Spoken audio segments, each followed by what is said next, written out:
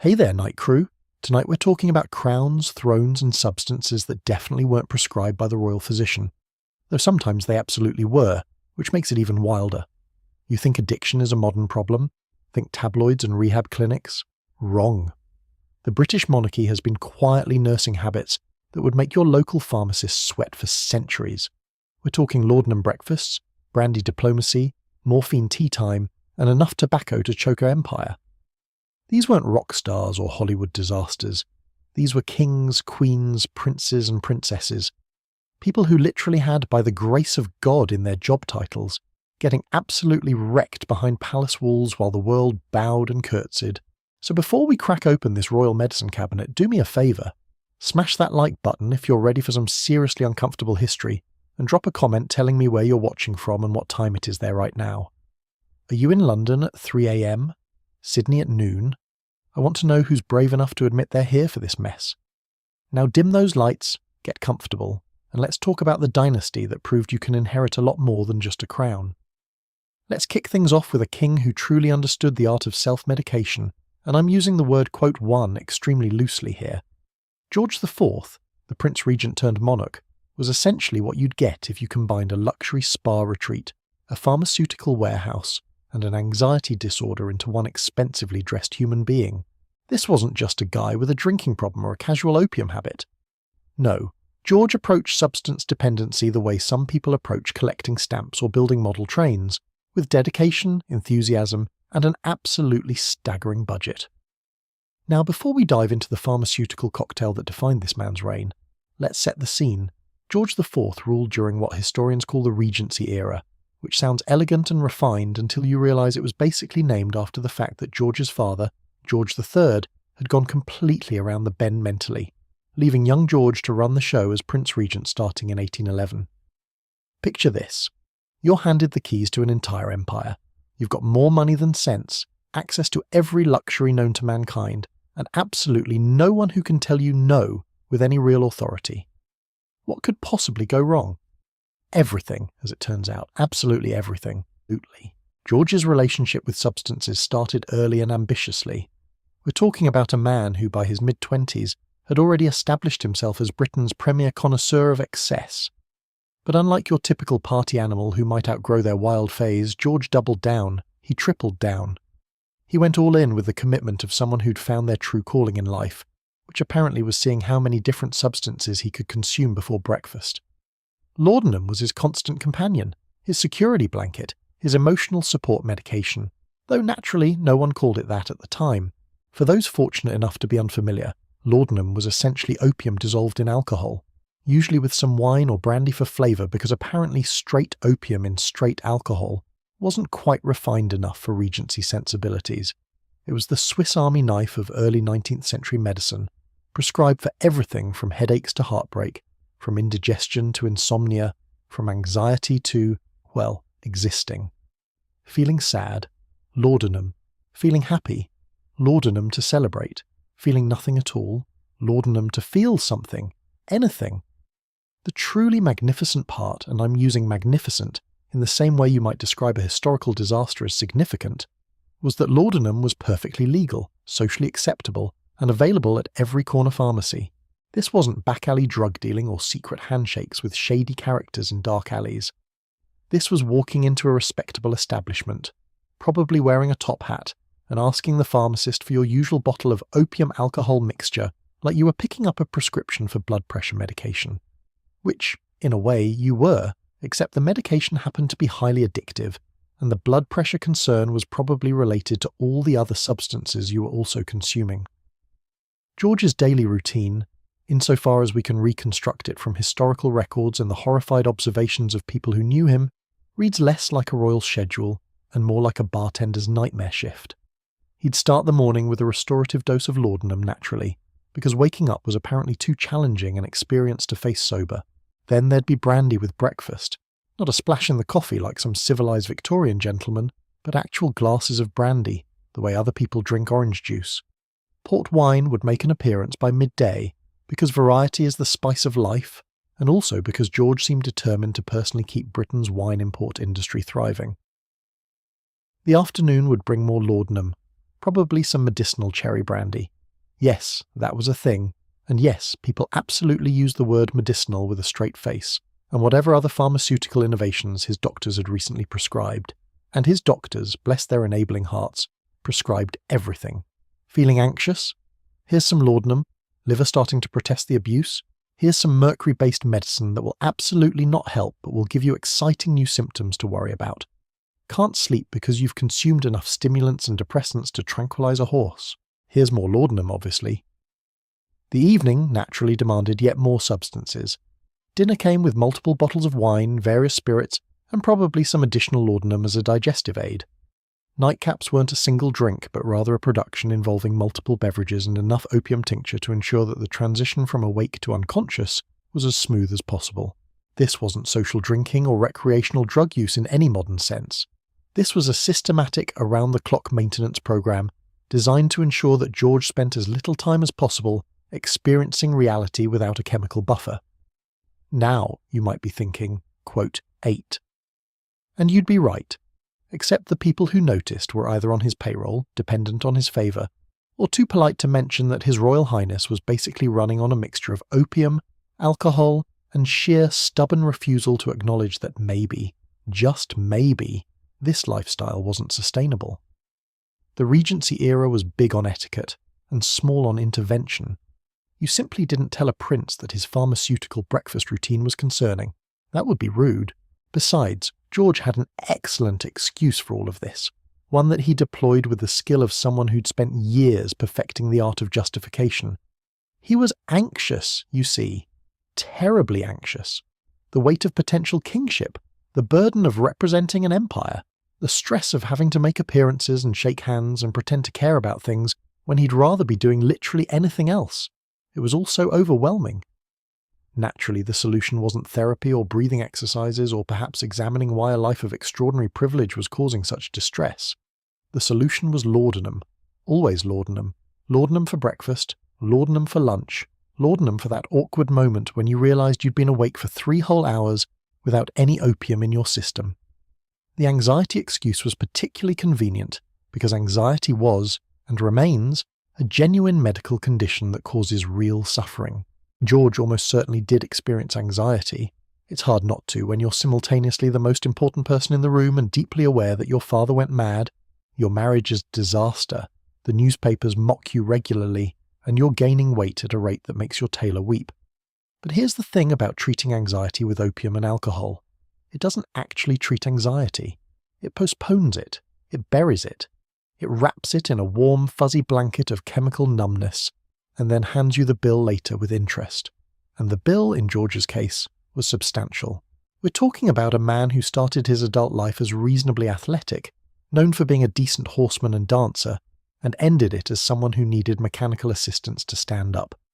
His weight ballooned to somewhere in the vicinity of 300 pounds, possibly more. Exact numbers are hard to come by because, unsurprisingly, no one was eager to officially document just how large the king had become.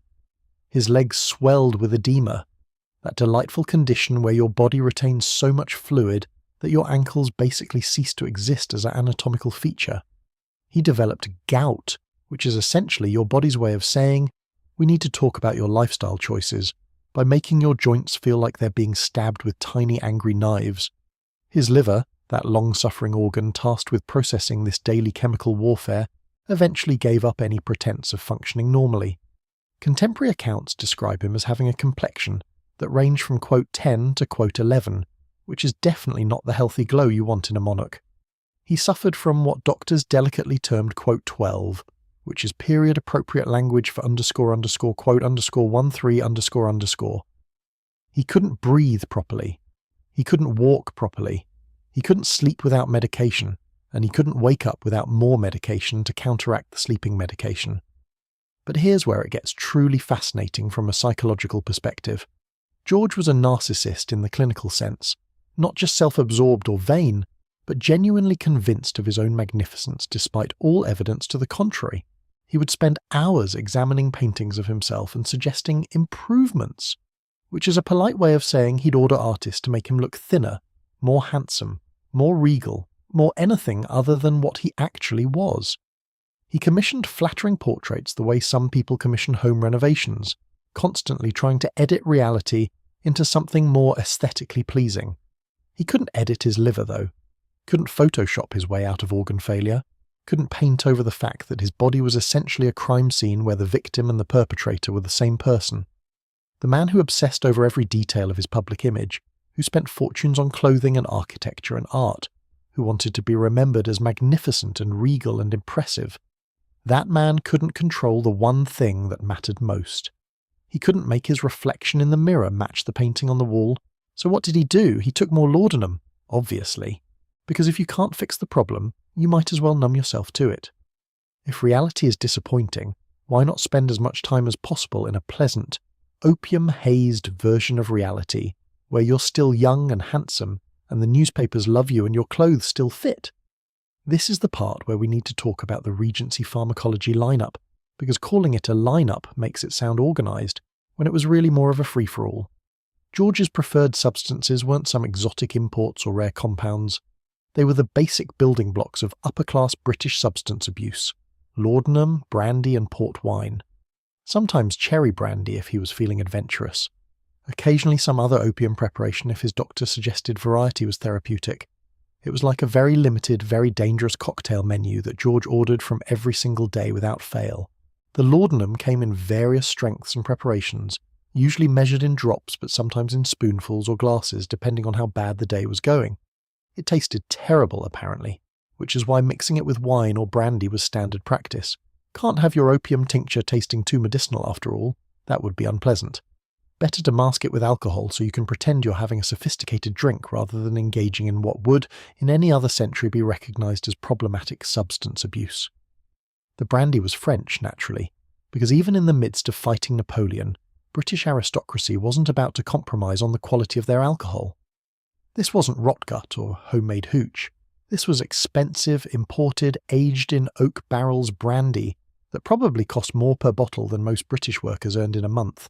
George went through it the way modern people go through coffee, except coffee doesn't cause liver cirrhosis and isn't primarily composed of alcohol. The port wine came from Portugal, thanks to trade agreements that ensured a steady supply of fortified wine to British shores. Port is already stronger than regular wine, fortified with additional spirits to preserve it during shipping, which means it packs a more substantial alcoholic punch than your average dinner wine. George treated it as a dietary staple, not an accompaniment to food, but actual food. Liquid nutrition with an alcohol content that would make modern bartenders raise their eyebrows. Together, these three substances formed what we might charitably call George's, quote, 16, or less charitably, quote, 17. The laudanum provided the opiate baseline, the constant chemical reassurance that everything was fine or would be fine, or at least felt fine for the moment. The brandy added stimulation and warmth, that immediate hit of alcohol that makes the world seem temporarily brighter and problems temporarily smaller. The port contributed lasting power, the sustained alcohol presence that kept the whole chemical juggling act going through dinner and into the evening. What makes this particularly tragicomic, and yes, we're allowed to find historical tragedy darkly amusing at this remove, is that George genuinely believed he was being medicinal about the whole thing. He wasn't some dissolute wastrel throwing his life away on vice. Oh no, he was following doctor's orders, managing his conditions, treating his anxiety and his insomnia and his digestive problems and his gout and his various other ailments, most of which were directly caused by the very substances he was using to treat them. It's the pharmaceutical equivalent of putting out a fire with gasoline while insisting you're following the fire safety manual. Technically you're using a liquid, which seems right, and technically a doctor did suggest it might help, so really, what more can a person do? The fact that you're actually making everything catastrophically worse is just an unfortunate side effect that definitely isn't your fault, and certainly doesn't require any changes to your behaviour. George's doctors, for their part, were working with the medical knowledge of the early 1800s, which is to say they knew roughly enough to be dangerous but not enough to be helpful. They understood that laudanum made people feel better in the short term. They didn't fully grasp addiction, tolerance, withdrawal, or the long-term effects of sustained opiate use. They knew alcohol in excess was problematic, but they also thought it had medicinal properties, and that excess was measured in quantities that would horrify modern physicians. A bottle of wine with dinner wasn't excess. 3 bottles might raise an eyebrow. What George was consuming daily would, in any modern emergency room, result in an immediate intervention and possibly restraints. But there were no interventions, no rehab facilities, no addiction specialists or 12-step programs or understanding that what George was experiencing was a medical condition rather than a moral failing or a lifestyle choice. There was just more laudanum, prescribed with confidence by men who genuinely believed they were helping. There was just more brandy, consumed with the same casual normalcy as tea. There was just more port, poured by servants who'd been serving it for so long that they probably couldn't imagine dinner without it. The theatrical aspect of George's addiction, and this is where the historical record gets particularly interesting, was that it was simultaneously public and private. Everyone knew George drank, everyone knew he used laudanum, These weren't secrets in the sense of being hidden facts. But they also weren't discussed openly. There was a social contract of polite ignorance, where observers would note that His Majesty seemed unwell or was resting, or had taken to his chambers, all of which was code for too intoxicated to function in public. It was theatre in the sense that everyone involved was playing a role. George played the suffering monarch, bravely struggling with his health issues while maintaining dignity. His doctors played the concerned physicians, doing everything medically possible to assist. His courtiers played the loyal servants, never questioning, never judging, always ready with another bottle or another dose. The newspapers played the respectful press, reporting on the king's health in vague, euphemistic terms that said everything while saying nothing. And underneath all that performance, underneath all that carefully maintained facade of propriety and medical care and royal dignity, was a man slowly poisoning himself while everyone watched and pretended not to notice. The anxiety and hypochondria that George suffered from, and quote, _23 is the right word, because regardless of how self-inflicted his problems were, they were still problems that caused genuine distress, fed into the addiction in a perfect vicious cycle. He was anxious, so he took laudanum. The laudanum worked temporarily, providing relief and numbness and a pleasant floating sensation where problems seemed distant and manageable. But then the laudanum wore off, and the anxiety returned, often worse than before because now his body was also dealing with the beginnings of withdrawal. So he took more laudanum, which worked temporarily until it didn't, so he took more. Meanwhile, the physical effects of his substance use gave him new things to be hypochondriacal about. Is that chest pain serious? Probably, given that you've been pickling your organs in alcohol for decades, but let's take some laudanum just in case. Is that difficulty breathing concerning? Absolutely, but surely some medicinal brandy will help. Are those swollen legs a sign of serious cardiovascular problems?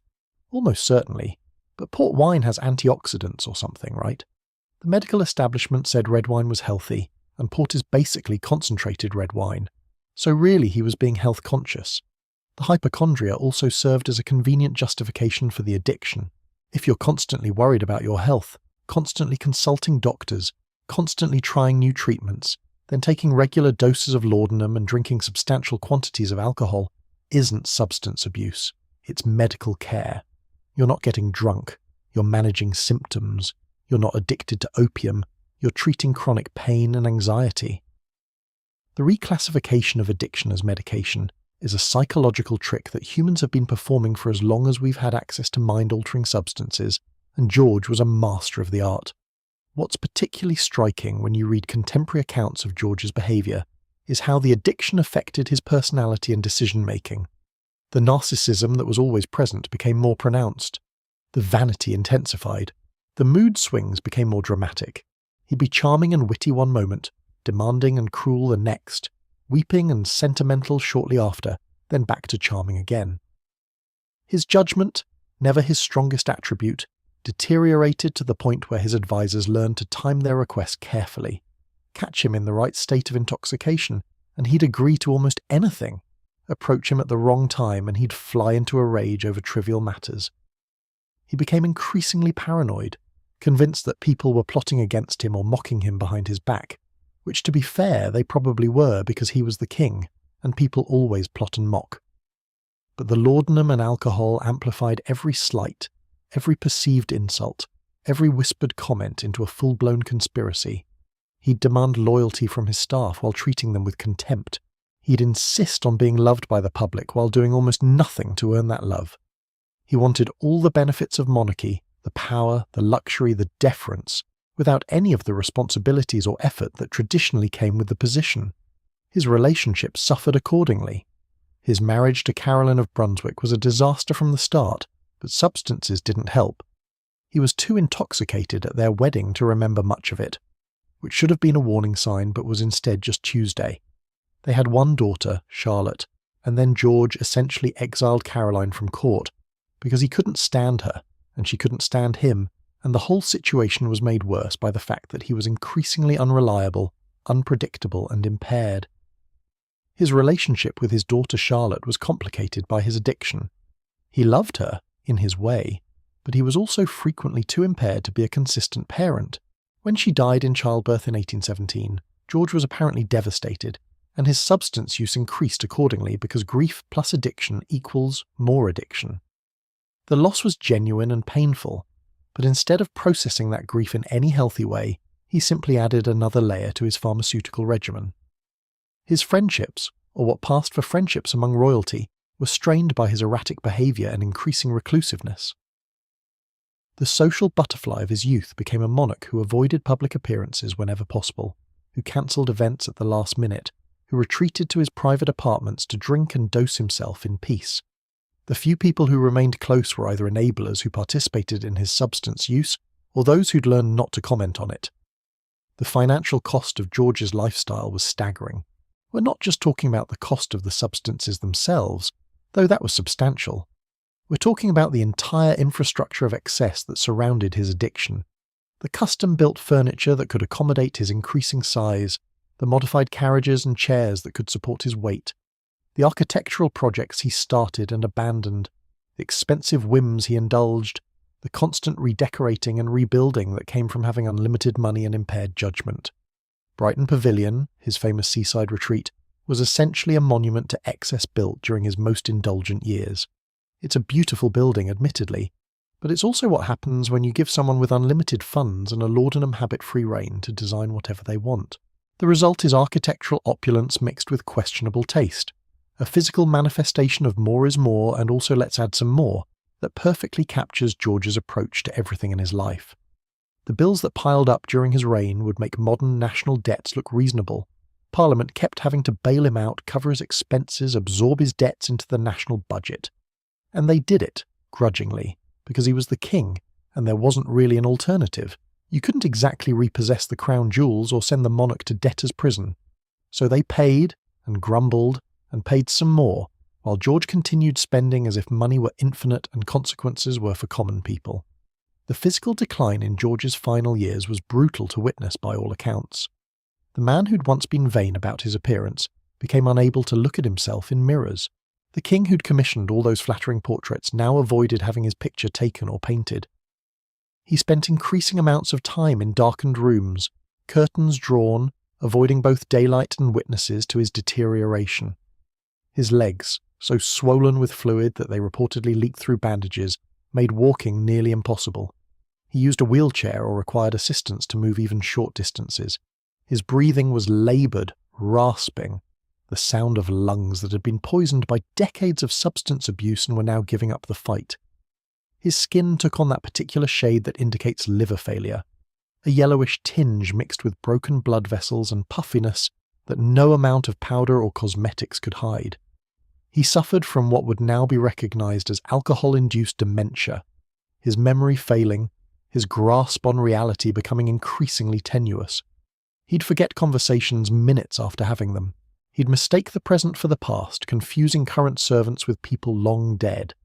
He'd have moments of clarity where he seemed to understand what was happening to him, followed by longer periods of confusion where he didn't recognise his own surroundings. The final years were essentially a slow-motion catastrophe that everyone could see coming, but no one could or would prevent. His doctors continued prescribing laudanum, because what else were they going to do? Stop now, and trigger a withdrawal that would kill him faster than the continued use. His servants continued serving brandy and port, because refusing a direct order from the king wasn't really an option, even if that order was essentially suicide by installment plan. His advisors continued managing the kingdom because someone had to, and George certainly wasn't in any condition to govern effectively. When he finally died in 1830, at age 67, the official cause was listed as various complications: gastrointestinal bleeding, cardiovascular failure, respiratory distress, basically a full-body shutdown. The unofficial cause was decades of sustained substance abuse that had destroyed every major organ system in his body. His death wasn't a surprise. It wasn't even particularly tragic by that point. It was more of a relief, honestly, both for George himself and for everyone who'd been watching this slow-motion disaster unfold. The newspaper obituaries were predictably diplomatic. They praised his patronage of the arts, his contribution to architecture, his surviving the difficult transition from his father's reign. They mentioned his health struggles in vague terms. They did not mention that the king had essentially drunk and dosed himself into an early grave over the course of several decades. That would have been impolite. What makes George IV's story particularly relevant to our discussion of royal addiction is that it establishes several patterns we'll see repeated throughout this list. First, the use of medical justification for substance abuse. If a doctor prescribed it, it's not addiction, it's treatment. Second, the enabling infrastructure of wealth and power that makes it possible to sustain a serious addiction for decades without facing real consequences. Third, the social contract of polite ignorance where everyone knows there's a problem but no one directly addresses it. George showed that you could be obviously publicly addicted to multiple substances, suffer severe physical and mental consequences, and still maintain your position and even some degree of dignity through careful social theatre and strategic euphemism. His addiction was an open secret, visible to anyone who looked but never officially acknowledged.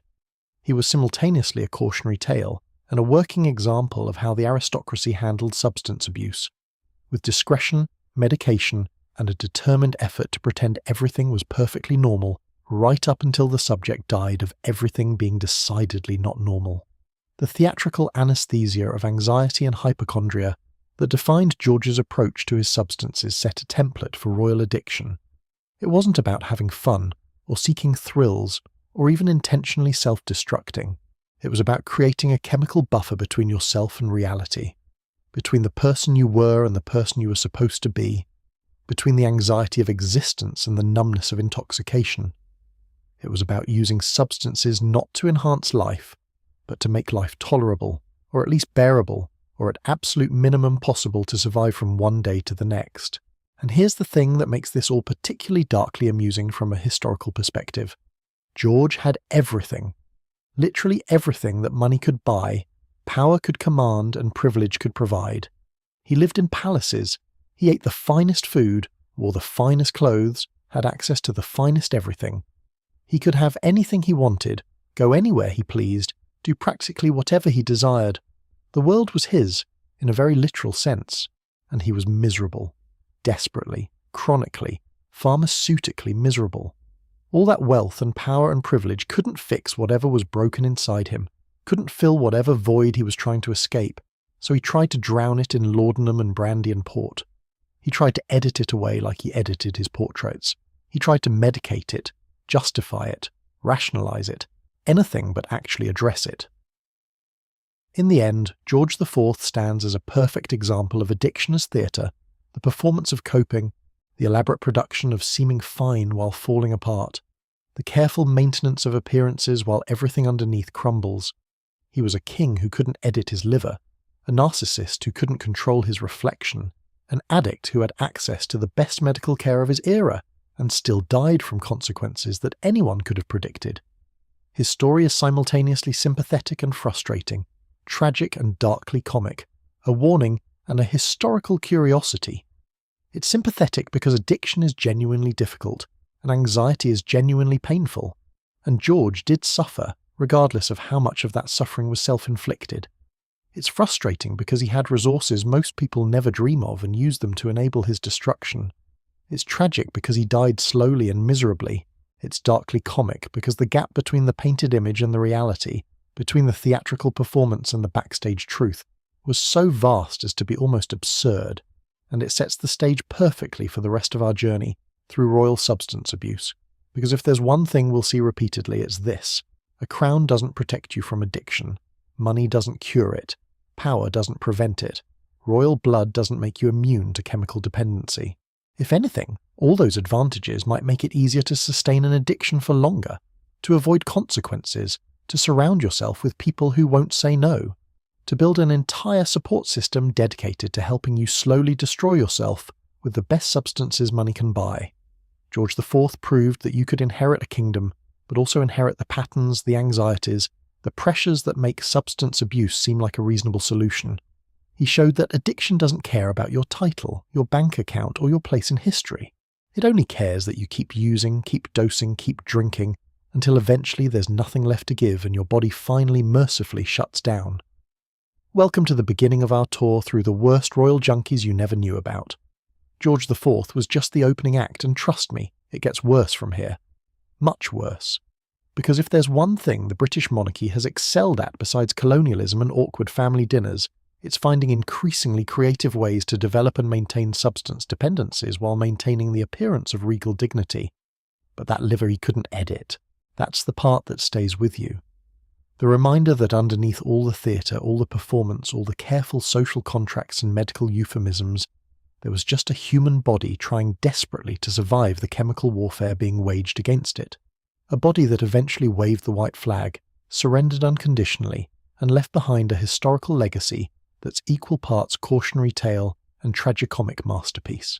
And now that we've established what happens when a king decides that laudanum is his best friend, when anxiety becomes an excuse, when hypochondria meets unlimited access to pharmaceuticals, when narcissism collides with addiction, now that we've seen how this particular theatrical performance ends, we can move on to the rest of our cast. Because George IV wasn't alone in this. He wasn't even unusual. He was just the most obvious, the most documented, the most publicly deteriorating example of a pattern that runs through royal history like opium through laudanum. So that's George IV, king, prince, regent, narcissist, hypochondriac, addict. A man who could commission magnificent architecture but couldn't manage his own appetite for substances. A monarch who wanted to be remembered for his patronage of the arts, but is more memorable for being unable to fit through doorways in his later years. A cautionary tale wrapped in ermine and drowned in brandy, preserved in laudanum, and ultimately destroyed by the very things he thought were keeping him alive. Next time someone tells you that having money and power solves all your problems, remember George IV.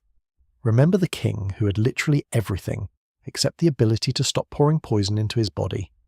Remember the portraits he couldn't live up to, and the liver he couldn't edit. Remember that addiction doesn't read your bank statement before it moves in. It just moves in, makes itself comfortable, and stays until there's nothing left to consume. That's the lesson from our first royal junkie. That's the pattern we're establishing.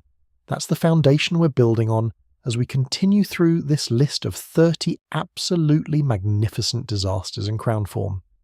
George IV showed us that royal addiction isn't about having too little. It's about having too much of the wrong things and not enough of anything that actually helps. And with that cheerful thought, we move forward into the rest of this historical pharmaceutical nightmare, secure in the knowledge that it truly can't get much worse than a king who drank himself into requiring mechanical assistance to stand up while insisting he was just following doctor's orders. Except it can get worse. It does get worse. But we'll get to that in the next chapter, because George IV's story is complete. His theatrical anesthesia has run its final curtain call, and it's time to meet the next performer in this very long, very dysfunctional royal tragedy. From a king who couldn't edit his liver, we now turn to two royals who understood something fundamental about addiction that George IV never quite grasped. Sometimes substances aren't about escaping who you are, but about surviving who you're forced to be. Let's start with the spare princess who turned being second best into a lifetime occupation, and then move on to the king who made smoking into a form of diplomacy. Princess Margaret Rose, younger sister to Queen Elizabeth II, was born into a role that shouldn't have existed.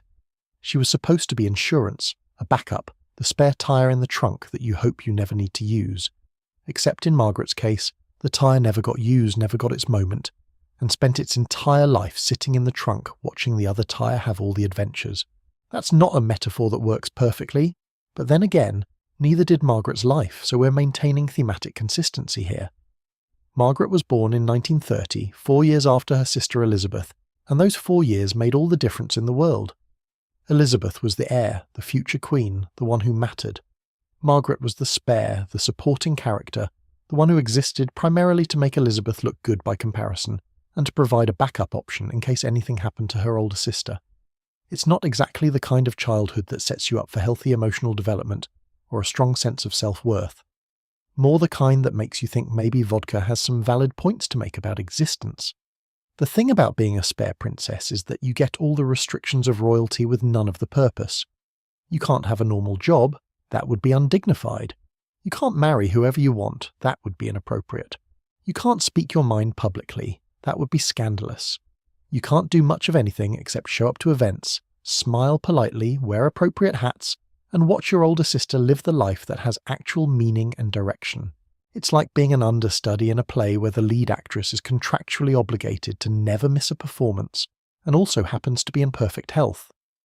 You learn all the lines, you show up to all the rehearsals, and you never, ever get to go on stage for real.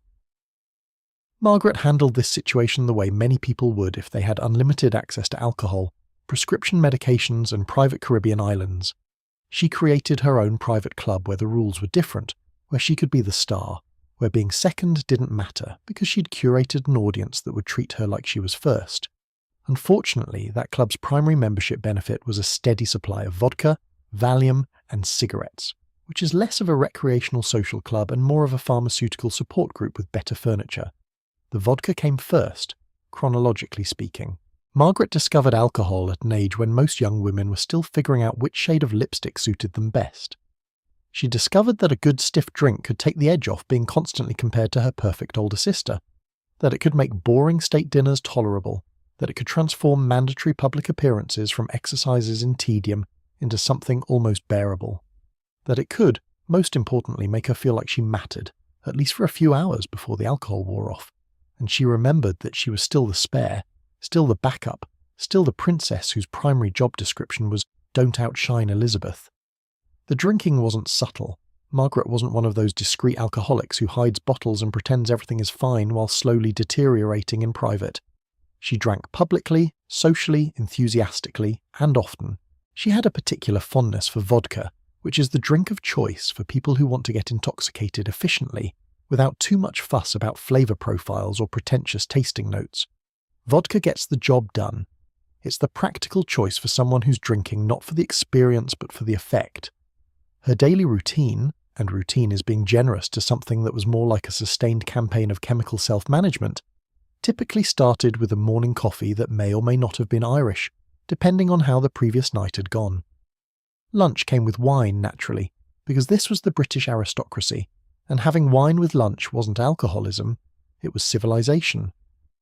Afternoon tea might include a little something extra in the teacup, though we're being euphemistic here because what went into the teacup was often more something extra than actual tea. Evening was when things really got started. Cocktail hour, which in Margaret's world lasted approximately from sunset until bedtime, featured vodka in various forms, vodka tonics, vodka martinis, straight vodka if the day had been particularly trying. The cigarettes accompanied every drink naturally because why damage just your liver when you could also work on your lungs? Multitasking, really. Efficient self-destruction is still efficient. And then there was the Valium. Beautiful, pharmaceutical-grade Valium, prescribed by doctors who were either remarkably understanding or remarkably willing to write prescriptions for a princess who probably wasn't going to take no for an answer. Valium, for those fortunate enough to have avoided the benzodiazepine experience, is anti-anxiety medication that makes everything feel softer, gentler, less urgent, less important, less everything. It's chemical cushioning for reality. It's bubble wrap for your emotional responses. It's what you take when you need to not feel so intensely about the fact that your life is essentially a performance of contentment in a role you never auditioned for. Margaret took Valium the way some people take vitamins, regularly, preventatively, and with the firm belief that they were necessary for daily functioning. She had anxiety, after all, legitimate anxiety about her position, her purpose, her lack of both.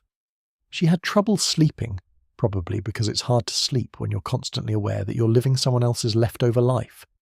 She had stress, though calling it stress seems inadequate for the existential weight of being permanently, professionally unnecessary.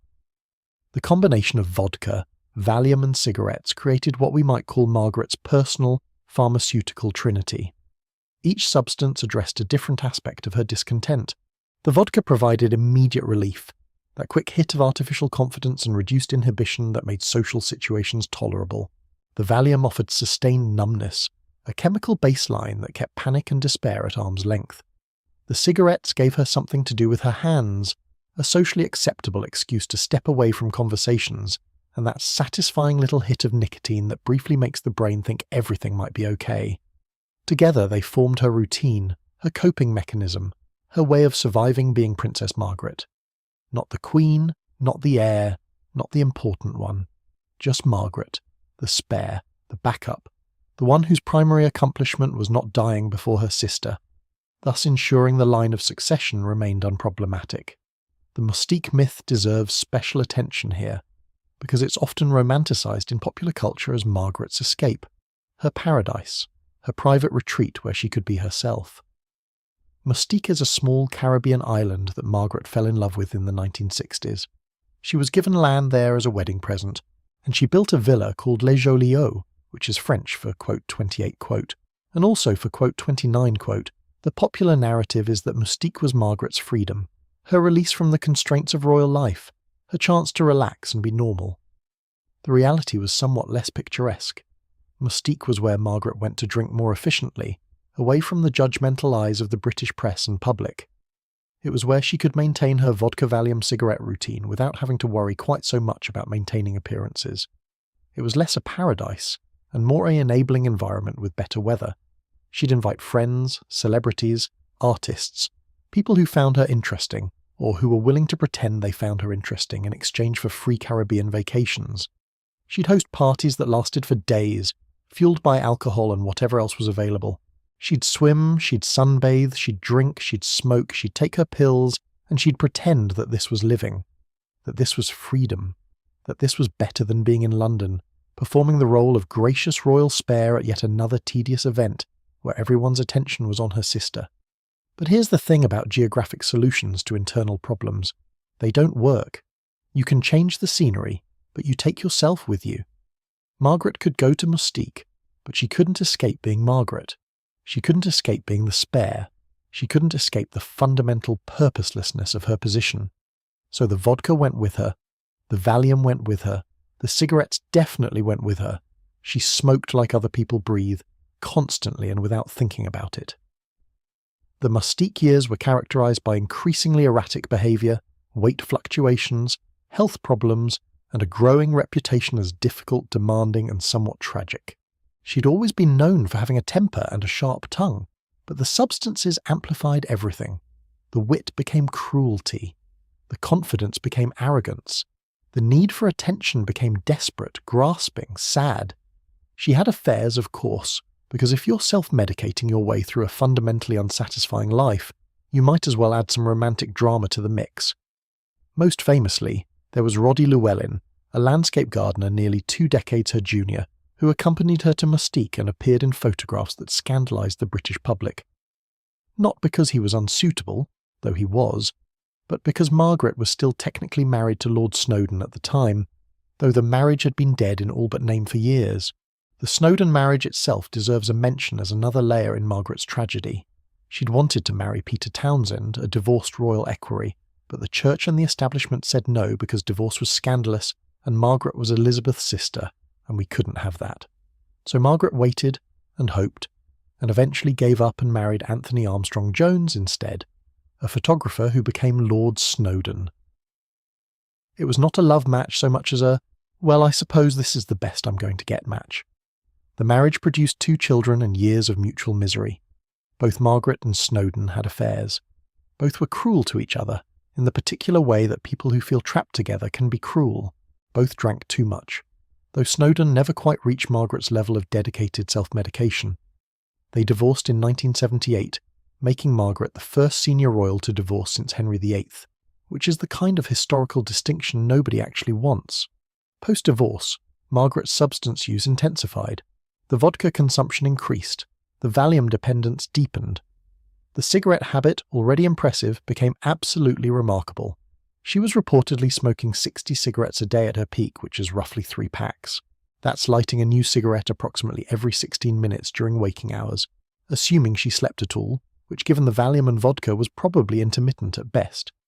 The health consequences were, unsurprisingly, catastrophic. She had a partial lung removal in the 1980s, because when you smoke 60 cigarettes a day for decades, your lungs eventually stage a revolt.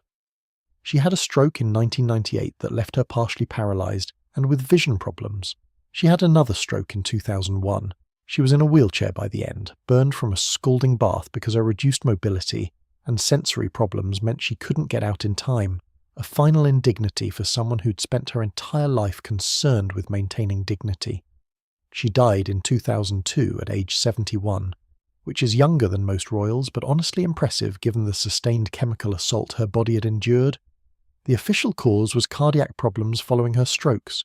The unofficial cause was decades of vodka, Valium, cigarettes, and the slow-motion tragedy of being born 4 years too late to matter. What makes Margaret's story particularly poignant is that her addiction wasn't about having fun. It wasn't about parties or rebellion or seeking thrills. It was about sedation, about numbing the reality of being permanently second, permanently less important, permanently the spare. The alcohol wasn't celebratory. It was medicinal, in the worst possible sense.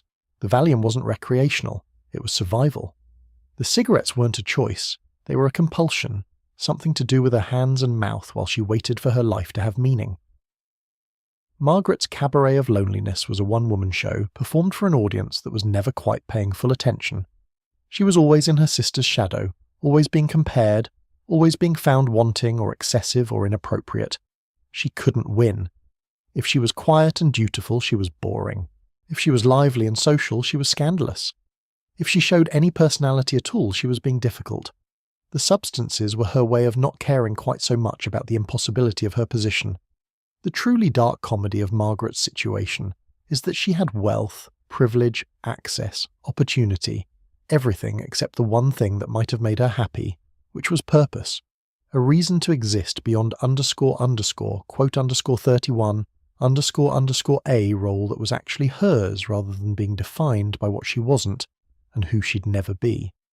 And because she couldn't have purpose, she had vodka instead, and Valium, and cigarettes, a private club where she could pretend the membership requirements were exclusivity and sophistication, rather than desperation and chemical dependency. Now, let's shift gears dramatically and talk about someone who approached substance use from an entirely different angle. Edward VII, who ruled from 1901 to 1910, was in many ways Margaret's opposite.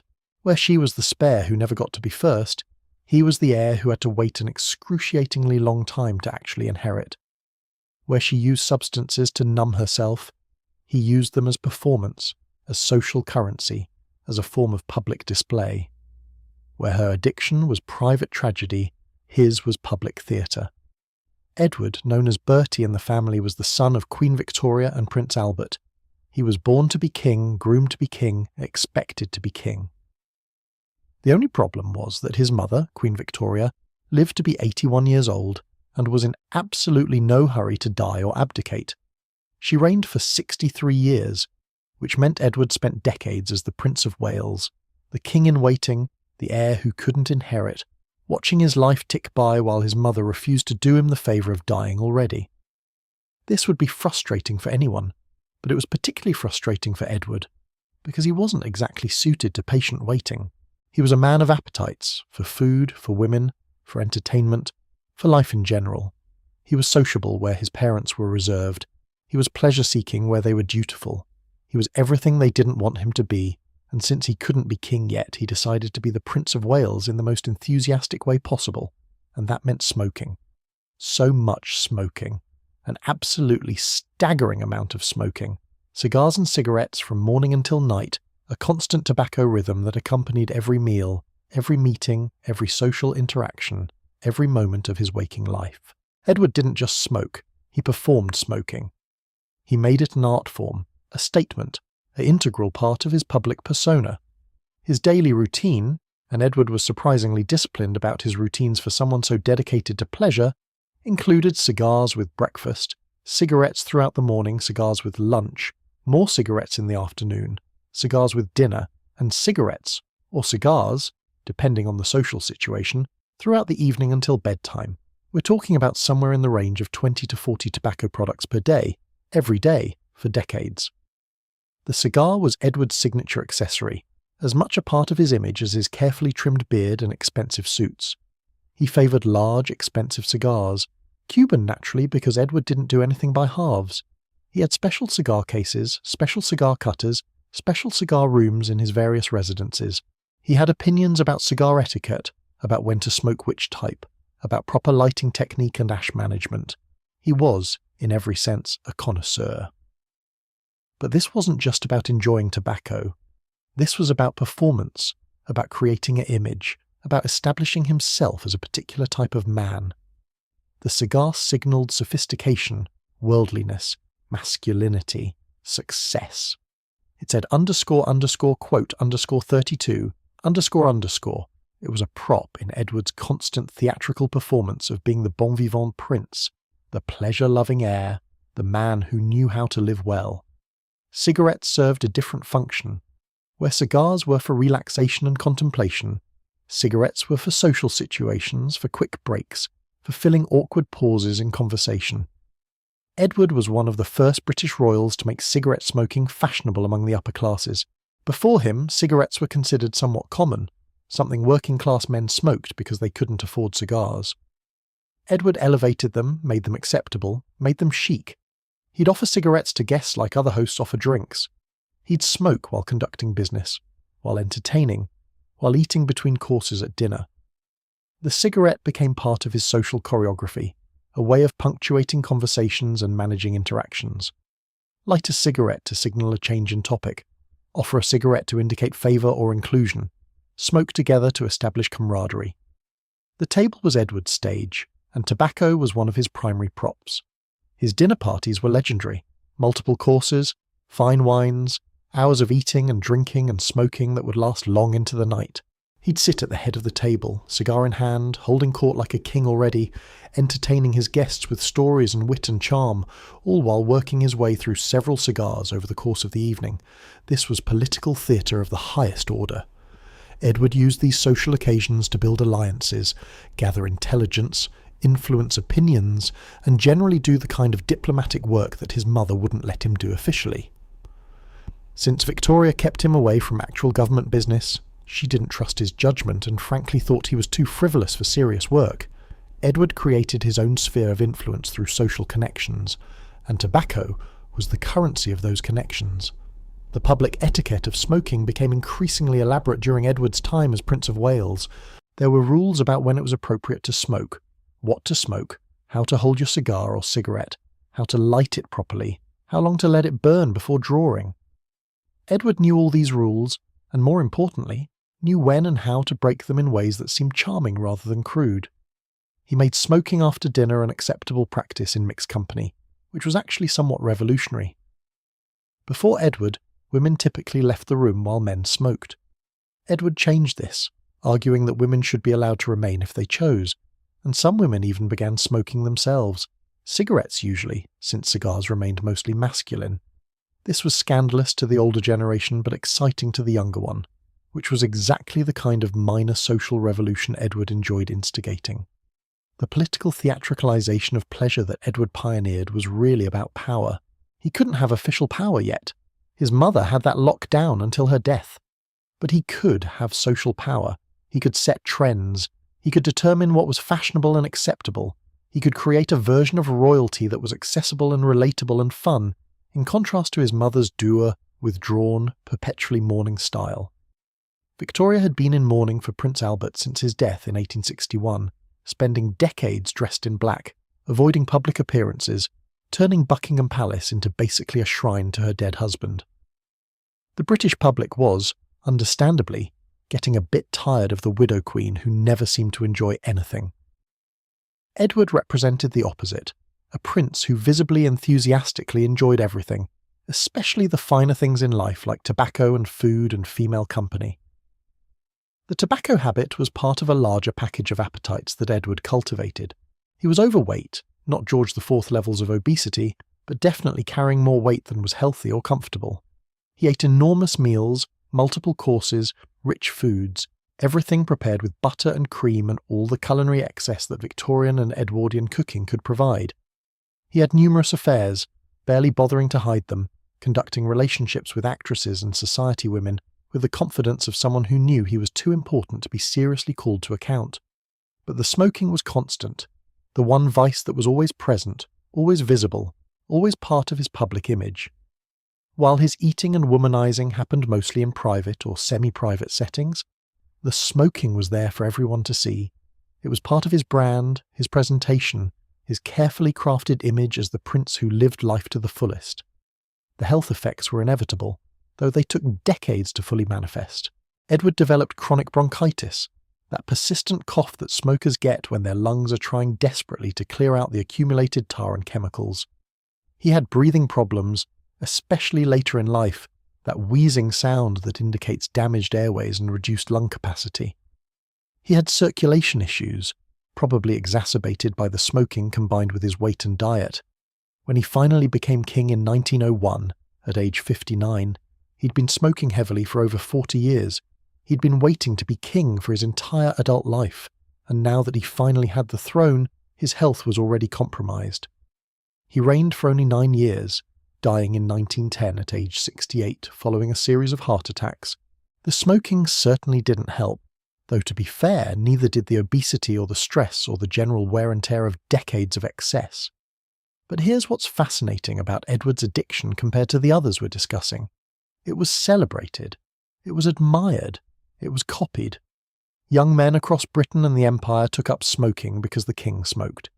Cigar manufacturers used his endorsement, implicit or sometimes explicit, to sell their products. Cigarette companies benefited from the fashionability he'd created. His addiction wasn't a shameful secret or a tragic flaw. It was part of what made him popular, relatable, modern. The Edwardian era, named after his brief reign, was characterized by exactly this kind of contradiction: elegance and excess, sophistication and indulgence, rigid social hierarchies combined with increasing social mobility and changing norms. And tobacco was everywhere, connecting all social classes. The aristocrat with his Cuban cigar and the factory worker with his cheap cigarette were both participating in the same basic activity, even if the quality and context were vastly different. Edward democratized vice in a way. He made it clear that royalty wasn't about being perfect or pure or above human weakness. It was about being human in a more elevated setting, with better cigars. He showed that you could have appetites, could indulge them, could even build your public image around them, and still be respected, admired, and ultimately successful in your role. The tobacco rhythm of empire that Edward embodied was really about the intersection of addiction, performance, and power. Every cigar he lit was a small assertion of authority, a reminder that he could do as he pleased. Every cigarette offered to a guest was a gesture of inclusion or favour. Every smoking room established in every residence was a domain where he made the rules. The addiction was real. He absolutely could not function without tobacco, couldn't imagine a meal or a social interaction or even a private moment without it. But it was also useful, a tool for diplomacy and image-making and social control. Compare Edward's approach to Margaret's, and you see two entirely different ways of being addicted while royal. Margaret hid, withdrew, created private spaces where she could use her substances away from judgment. Edward performed, displayed, made his substance use part of his public persona.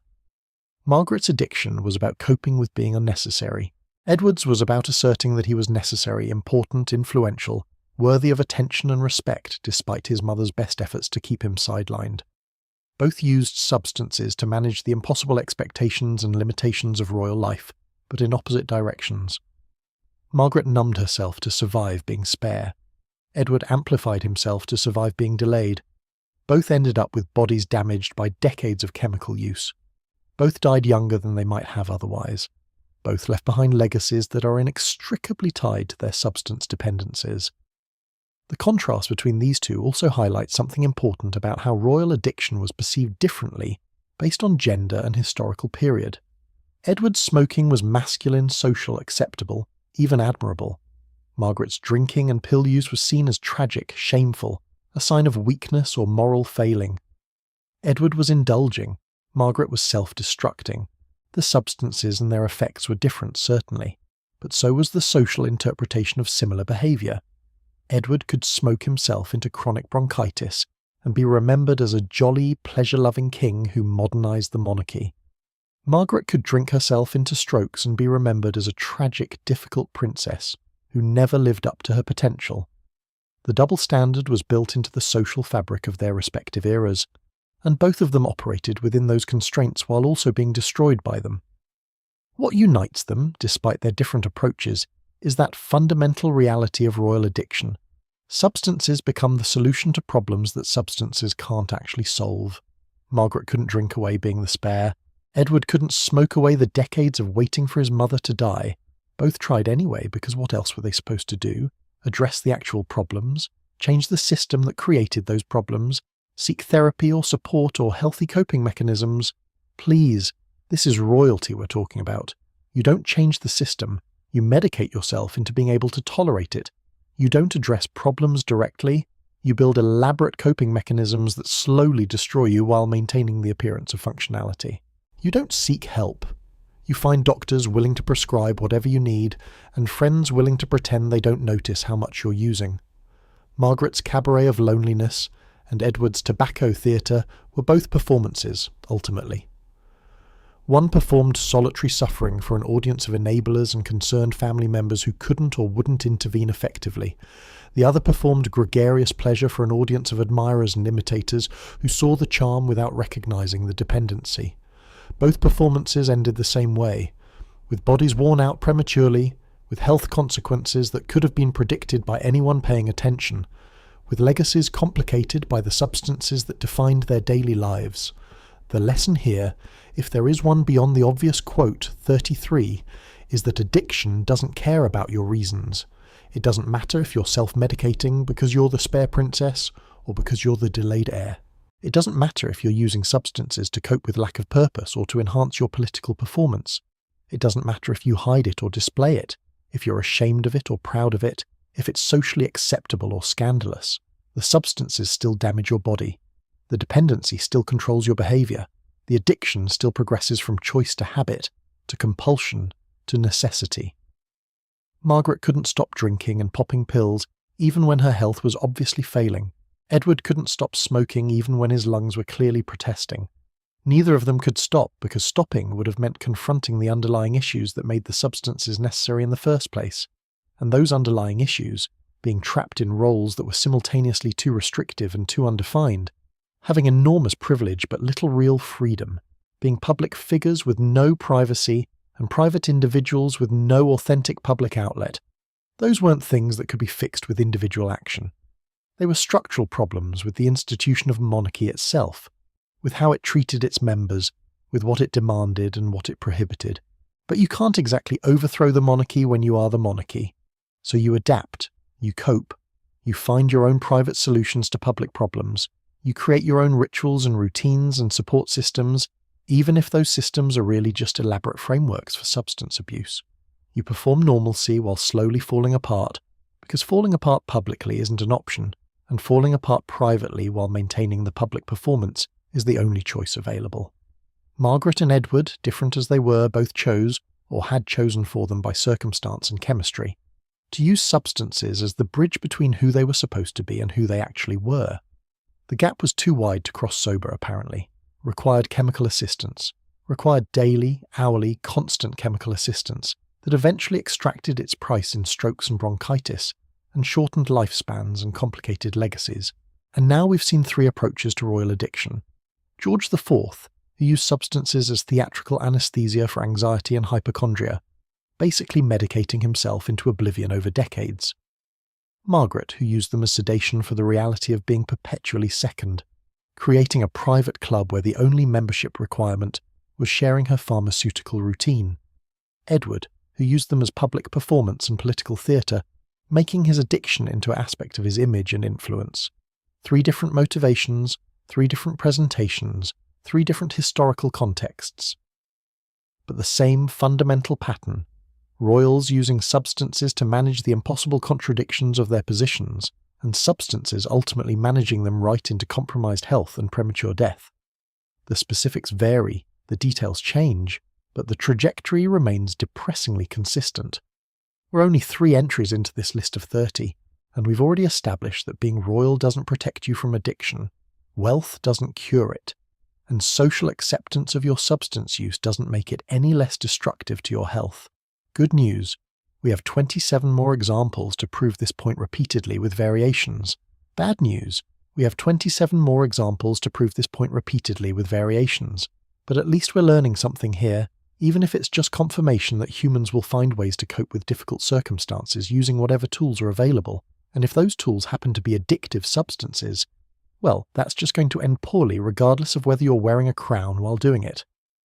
Margaret's vodka and Valium couldn't fill the void of purposelessness. Edward's cigars and cigarettes couldn't speed up his mother's death or his own accession to real power. The substances couldn't fix anything. They could only delay, distract, numb, or perform, depending on what was needed in the moment. And that's the fundamental tragedy of all addiction, royal or otherwise. It promises relief, but delivers only temporary distraction, followed by increased need for more distraction in an accelerating cycle that ends in physical breakdown. So that's our second set of royal addicts: the princess who drank to forget she was spare, and the king who smoked to remember he was important. Neither approach worked in the end. Both left behind bodies damaged by decades of chemical dependency and legacies complicated by the substances that defined them. And both serve as perfect examples of how addiction operates differently but destructively regardless of whether you're coping with too little purpose or too much waiting, too little recognition or too much attention, too little freedom or too many constraints. The cabaret of loneliness and the tobacco rhythm of empire were both doomed performances from the start, playing to audiences that couldn't or wouldn't recognize the tragedy unfolding in real time.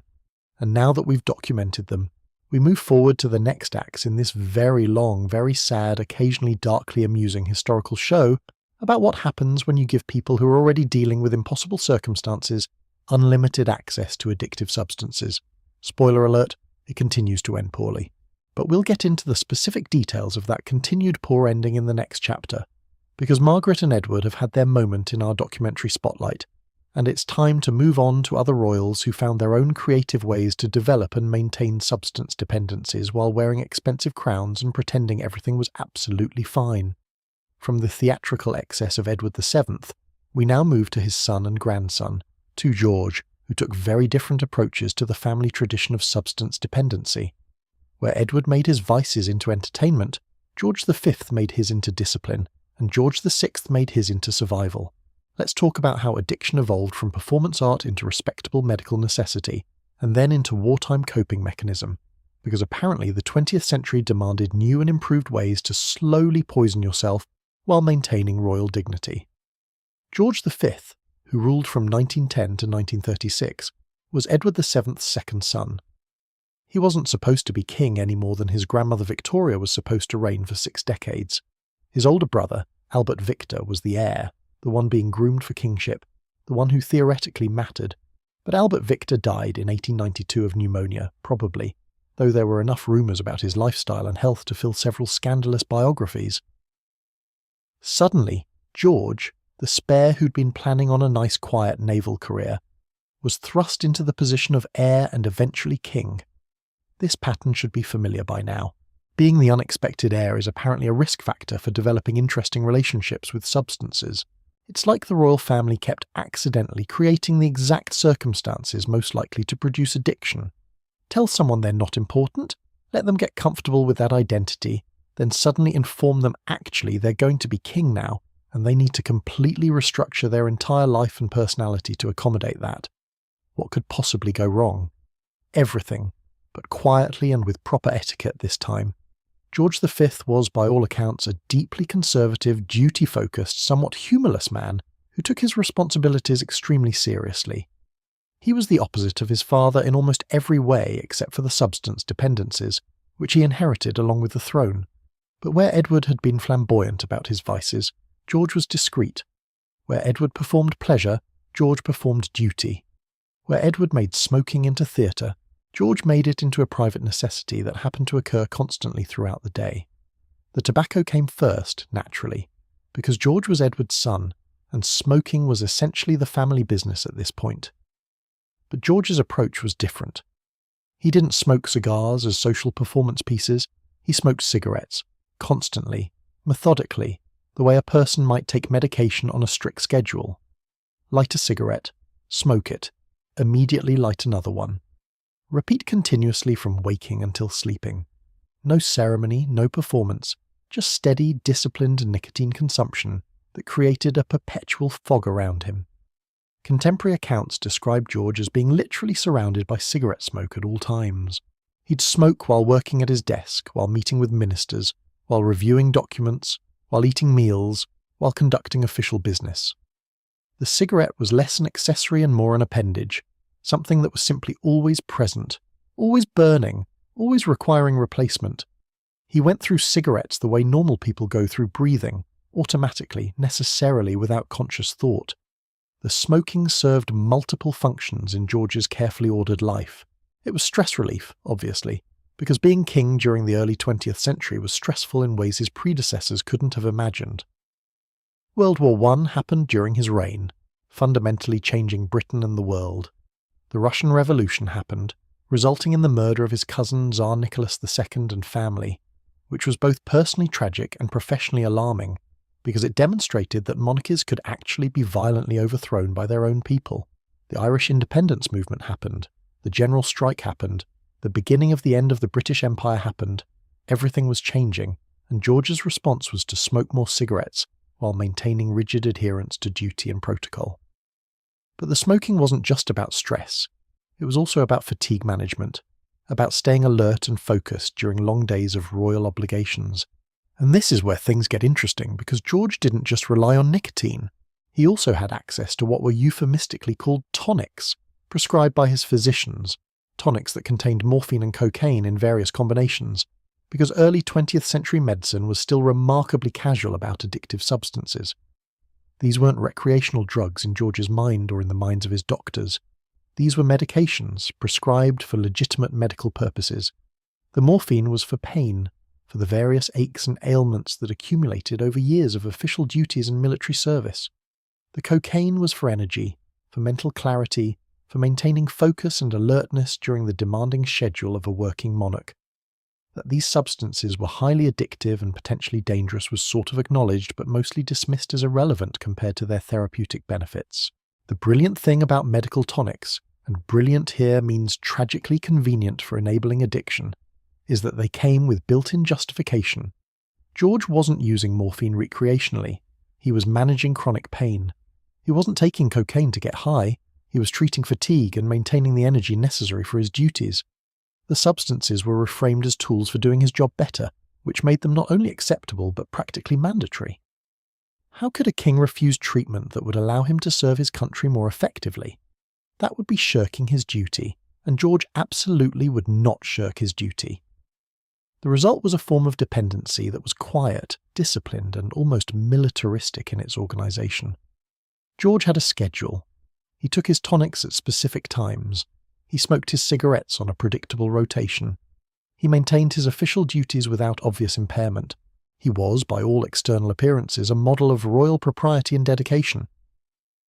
The fact that maintaining that appearance required constant chemical assistance was simply not discussed in polite company.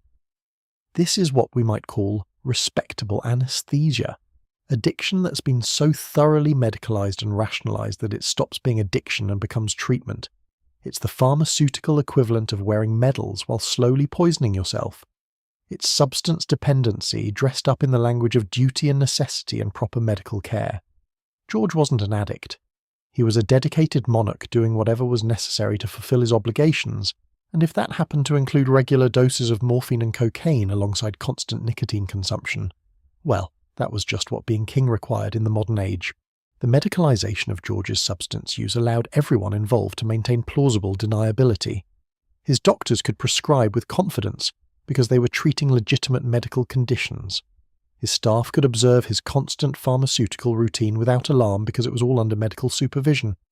His family could avoid confronting any problems because there were no problems, officially, just a king managing his health while performing his duties. The entire system was designed to enable addiction while calling it something else entirely. What makes this particularly insidious is that George genuinely believed he was being responsible. He wasn't like his father, indulging in excess for pleasure. He wasn't like George IV, openly deteriorating from alcoholic and opiate abuse. He was taking prescribed medication for legitimate purposes while maintaining a rigorous work schedule and fulfilling all his obligations. He was, in his own mind, and in the minds of most observers, a model of how royalty should behave: disciplined, dutiful, and dignified even while managing health challenges. The health challenges, of course, were largely caused by the very substances he was using to manage them. The cigarettes damaged his lungs, causing chronic bronchitis and breathing problems. The morphine created dependency and tolerance, requiring increasing doses to achieve the same pain relief. The cocaine provided artificial energy but crashed his natural systems, making him more fatigued in the long run, and requiring more cocaine to compensate. It was a perfect cycle of pharmaceutical self-destruction, all conducted under medical supervision and with the best intentions. George's daily routine reflected this new model of royal addiction. Morning began with cigarettes and possibly a tonic containing cocaine to jumpstart the day. Throughout the morning, more cigarettes accompanied every task, every document reviewed, every meeting attended. Lunch came with more cigarettes and perhaps another medicinal dose if the afternoon schedule was particularly demanding. The afternoon proceeded with the same pattern: cigarettes and occasional tonics, all timed carefully to maintain functioning without obvious impairment. Evening brought more of the same, with perhaps some morphine-containing tonic to manage any pain or discomfort before bed, where the cycle could reset overnight and begin again the next morning. The discipline was impressive, honestly. George wasn't getting messy drunk like George IV or creating scandalous social scenes like Princess Margaret would later. He was maintaining a functional addiction, if such a thing exists, where the substances enabled performance rather than preventing it. He got through World War I while chain-smoking and taking morphine and cocaine tonics. He managed the transition from Victorian Empire to modern Commonwealth while constantly medicated. He handled the general strike, the Irish independence, the economic upheavals of the 1920s and early 1930s, all while maintaining a steady pharmaceutical baseline that would horrify modern addiction specialists but seemed perfectly reasonable to Edwardian and Georgian-era physicians. The problem, naturally, was that this couldn't last forever. Bodies have limits, even royal bodies, even when you're being very disciplined and proper about your substance abuse. George's health declined steadily through the 1920s and into the 1930s. The chronic bronchitis worsened into more serious respiratory problems. He developed a persistent cough that no amount of cigarettes or morphine could suppress. His energy levels, despite or because of the cocaine tonics, decreased. He looked increasingly unwell in photographs and public appearances, gaunt and exhausted and older than his years. In 1928, George developed a serious illness that was variously described as septicemia, blood poisoning, or a severe lung infection, depending on which historical account you read. He nearly died. He was seriously ill for months. His recovery was slow and incomplete, and yet through all of this the cigarettes continued, the tonics continued, the disciplined, respectable, medicalized addiction continued because stopping would have meant admitting there was a problem, and admitting there was a problem would have meant confronting the entire system that enabled and justified the addiction in the first place. By the early 1930s, George was clearly struggling. He was in chronic pain, which the morphine helped, but also perpetuated through dependency. He was chronically fatigued, which the cocaine helped temporarily, but worsened overall through the crash cycles. He was constantly short of breath, which the cigarettes directly caused, but which he couldn't imagine giving up because the smoking was so deeply integrated into his daily functioning. He was trapped in a pharmaceutical cage of his own making, or rather, a cage constructed by medical practice, royal expectations, and personal discipline that had curdled into compulsion. He died in January 1936 at age 70, officially from cardiorespiratory failure, unofficially from decades of smoking and medically supervised substance abuse that had finally extracted its full price. There were persistent rumours that his death was actually hastened by his physician, Lord Dawson, who administered a lethal dose of morphine and cocaine to ensure George died peacefully and in time for the morning newspapers, rather than lingering through another night. Whether this is true remains debated, but it's certainly thematically appropriate. Even George's death was medicalized, controlled, properly scheduled, and involved the same substances that had defined his adult life. The respectable anesthesia that George pioneered, addiction dressed as duty, dependency framed as medical treatment, constant substance use presented as necessary for fulfilling obligations, set a new template for how royal addiction could operate in the modern era. No more theatrical excess, no more public scandal, just quiet, disciplined, pharmaceutical necessity that everyone could politely ignore while maintaining the fiction that everything was fine. And speaking of maintaining fictions while everything slowly falls apart, let's talk about George's son, George VI, who took the family tradition of smoking as coping and elevated it to new heights of desperate necessity. George VI, who ruled from 1936 to 1952, was yet another king who never expected to be king. Are we detecting a pattern here? Because we should definitely be detecting a pattern here. The royal family seemed determined to keep creating spare heirs who got comfortable with being spare and then suddenly had to be king, and this kept working out poorly for everyone involved, especially the lungs of the spare-turned-king. George VI was the second son of George V, the younger brother of Edward VIII, the shy, stammering duke who was supposed to live a quiet, aristocratic life supporting his older brother's reign. But then Edward VIII decided he'd rather marry Wallis Simpson, an American divorcee, than remain king, so he abdicated in 1936 after ruling for less than a year. Suddenly, George VI, who'd been Prince Albert, called Bertie by the family, and who'd spent his entire life knowing he wasn't going to be king, was king, at the worst possible time, right before World War II, with a debilitating stammer and crippling anxiety and absolutely no preparation for this role. Talk about stress, talk about impossibility, talk about circumstances practically designed to create substance dependency.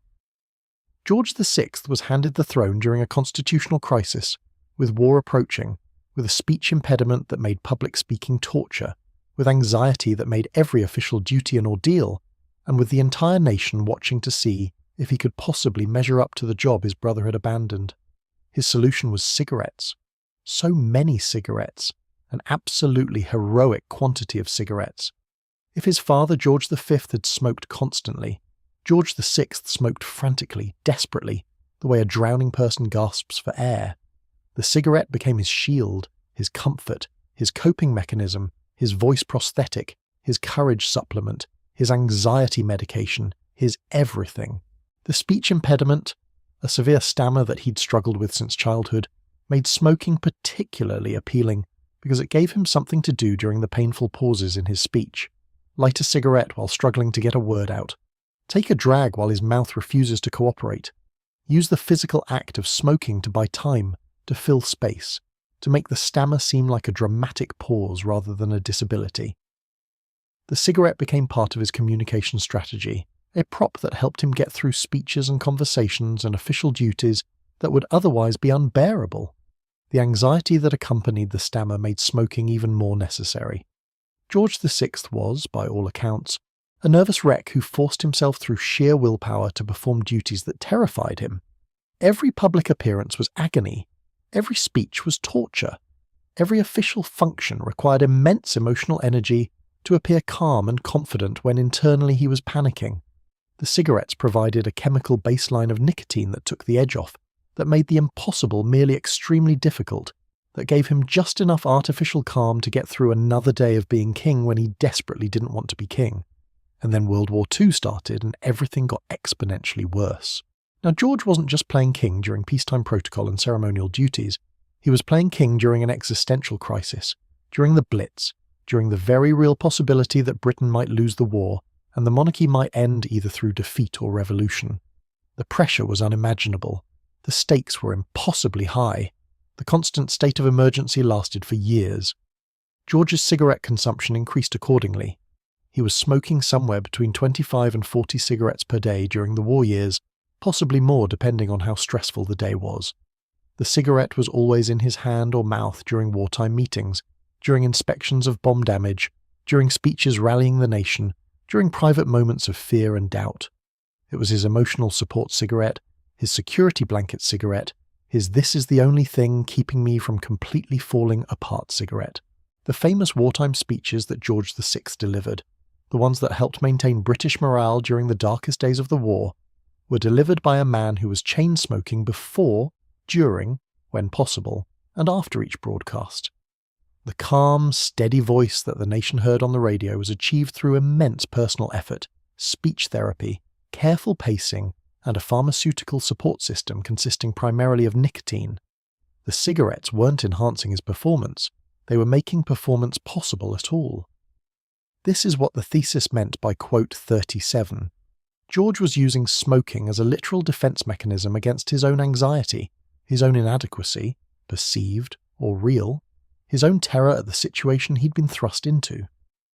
The nicotine wasn't making him brave, it was making bravery achievable. It wasn't fixing his stammer, it was making the stammer manageable. It wasn't solving any problems, it was allowing him to function despite problems that might otherwise have been paralyzing. The cost of this coping mechanism was predictable, but apparently unavoidable. George developed chronic bronchitis just like his father. The persistent cough became part of his daily reality. His breathing grew more laboured over the years. He was constantly clearing his throat, constantly struggling for breath, constantly dealing with respiratory infections that settled into lungs already damaged by decades of smoke. By the late 1940s, after the war had ended and George had successfully guided Britain through its greatest crisis, his health was visibly failing. The man who'd literally smoked his way through World War II was now paying the price. He developed arteriosclerosis, hardening of the arteries, which was connected to his smoking and caused circulation problems severe enough that he needed surgery in 1949. His left leg was in such bad shape from poor circulation that there was serious discussion about amputation, though ultimately they managed to avoid that particular nightmare through other surgical interventions. The lung problems continued to worsen. He developed what was initially described as a persistent cough, then as chronic lung inflammation, then as something more serious that required investigation. In 1951, his left lung was found to have structural changes, medical euphemism for cancer, though they didn't tell George that. They removed part of his lung in September 1951, a major surgery that George survived but never really recovered from. And here's the truly dark part. He kept smoking, even after lung surgery, even knowing that his respiratory system was catastrophically damaged, even when every cigarette was probably hastening his death. He couldn't stop. The addiction was too deep, the psychological dependency too strong, the association between cigarettes and coping too fundamental to break. The cigarette had been his shield for so long that facing life without it was more terrifying than the knowledge that continuing to smoke was killing him. He died in February 1952, at age 56, officially from a coronary thrombosis, unofficially from lung cancer and the accumulated damage of 2 decades of chain smoking his way through anxiety, war, and a role he never wanted but fulfilled anyway. He'd smoked himself through World War II and into an early grave, having successfully performed the role of king at the cost of his lungs, his heart, and his life. The parallel between George V and George VI is striking. Both were disciplined men who took their duties seriously. Both used substances, primarily tobacco, though George V added morphine and cocaine tonics to enable their performance of royal obligations. Both developed serious health problems directly caused by their substance use. Both died prematurely from complications that were entirely predictable given their habits. Both maintained the fiction that they were simply doing what was necessary for their duties, right up until their bodies gave out completely. But there's also an evolution here that's worth noting. George V's addiction was medicalized and rationalized as treatment. George VI's addiction was psychological and rationalized as coping. George V took tonics because doctors prescribed them for his conditions. George VI smoked cigarettes because he couldn't imagine functioning without them. Both ended up in the same place, dead before their time from substance-related causes. But the paths were slightly different, reflecting changing medical understanding and social attitudes toward addiction.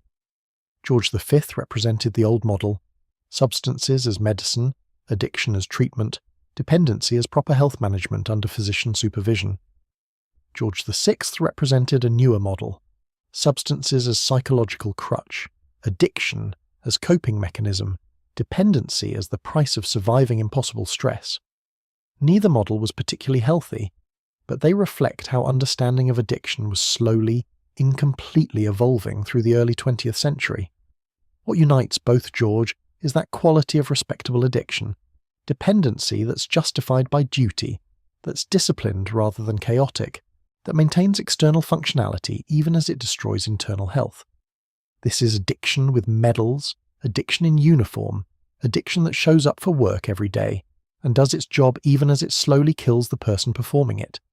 It's the opposite of the theatrical excess of George IV or the scandalous decline of Margaret.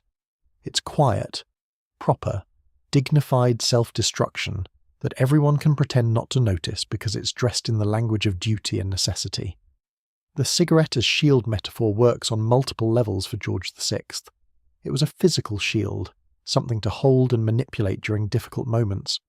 It was a psychological shield, a barrier between his anxiety and his required performance. It was a social shield, an acceptable activity that filled awkward pauses and provided structure to interactions. And ultimately it was a shield that failed, that couldn't actually protect him from the consequences of his dependence on it. That was itself the weapon slowly destroying him, even as he wielded it for protection. The tragedy of George VI, and it is a tragedy regardless of his privilege and position, is that he was a genuinely decent person, thrust into an impossible situation and given inadequate tools to handle it. The cigarettes were the best coping mechanism he had access to or could accept. Modern therapy, anti-anxiety medication, public understanding of speech impediments, social support for mental health, none of that existed in forms he could access. He had cigarettes, and willpower, and duty, and that was supposed to be enough to get through being king during World War II. It wasn't enough. It couldn't be enough.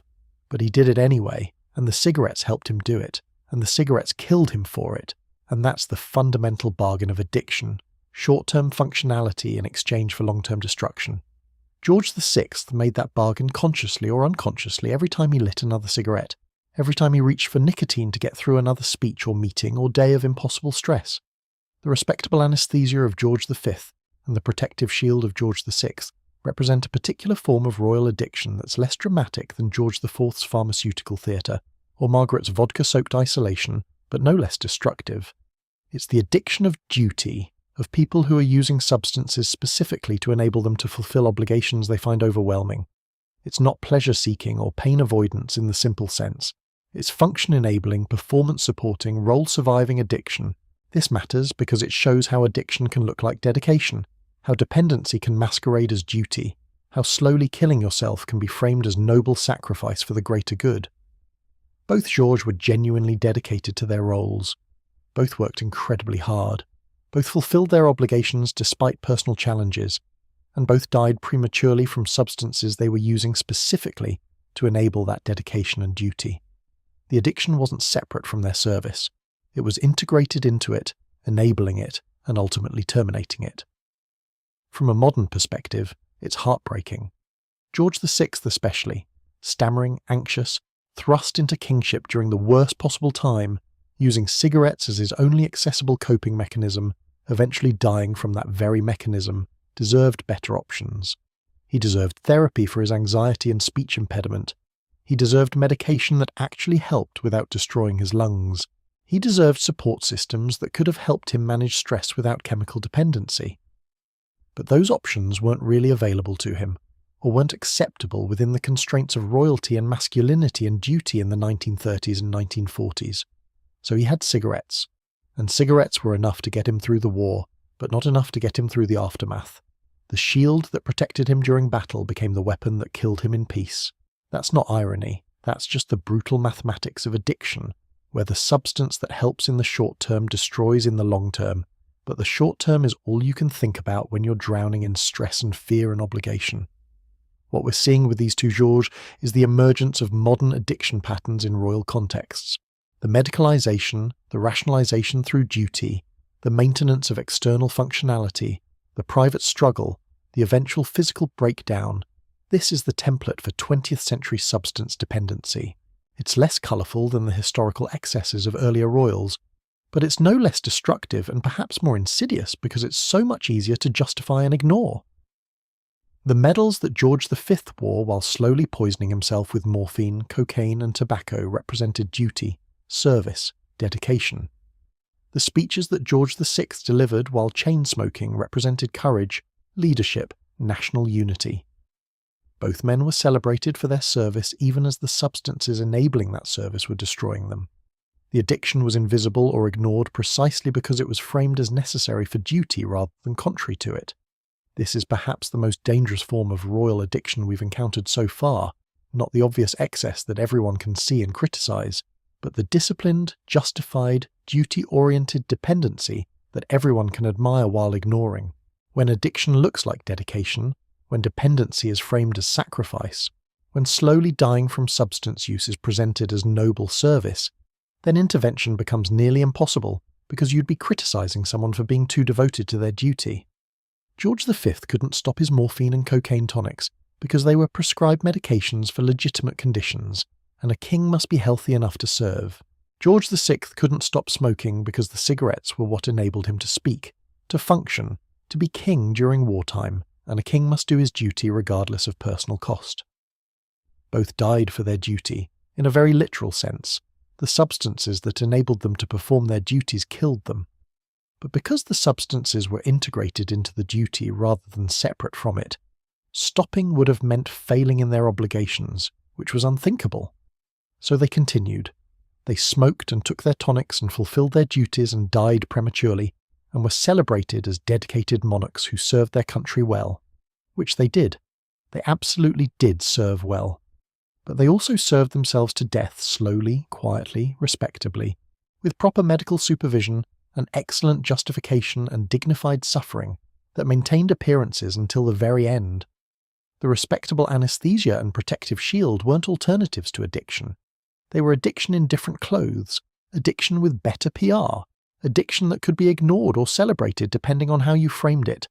And both George framed it as duty, as necessary, as simply what being king required, right up until their bodies couldn't sustain the fiction anymore and shut down in the most final way possible. We're now 4 chapters into this tour of royal addiction, and we've seen excess, we've seen isolation, we've seen performance, and now we've seen duty. 4 different presentations of essentially the same problem. People in impossible positions using substances to make those positions bearable, and substances eventually making those people dead. The specifics vary, the justifications differ, but the trajectory remains consistent. Short-term coping leads to long-term dependency, leads to premature death, leads to complicated legacies where the substance use is simultaneously ignored and impossible to separate from the person's story. George V and George VI both deserve recognition for their service. They also deserve recognition for being victims of addiction, even addiction that looked respectable and felt necessary. They were trapped between duty and dependency, between obligation and obsession, between serving their country and destroying themselves. They chose duty, or had it chosen for them, and paid the price with their health and lives. That's the lesson from these 2 Georges. Addiction doesn't stop being addiction just because you have good reasons for it. Dependency doesn't stop being dependency just because it's medicalized or justified by stress. Slowly poisoning yourself doesn't stop being poisoning just because you're doing it to fulfill obligations. The substances still damage your body. The addiction still progresses. The end still comes prematurely no matter how dignified the suffering or how justified the use. And with that cheerful observation, we move forward to yet more royals who found their own creative ways to develop substance dependencies while wearing crowns and insisting everything was absolutely fine.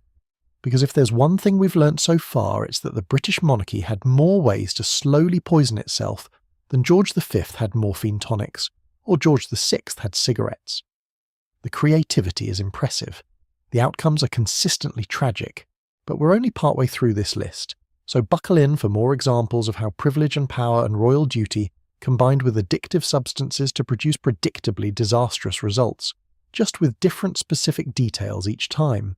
From 2 Georges, who smoked themselves to death while dutifully performing their royal obligations, we now turn to the brother who chose not to perform those obligations at all, Edward VIII, who abdicated after less than a year on the throne and spent the next 3.5 decades as the Duke of Windsor, represents a completely different approach to royal addiction. Not duty-driven dependency or theatrical excess or lonely self-medication, but something almost refreshingly honest, using substances because you've decided the rules don't apply to you anymore, and you might as well enjoy the resulting freedom to slowly pickle yourself in martinis while pretending you made the right choice. Edward VIII's story is famous enough that most people know the basics. He became king in January 1936 when his father George V died. He abdicated in December 1936 because the British establishment wouldn't let him marry Wallis Simpson, an American woman who'd been divorced twice while remaining king. He gave up the throne for love, or so the romantic narrative goes, and spent the rest of his life in exile with the woman he'd chosen over the crown. It's been portrayed as everything from the ultimate romantic gesture to the ultimate act of irresponsibility, depending on who's telling the story and what they're trying to sell you. But here's what doesn't get discussed as much: what Edward actually did with those 36 years between abdication and death. And the answer, broadly speaking, is that he drank. He drank a lot. He smoked constantly. He hosted endless parties. He maintained a lifestyle of such determined, calculated, stylized decadence that it becomes almost impressive as a sustained performance piece. If George IV turned addiction into theatre, and Edward VII turned it into diplomacy, and the two George turned it into duty, Edward VIII turned it into a career, a decades-long project of demonstrating that he was absolutely fine with his choice, and definitely not slowly drowning in cocktails while trying to convince himself that giving up the British throne for a twice-divorced American socialite was the correct decision. Let's start with the abdication itself, because that's where the pattern begins. Edward became king at age 41, which is relatively young for a monarch, but absolutely ancient for a Prince of Wales. He'd spent decades waiting, watching his father smoke and take tonics and slowly deteriorate, knowing that his own turn was coming eventually. When it finally came, when George V finally died and Edward was suddenly king, he'd already been in a relationship with Wallis Simpson for years. He was already planning to marry her. He apparently assumed that being king would give him the power to do whatever he wanted, including changing the rules about whom royals could marry. He was wrong. The establishment, the government, the church, the palace officials, basically everyone with any institutional power, made it clear that marrying a divorced woman while being king was not acceptable. They'd bend other rules, they'd accommodate other eccentricities, but this particular line could not be crossed. Edward was forced to choose: give up Wallis or give up the throne. He chose Wallis. On December 11th, 1936, he signed the abdication papers and ceased to be king. His younger brother Bertie, who we just discussed as George VI, became king instead. Edward was given the title Duke of Windsor, denied the ability to use His Royal Highness for Wallis, basically exiled from Britain, and left to figure out what to do with the rest of his life now that he'd given up the one job he'd been prepared for since birth. The romantic framing of this decision, that Edward gave up everything for love, is touching but incomplete. Edward gave up a job he didn't particularly want for a woman he was obsessed with, but he apparently expected to keep all the benefits of being royal while avoiding all the responsibilities. He thought he could abdicate and still have influence, still be consulted on government matters, still be treated as important. He was shocked to discover that once you give up the throne, you're essentially unemployed royalty, which is the worst kind of royalty, all the restrictions and publicity with none of the actual power or purpose. So what do you do when you're unemployed royalty in your early 40s with a controversial wife, a substantial allowance, no duties, no responsibilities, no purpose, and absolutely nothing to do with your time? If you're Edward VIII, now Duke of Windsor, you drink. You drink systematically, socially, constantly. You turn cocktail hour into a lifestyle choice and martinis into a personality trait. You smoke cigarettes the way your father and brother did, but without the excuse of duty or wartime stress. You create an entire existence based on parties, receptions, social events, and maintaining the appearance that you're living your best life while definitely not regretting any decisions. The martini became Edward's signature drink, much like the cigar had been his grandfather's signature accessory. But where Edward VII used cigars as diplomatic tools and social currency, Edward VIII used martinis as, honestly, it's hard to say what he was using them as besides alcohol delivery systems. They weren't particularly functional.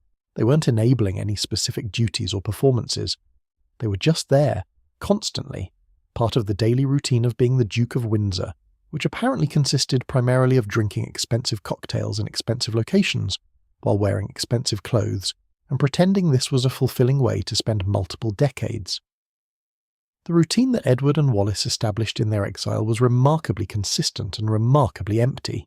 They'd wake late, have breakfast with cigarettes, spend the morning reading newspapers and smoking more cigarettes. Lunch would include wine, naturally, because this was the 1930s and 40s and 50s and 60s and 70s, and apparently throughout all those decades it remained absolutely crucial to drink wine at lunch. Afternoon would bring cocktails, martinis primarily, though Edward wasn't particularly discriminating and would drink whatever was fashionable or available. Dinner came with more wine, more cocktails, more cigarettes. Evening was for parties or hosting parties, all lubricated with alcohol, all wrapped in tobacco smoke, all designed to demonstrate that the Duke and Duchess of Windsor were absolutely thriving in their exile, and definitely not desperately trying to fill the void where purpose used to be. They lived in France, primarily, in various expensive residences that they either bought or rented with Edward's allowance from the royal family.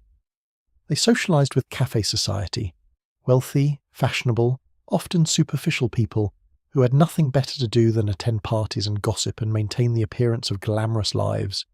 They were photographed constantly, always impeccably dressed, always at some event or reception, always with a cigarette in one hand and a cocktail glass in the other, the very picture of sophisticated exile. The photographs are actually quite revealing if you know what you're looking at. Edward almost always has a drink visible, if not in his hand, then on a nearby table within easy reach. The cigarette is present in probably 90% of candid photos. He's rarely shown doing anything productive or purposeful, mostly just socialising, posing, attending things. The images present a life of leisure and style, but also a life of stunning emptiness. What are they doing? Going to parties? What's the purpose? There isn't one. It's just an endless cycle of social events punctuated by cocktails and cigarettes, a performance of contentment that required constant chemical support to maintain. Wallis was drinking too, though apparently less enthusiastically than Edward. She maintained a reputation for being a strict hostess, particular about menus and seating arrangements and social protocols. She ran their households with attention to detail that suggested someone desperately trying to create structure and meaning where none naturally existed. But she was also frequently photographed with a drink in hand, also smoking constantly, also participating in the endless rounds of parties and receptions that constituted their life. The thing about drinking as a lifestyle rather than as occasional recreation is that it requires escalation. One martini at lunch becomes two, becomes three. Cocktail hour starts earlier, extends later. The tolerance builds, the dependency deepens, the amount required to achieve the same level of relaxation or numbness increases steadily over time. Edward's drinking pattern, based on accounts from friends and staff over the decades, followed this trajectory exactly. What started as social drinking, martinis at parties, wine with dinner, became functional drinking. Martinis to get through the day, wine because dinner without it seemed impossible. By the 1950s and 60s, Edward's daily alcohol consumption was substantial enough that people who knew him would comment on it, usually in that delicate, euphemistic way that the upper classes discuss such things. He enjoyed his cocktails. He was fond of martinis. He appreciated fine wine. All of which translated to, he drank a lot, constantly, and it was noticeable even within a social set where heavy drinking was normalised and expected. The smoking was even more constant than the drinking, if that's possible. Edward chain-smoked like his brother George VI, but without the excuse of wartime stress or speech impediments. He just smoked because he smoked, because cigarettes were part of his routine, because the nicotine was necessary for maintaining the baseline of functioning that his life required. Light a cigarette, smoke it, immediately light another, repeat throughout all waking hours. The photographs from any period of his post-abdication life show the same thing. Cigarette in hand or mouth, smoke visible, ashtray nearby full of previous cigarettes. Unlike his brother, Edward didn't have duties that required the cigarette's support. He didn't have speeches to deliver or wartime responsibilities to manage. He just had time to fill and an addiction to feed and no particular reason to stop. The cigarettes were less a coping mechanism than a habit that had become indistinguishable from his identity. Edward Windsor smoked. It's just what he did. It's who he was. Stopping would have required developing a personality independent of tobacco, and that apparently seemed more difficult than continuing to smoke. The parties they hosted and attended were legendary for their frequency, if not their meaningfulness. Multiple events per week, sometimes per day during the social season. Dinners, cocktail parties, charity galas, fashion shows, anything that provided an excuse to dress up and drink and smoke and socialise. Edward and Wallis were professional partygoers, their main occupation being seen at the right places with the right people looking the right way. This sounds glamorous, and it was certainly expensive, but it was also profoundly empty. These weren't events with purpose or meaning. They weren't accomplishing anything. They were just social filler, ways to mark time, excuses to drink and smoke in fashionable settings. The Duke and Duchess of Windsor were essentially performing a decades-long pantomime of having meaningful lives when really they were just waiting around to die while drinking martinis and maintaining appearances. The cruelty of Edward's position, and there was cruelty to it, even if it was self-inflicted, is that he'd given up real power and influence for love, but the love didn't actually fill the void. Wallis Simpson was apparently rather difficult, demanding, socially ambitious, and not particularly warm or affectionate despite being the woman Edward had sacrificed his throne for. Contemporary accounts suggest their marriage was often tense, that Wallis was frequently critical of Edward, that the grand romance wasn't particularly romantic once they were actually married and living together in exile. But Edward had burned his bridges. He couldn't go back to Britain permanently. He wasn't welcome except for rare, carefully controlled visits. He couldn't reclaim any official role in the royal family or government. He couldn't admit that maybe, possibly, the abdication had been a mistake, because that would mean confronting the fact that he'd given up the British throne for a marriage that was often unhappy and a life that was fundamentally purposeless. So he doubled down. He insisted he'd made the right choice. He maintained the performance of contented exile, and he drank, steadily and constantly, because apparently that was the only way to maintain the performance convincingly. The martinis became his shield in the same way cigarettes had been George VI's shield, except Edward's shield was protecting him from different enemies. Not anxiety or speech impediments or wartime responsibility, but regret, boredom, meaninglessness, and the slow dawning realization that he'd traded something significant for something that turned out to be rather disappointing. The alcohol provided numbness, distance, a chemical buffer between Edward and the reality of his choices. As long as he was drinking, he could maintain the fiction that everything was fine, that he was happy, that giving up the throne had been worth it. The stylized decadence that characterized the Windsors' life in exile was really a decades-long distraction technique. Keep busy with parties, keep moving between residences in France, the Bahamas, where Edward was governor during World War II, a position that kept him occupied and away from Britain, New York, Palm Beach. Keep entertaining, keep being seen, keep maintaining the image of sophisticated, fashionable people living enviable lives. Never stop long enough to think too deeply about whether this was actually fulfilling or just an elaborate way to avoid confronting emptiness.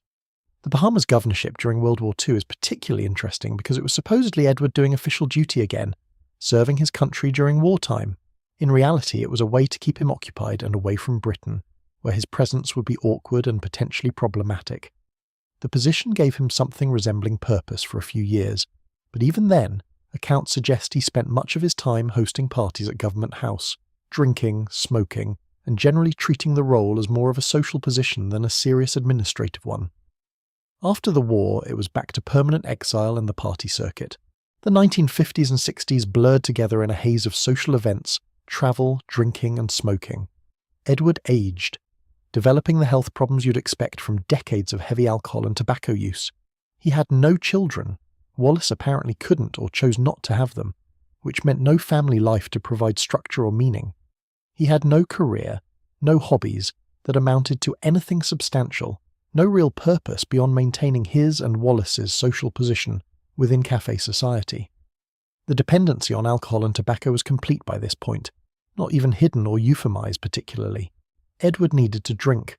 The martinis weren't optional or recreational. They were necessary for getting through days that had no inherent structure or meaning.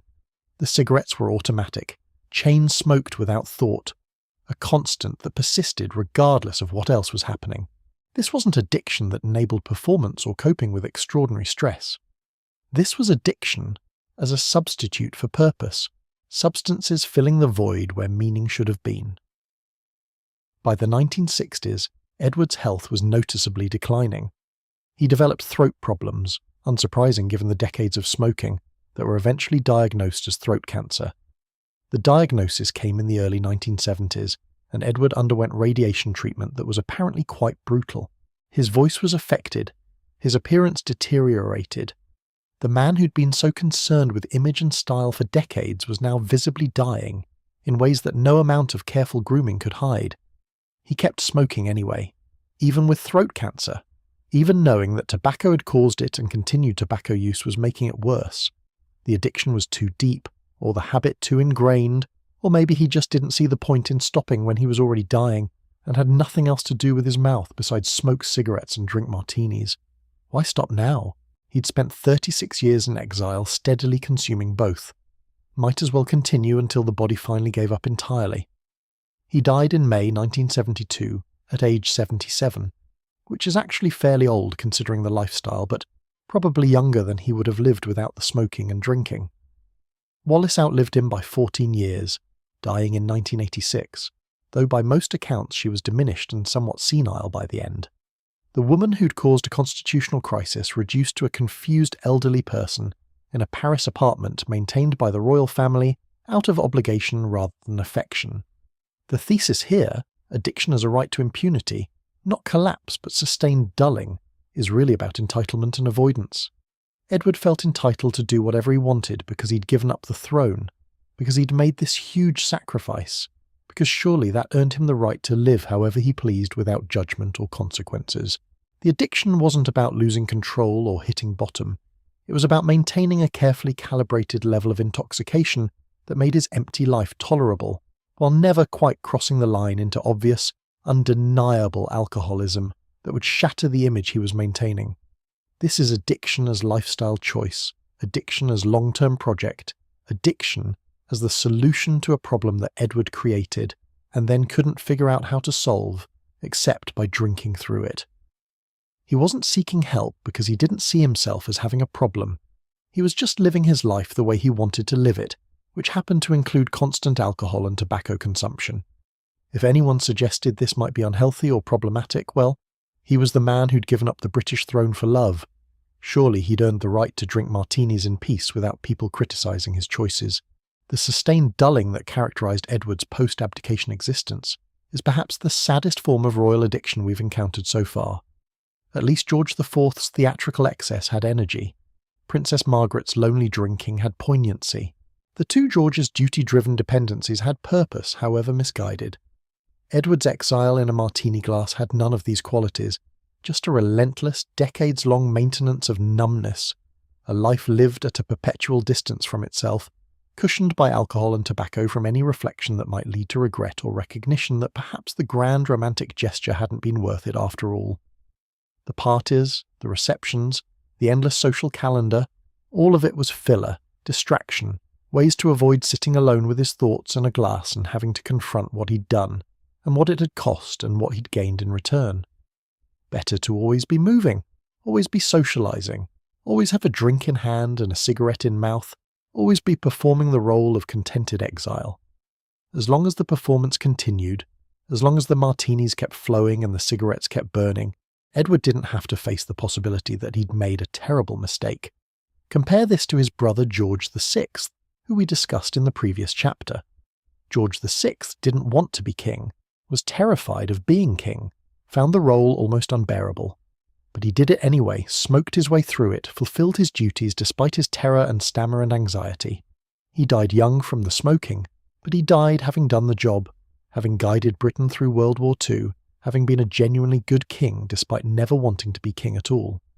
Edward wanted to be king his entire adult life, spent decades preparing for it, finally got the throne, and then gave it up within a year because he wanted to marry someone the establishment disapproved of. George stepped up when Edward abdicated and died from the stress of doing Edward's job. Edward spent 36 years drinking martinis in exile and living with the knowledge that his younger brother had died doing what he himself had refused to do. That's got to create some complicated feelings. Guilt, regret, defensiveness, maybe some lingering resentment that the establishment wouldn't just let him have both the throne and Wallace.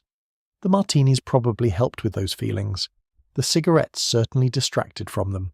The endless parties ensured he was never alone with them for too long. The entire lifestyle was constructed to avoid ever having to fully confront what he'd done and what his brother had sacrificed, his health, his life, his own desires, to clean up Edward's mess. The right to impunity that Edward claimed through his abdication, the sense that having made this sacrifice entitled him to live however he pleased, extended to his substance use. He'd given up the throne, Surely he'd earned the right to drink and smoke without judgment. He'd made the hard choice.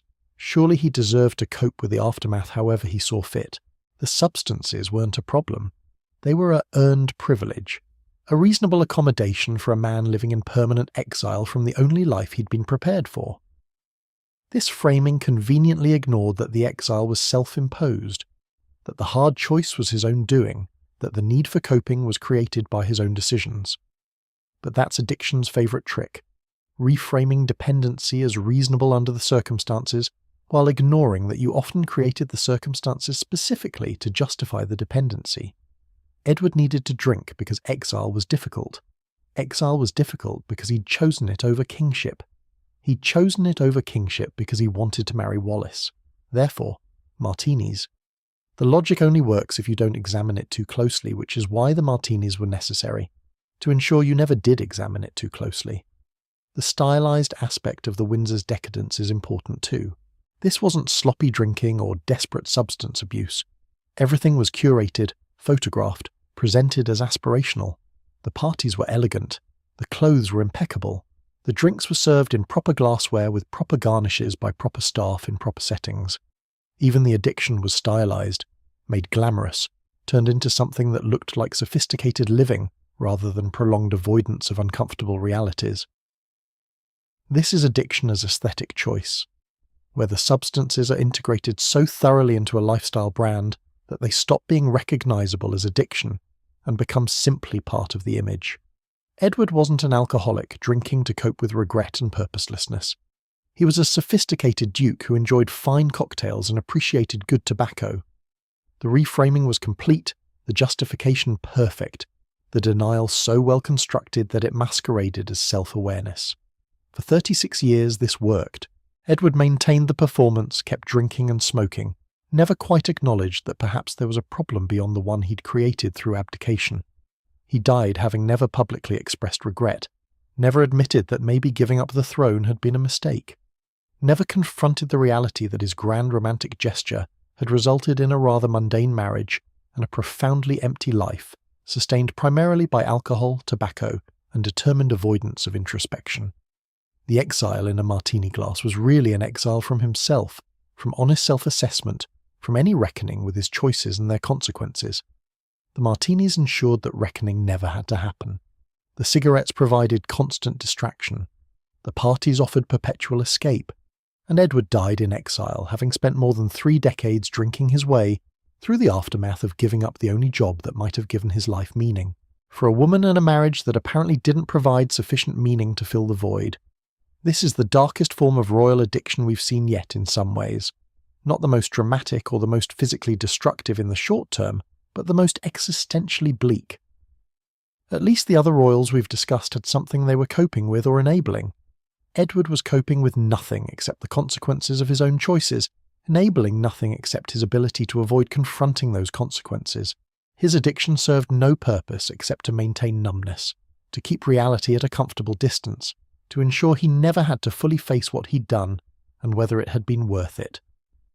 The sustained dulling that characterized his post-abdication life was a form of living death, really.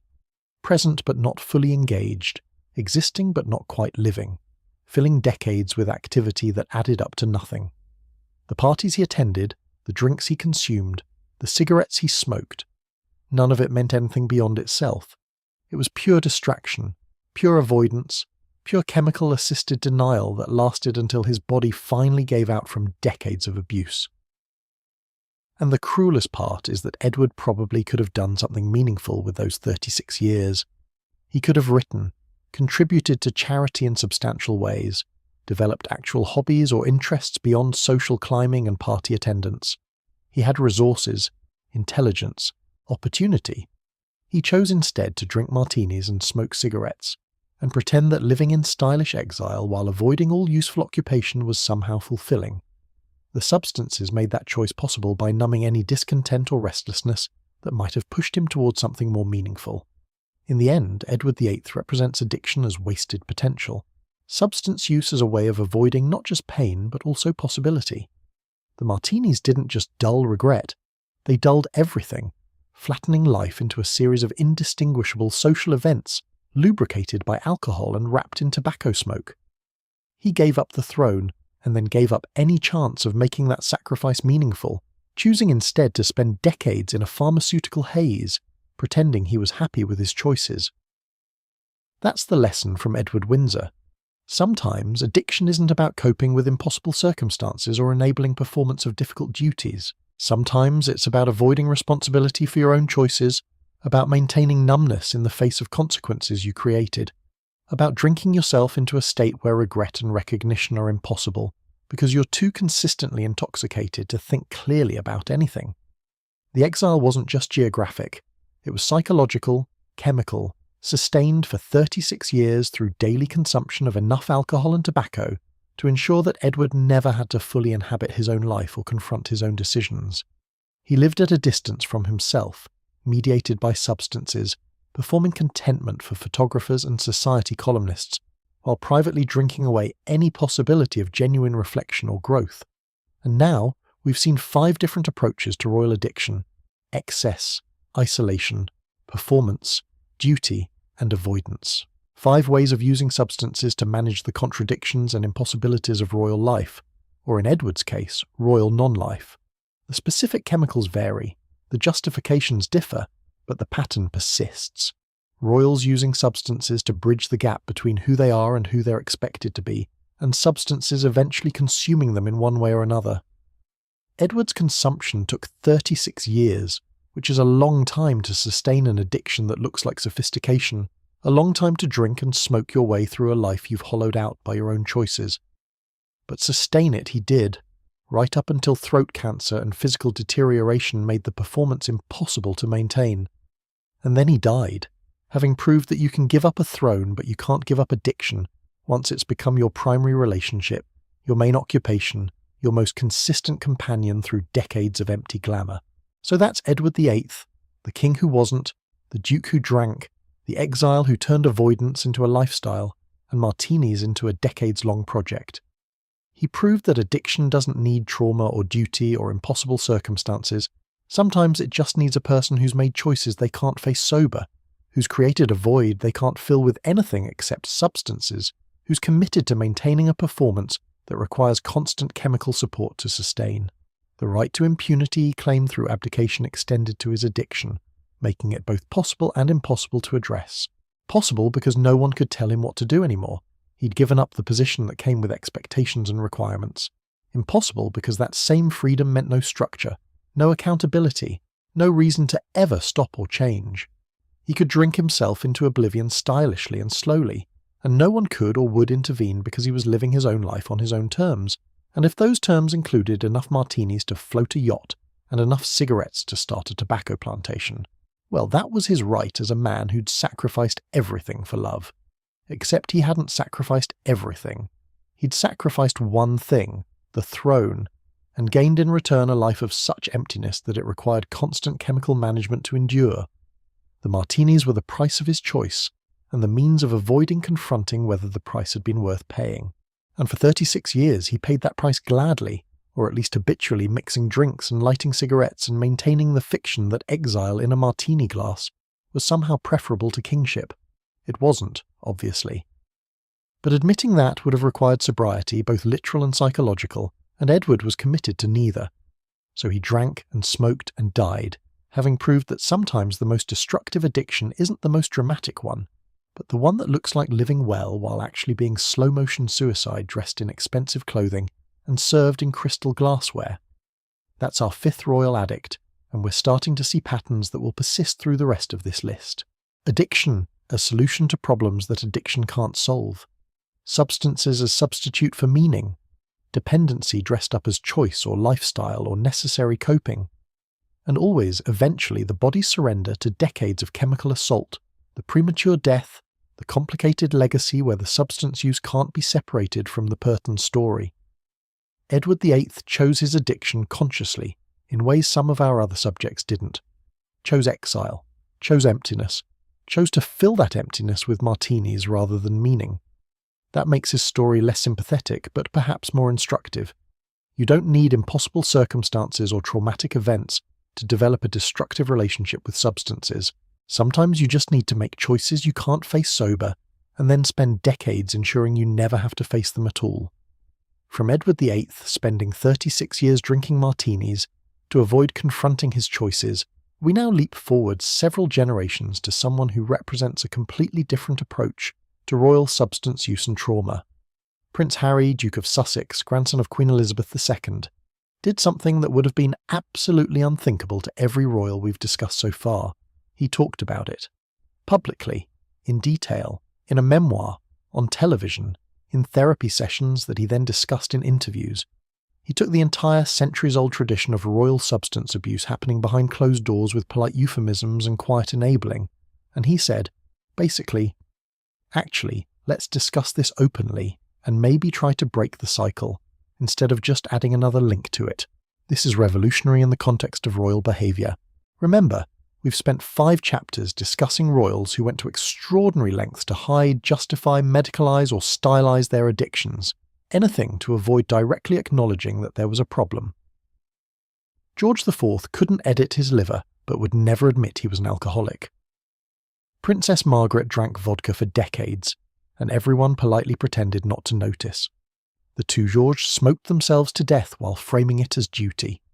Edward VIII spent 36 years in pharmaceutical exile rather than confront his choices. The pattern was always the same: use substances, suffer consequences, maintain denial, die prematurely, leave behind a legacy where everyone knows what happened but no one officially says it. Harry looked at that pattern and decided to try something different, which is either admirable bravery or spectacular poor judgment depending on who you ask. And the fact that it's controversial at all tells you everything about how deeply rooted the tradition of royal silence around addiction actually is. Let's establish some context, because Harry's story doesn't make sense without understanding where he came from and what he was dealing with. He was born in 1984, second son of Prince Charles and Princess Diana, younger brother to William, who was the heir, which made Harry the spare. We've seen how well being the spare works out. Ask Princess Margaret how enjoyable it was being perpetually second.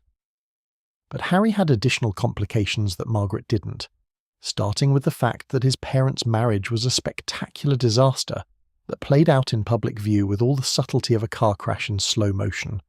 Charles and Diana's relationship was dysfunctional from the start, became toxic during Harry's childhood, and ended in separation when Harry was 8 and divorce when he was 12.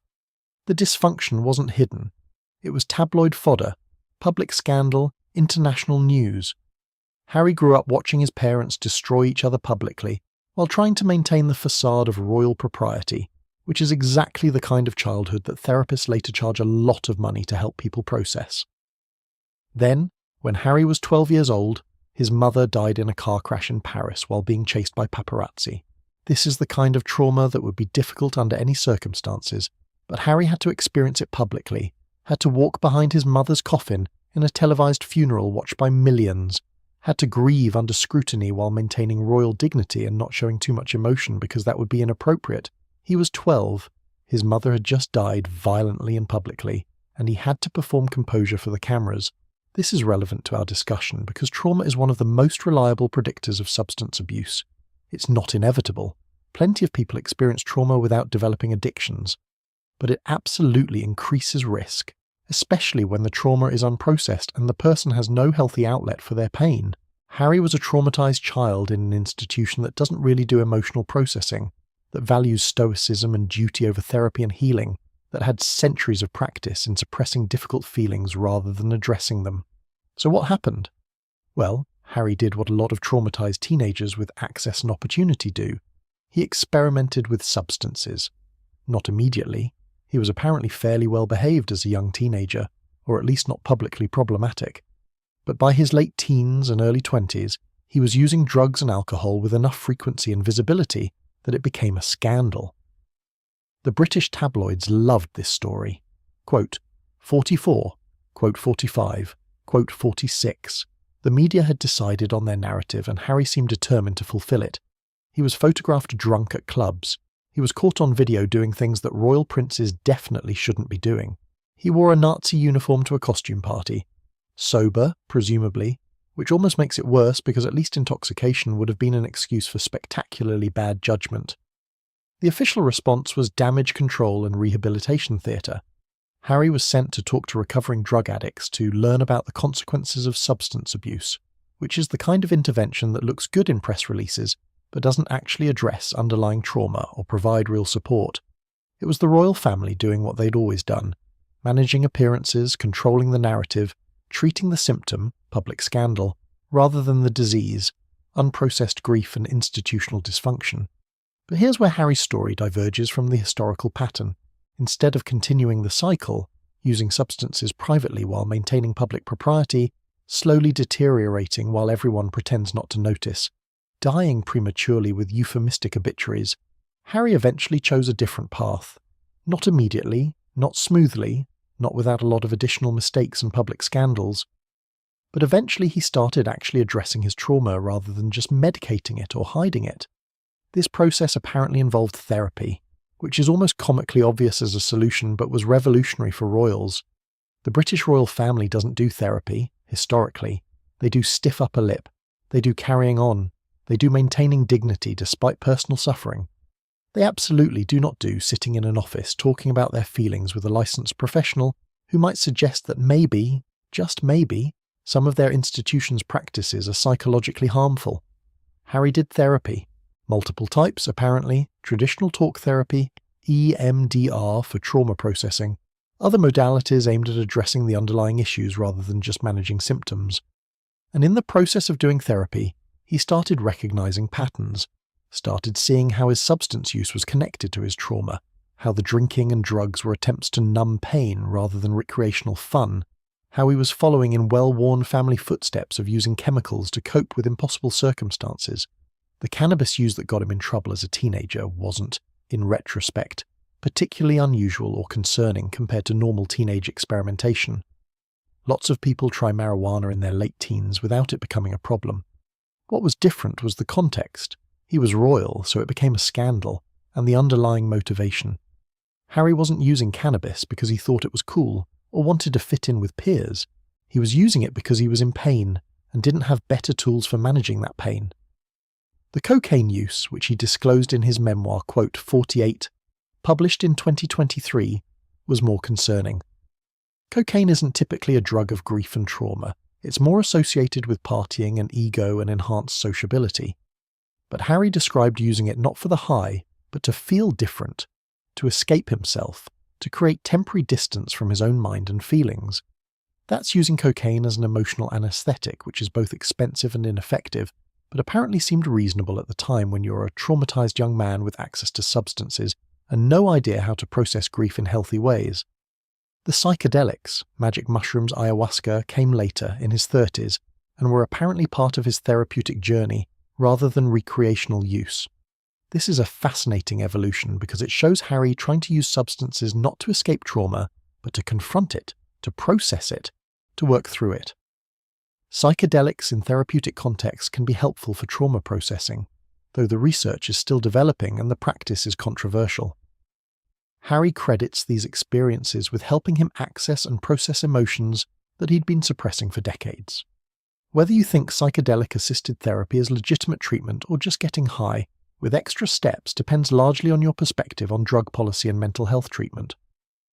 But what's undeniable is that Harry was trying something fundamentally different from what his ancestors did with their substances. George IV used laudanum to avoid feelings. Harry used psychedelics to access feelings.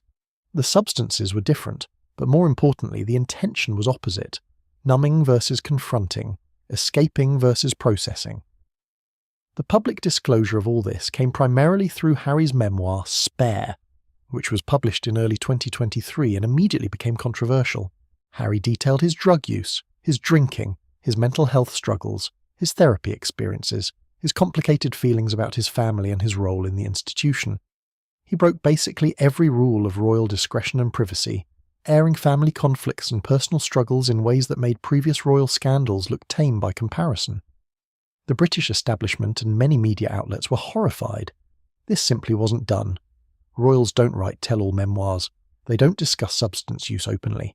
They don't criticise the institution publicly. They maintain the facade even when everyone knows it's a facade. Harry's honesty was seen as betrayal, as attention-seeking, as damaging to the monarchy and the family. The criticism was intense and often vicious. But from another perspective, particularly from a mental health and addiction recovery standpoint, Harry was doing something radical and potentially valuable.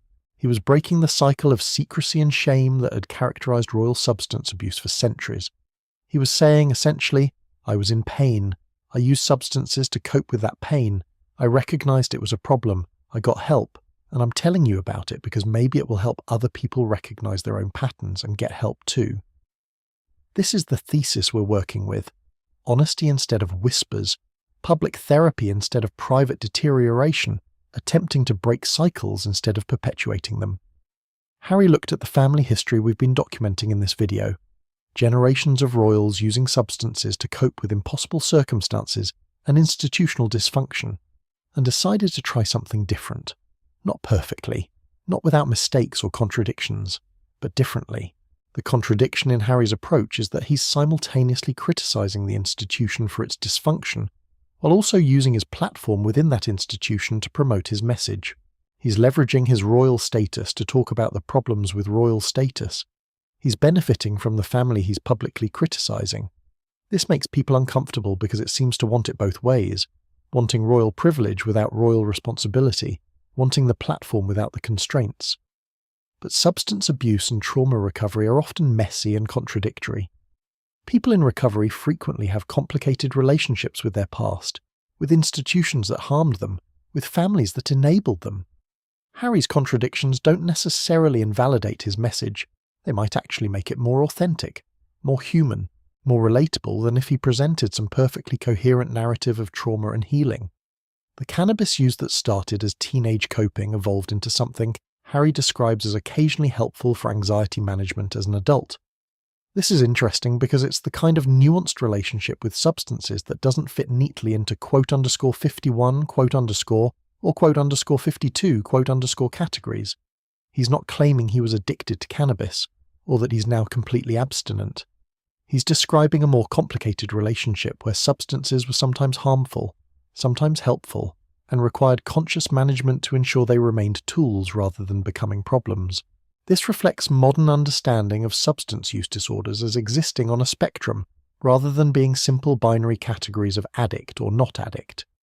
Harry seems to recognize that he has vulnerability to problematic substance use, given his trauma and family history, but he's managing that vulnerability through therapy, self-awareness, and conscious choice, rather than through complete abstinence or through the previous royal approach of using substances constantly while pretending there's no problem.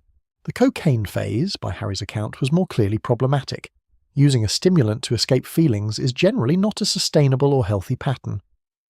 But it was also apparently time-limited, part of his 20s partying and struggling, not an ongoing dependency that persisted into his 30s and 40s. The fact that he could recognize it as problematic, stop, and then discuss it publicly suggests a different relationship with substance use than we've seen in previous royals who couldn't or wouldn't acknowledge problems until physical health forced the issue. The psychedelic experiences are the most controversial aspect of Harry's substance narrative because they blur the lines between therapeutic intervention and drug use. Taking ayahuasca with a trained facilitator as part of trauma processing is different from recreational drug use, but it's still consuming a powerful psychoactive substance that's illegal in many jurisdictions and carries risks. Harry credits these experiences with profound healing and emotional breakthroughs, but critics argue he's romanticizing drug use and potentially influencing others to experiment with dangerous substances. There's probably truth in both perspectives. Psychedelics in therapeutic contexts do show promise for treating trauma and depression in clinical research. They're also powerful drugs that can be dangerous if used irresponsibly, or by people with certain mental health vulnerabilities. Harry using them as part of supervised healing work is different from someone reading his memoir and deciding to take mushrooms at a party to process their issues. The distinction matters, even if it's hard to maintain once you're publicly discussing substance use in ways that might influence others. What makes Harry's approach genuinely revolutionary in royal context is the public nature of it. Every other royal we've discussed either hid their substance use or had it euphemized by others. Harry said in his own words in his own book, "I did cocaine, I smoked cannabis, I took psychedelics, I was struggling with trauma and mental health, and I needed help to address these issues." That level of disclosure is unprecedented for a senior royal, and the fact that it generated such backlash demonstrates how uncomfortable the institution remains with honesty about substance use and mental health. The therapy itself, not just the drug-assisted therapy but the regular talk therapy Harry has discussed doing for years, represents a departure from royal tradition. Therapy requires admitting you need help, that you can't just handle everything through willpower and duty, that maybe the circumstances you're coping with are genuinely difficult or even unhealthy. For centuries, royals didn't do this. They suffered privately, medicated secretly, maintained public composure, and died without ever publicly acknowledging they'd struggled. Harry going to therapy and then discussing it publicly essentially says, the old way doesn't work, people are suffering, we need different approaches. He's not just getting help for himself, he's trying to normalize help-seeking behavior, to reduce stigma, to create space for other people, royal or not, to acknowledge struggles and seek support.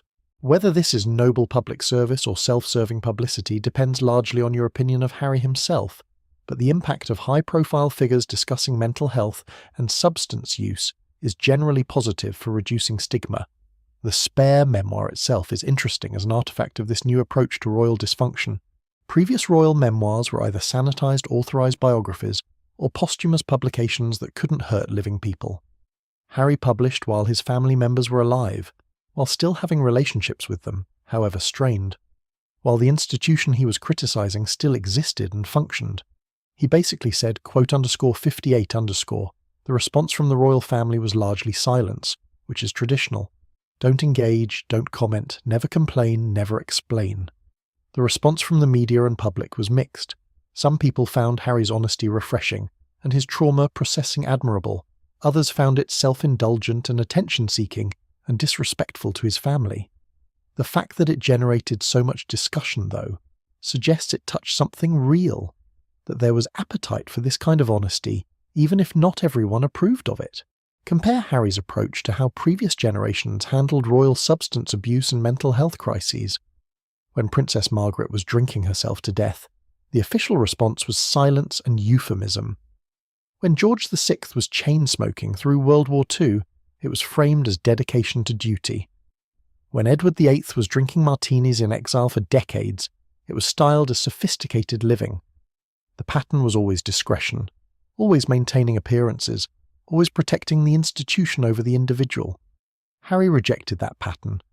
Whether that rejection was brave or selfish or some combination depends on perspective, but it was definitely different.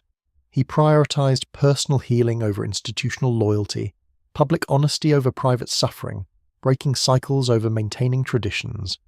This made him controversial, but it also made him the first royal in the lineage we're discussing to not die prematurely from substance-related health problems, which suggests maybe there's something to be said for addressing issues directly, rather than medicating them until your body gives out. The move to California, the stepping back from royal duties, the Netflix documentaries and Oprah interviews, all of this can be read as Harry and his wife Meghan trying to escape the system that Harry believes was harmful to him and his mother. Whether they succeeded in escaping or just created a different type of dysfunction in a different location remains to be seen.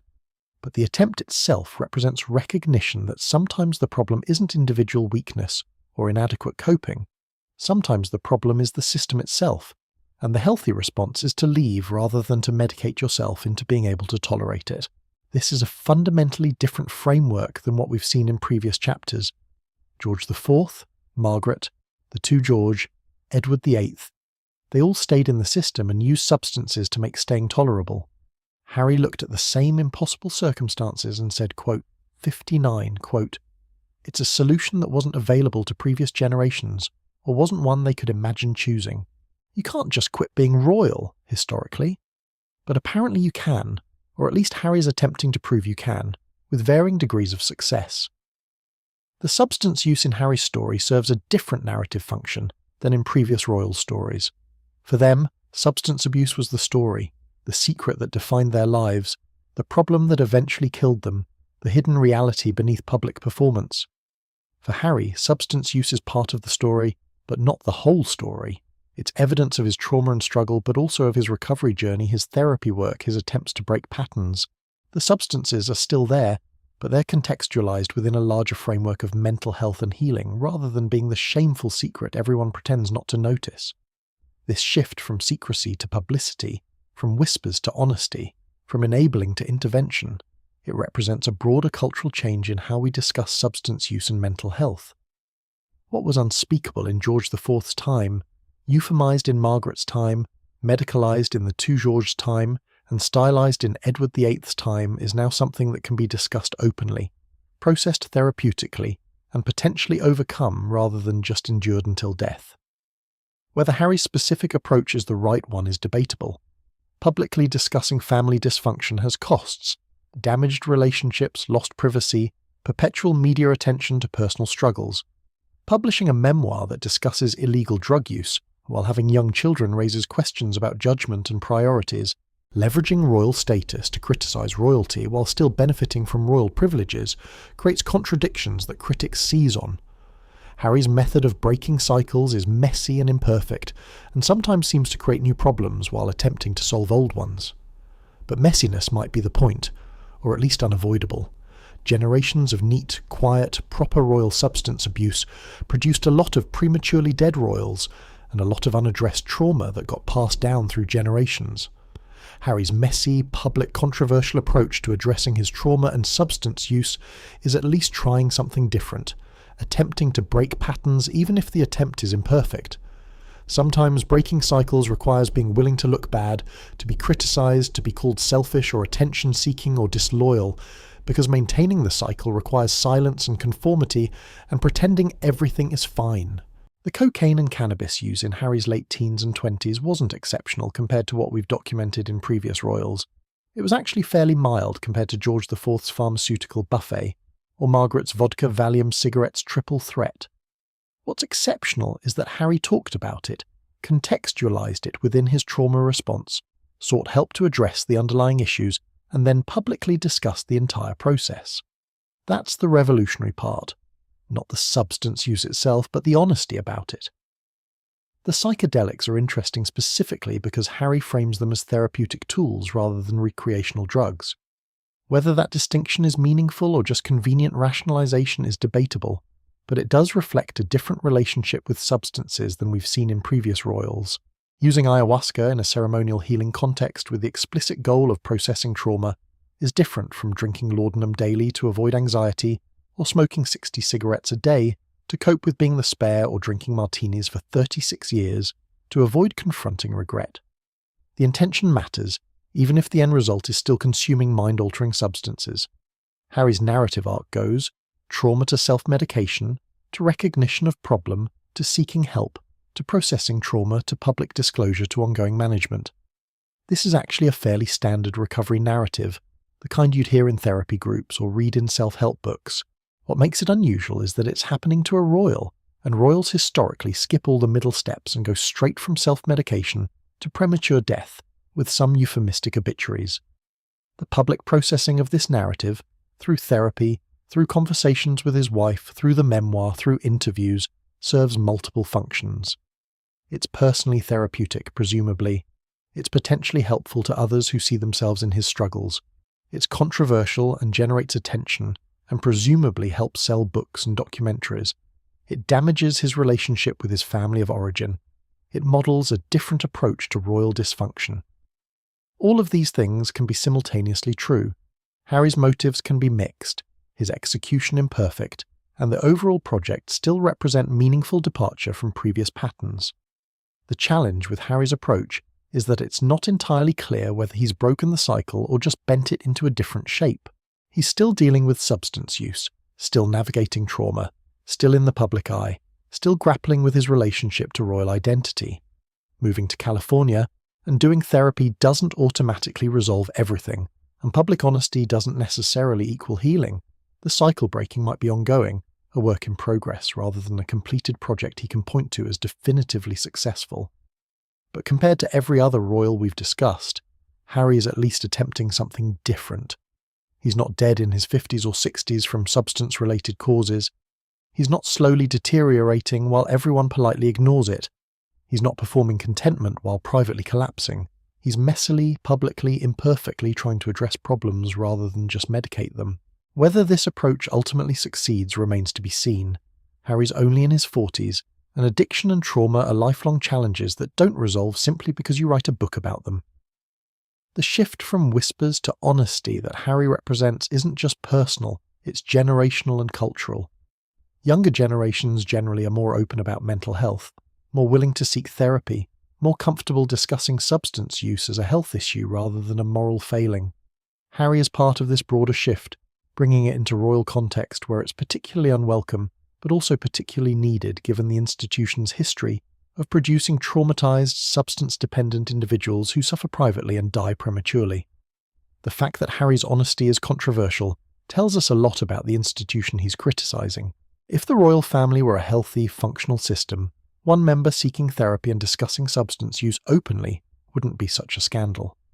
The intense negative reaction from certain quarters suggests Harry touched a nerve, threatened something that powerful people wanted to keep hidden, violated rules that exist specifically to protect the institution from scrutiny, even when that protection comes at the cost of individual well-being. Whether Harry's approach will influence other royals to be more open about their struggles is unclear. William, his older brother, has maintained much more traditional discretion about personal matters. Other younger royals seem to be following the old playbook of public propriety and private management of whatever issues arise.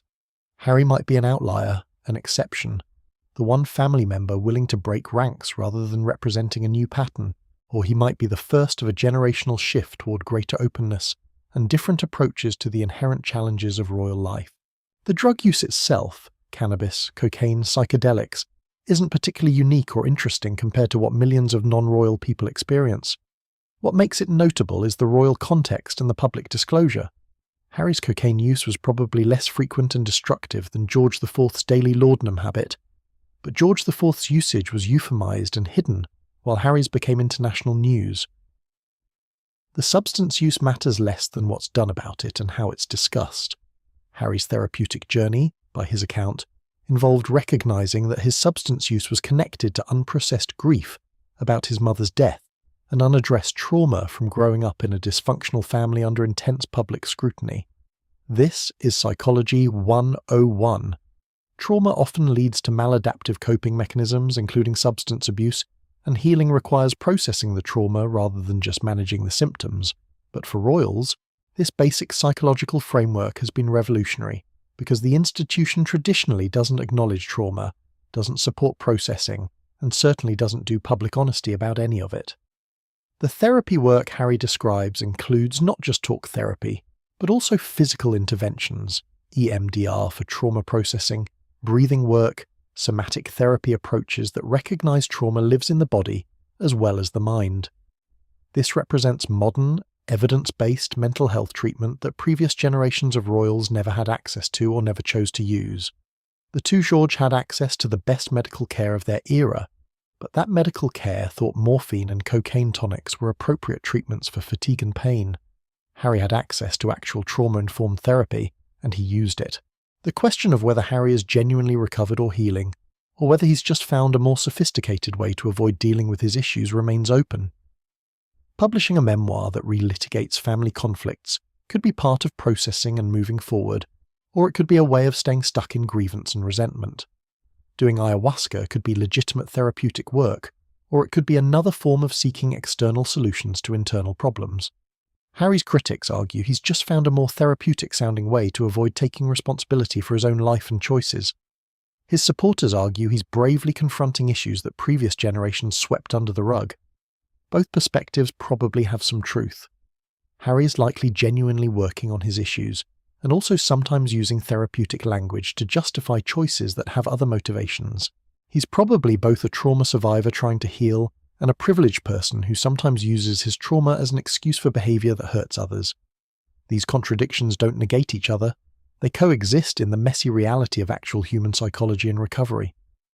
What's undeniable is that Harry's approach represents a break from the historical pattern of royal substance abuse we've been documenting. Previous royals used substances privately, suffered privately, and died prematurely while everyone maintained polite fictions about what was happening. Harry used substances in his youth, recognized it as problematic, sought help, processed his trauma, and then talked about all of it publicly. That sequence, problem recognition, help-seeking, processing, disclosure, is different from anything we've seen in previous chapters. The long-term outcome of Harry's approach remains to be seen. Breaking generational cycles is difficult work that doesn't resolve quickly or easily. Harry might successfully navigate his trauma and substance use history to live a longer, healthier life than his predecessors. Or he might find that leaving the institution doesn't automatically resolve the psychological patterns developed within it, and the substance use patterns could re-emerge in different contexts. Recovery isn't linear, and public disclosure doesn't guarantee private success. But even if Harry's personal journey remains messy and incomplete, the broader impact of his honesty could be significant. High-profile figures discussing mental health and substance use helps reduce stigma and normalize help-seeking behavior. If even one person reads Harry's story and decides to seek therapy for their own trauma, rather than self-medicating, that's a positive outcome regardless of what you think of Harry's other choices and controversies. The shift from whispers to honesty, from secrecy to public processing, from enabling to intervention, this represents progress, even if imperfect progress.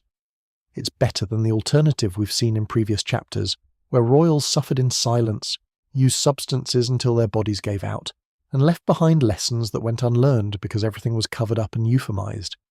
Harry's willingness to break that pattern, to say the quiet parts out loud, to prioritize healing over institutional loyalty, that's genuinely different, and possibly genuinely helpful, even if it's also messy and controversial and imperfectly executed. So that's Prince Harry, the spare who chose honesty over discretion, therapy over tradition, public processing over private suffering. He looked at generations of royal substance abuse and mental health crises and decided to try something different.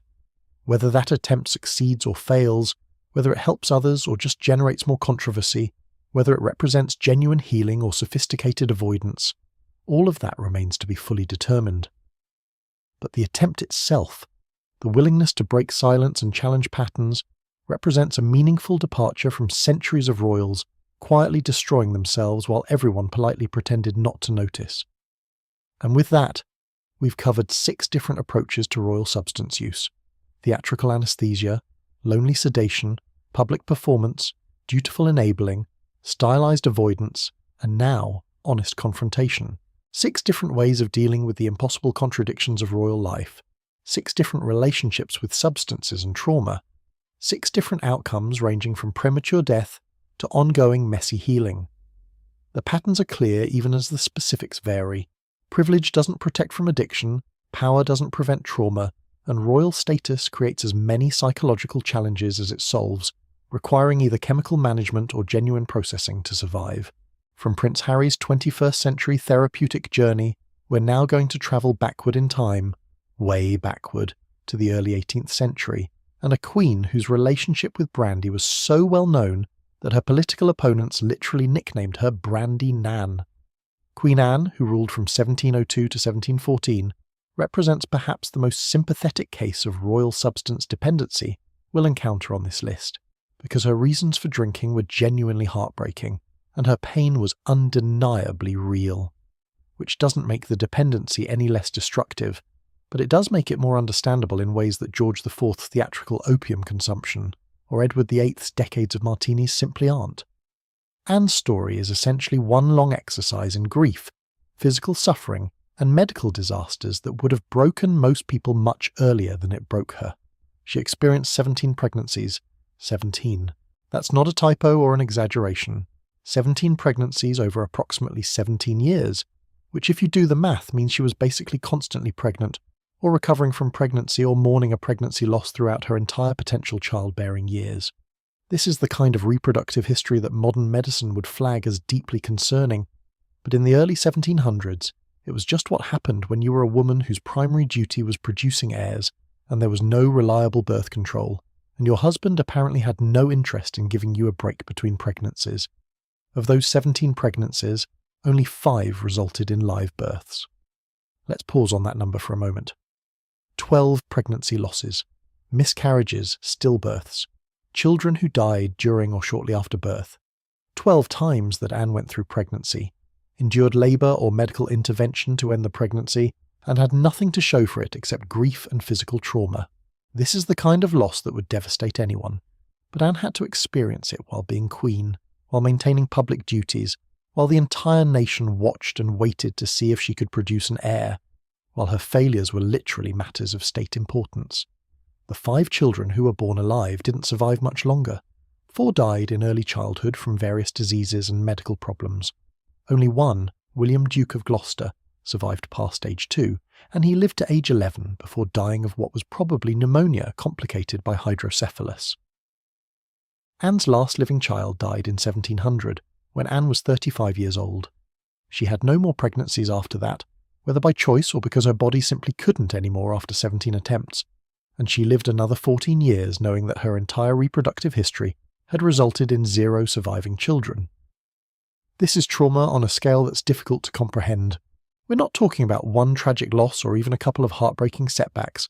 We're talking about 17 pregnancies, 17 cycles of hope and fear and physical ordeal, 17 outcomes that range from devastating to temporarily hopeful to ultimately tragic.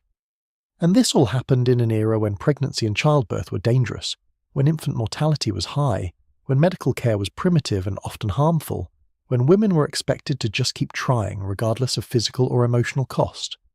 Anne also suffered from what historians and medical researchers believe was an autoimmune disorder, possibly lupus or a similar condition. The symptoms she experienced throughout her adult life included severe joint pain, fatigue, frequent infections, mobility problems that worsened over time, and general inflammatory issues that made her life chronically uncomfortable. By her late 30s, she required assistance to walk. By her 40s, she often needed to be carried in a chair because walking was too painful. Her body was essentially attacking itself from the inside, causing constant pain that early 18th century medicine had no effective treatments for.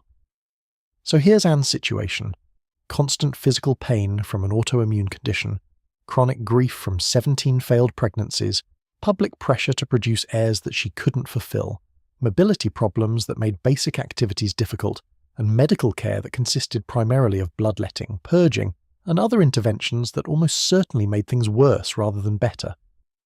What do you do in that situation? What can you do when you're in chronic pain, chronic grief, chronic disappointment, and medical science has nothing useful to offer except maybe leeches? If you're Queen Anne in the early 1700s, you drink brandy, a lot of brandy. Medicinal brandy, of course, because calling it medicinal makes it sound like treatment rather than self-medication. Brandy prescribed by physicians who genuinely believed alcohol had therapeutic properties.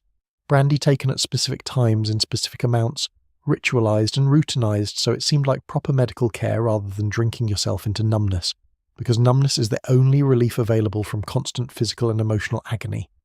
The nickname __, quote _ 61 _ came from her political opponents, the Whigs, who used it to mock her and imply she was a drunk, which was cruel but not entirely inaccurate. Anne did drink substantial amounts of brandy daily, and it was noticeable enough that even in an era when everyone drank alcohol regularly, because water was often unsafe and coffee and tea were expensive luxuries, Anne's consumption stood out. The nickname stuck, appearing in political pamphlets and satirical writings, becoming part of how Anne was publicly characterised by people who opposed her policies or her royal favourites. But here's the thing. Unlike most of the other royals we've discussed, Anne's brandy consumption was genuinely medicinal in intent, if not in effect.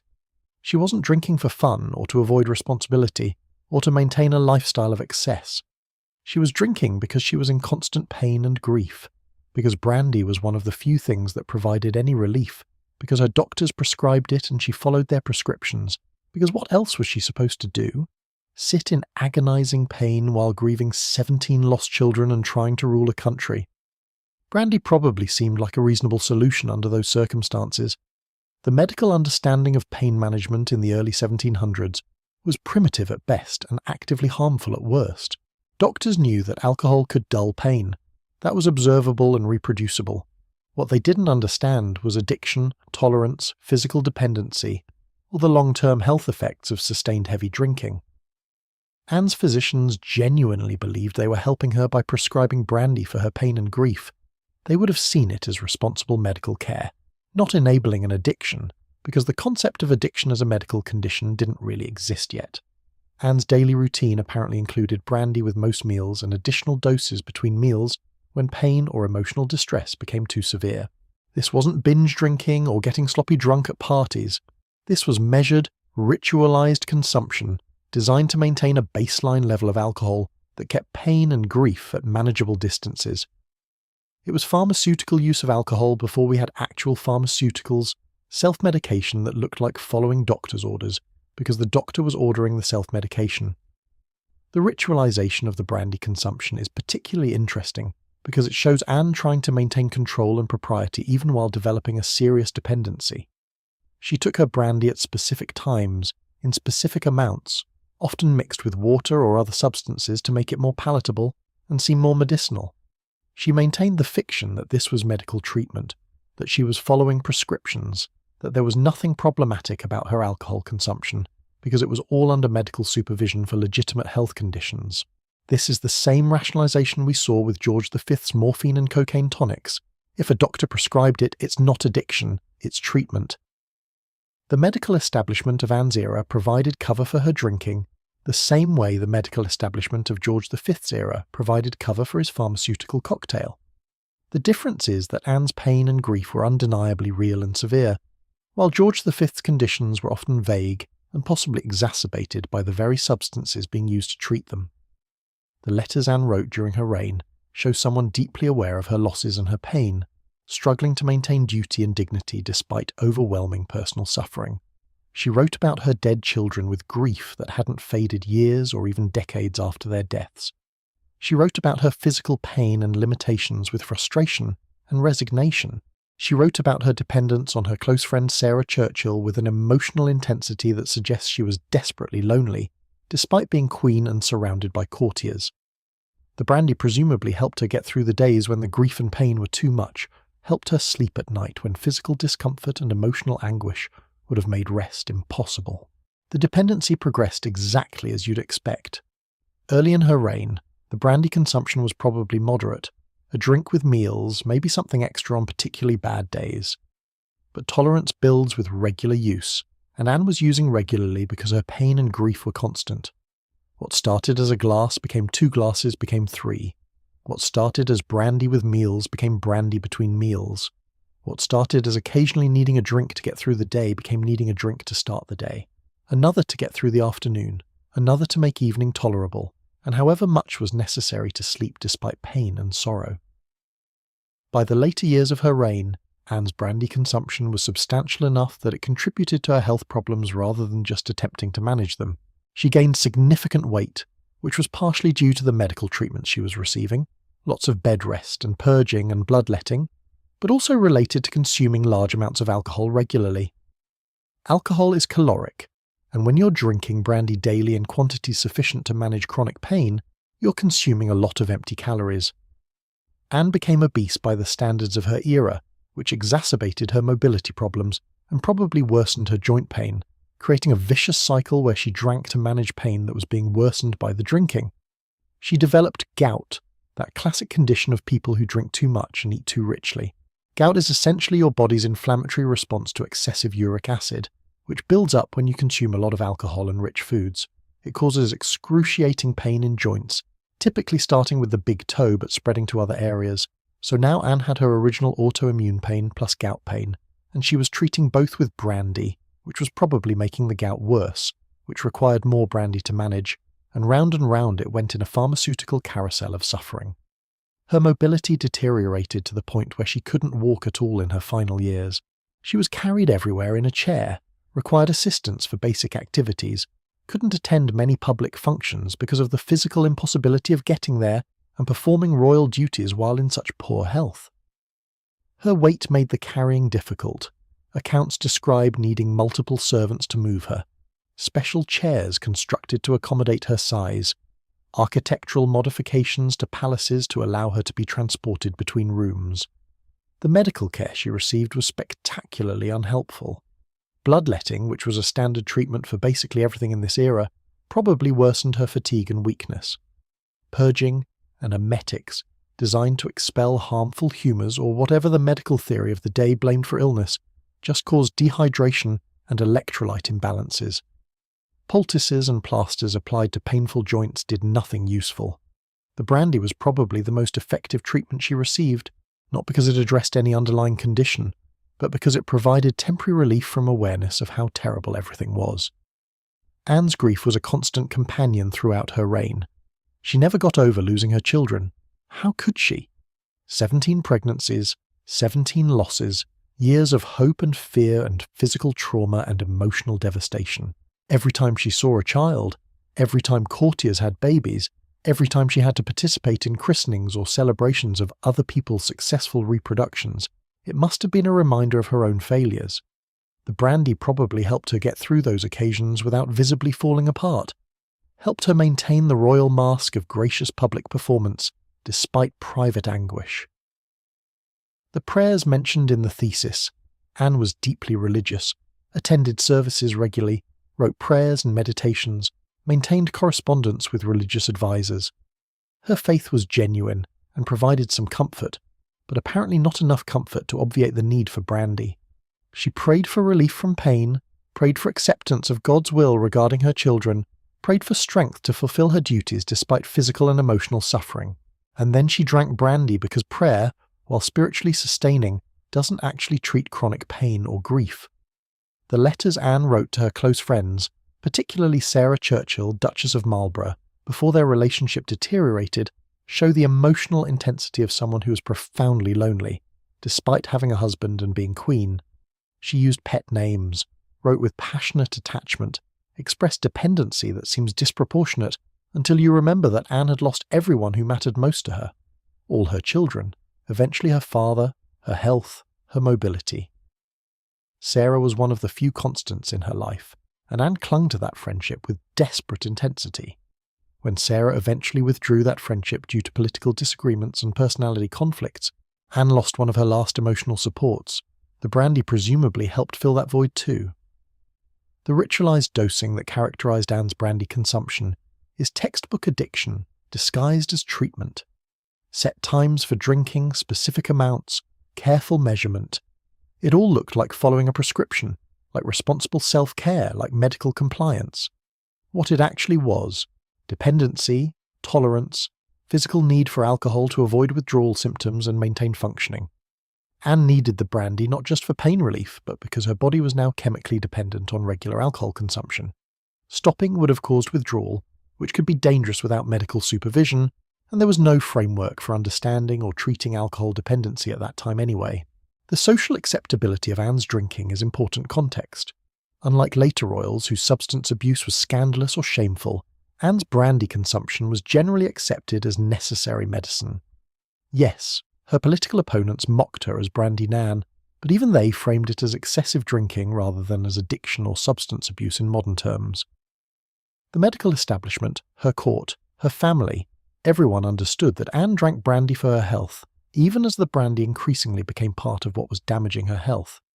The medicalization of her drinking made it simultaneously visible and unquestionable. This is similar to what we saw with George V's tonics, but taken to an extreme because Anne's suffering was so visible and so sympathetic. Who's going to tell a woman who's lost 17 children and is in constant physical pain that maybe she should cut back on her medicinal brandy? Who's going to criticize a queen for following her doctor's advice? The social acceptability of medicalized substance use provided complete cover for developing and sustaining a serious dependency. Anne died in 1714 at age 49, which is young even by early 18th century standards for someone of her class and position. The official cause was listed as various complications, stroke, apoplexy, general health failure.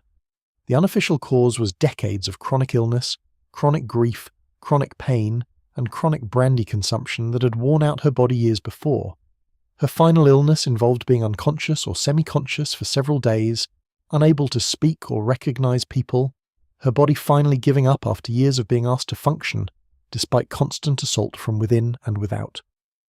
The autopsy report, such as it was for that era, described someone whose organs showed significant damage consistent with chronic alcohol use, whose body was swollen and inflamed, whose systems had essentially shut down.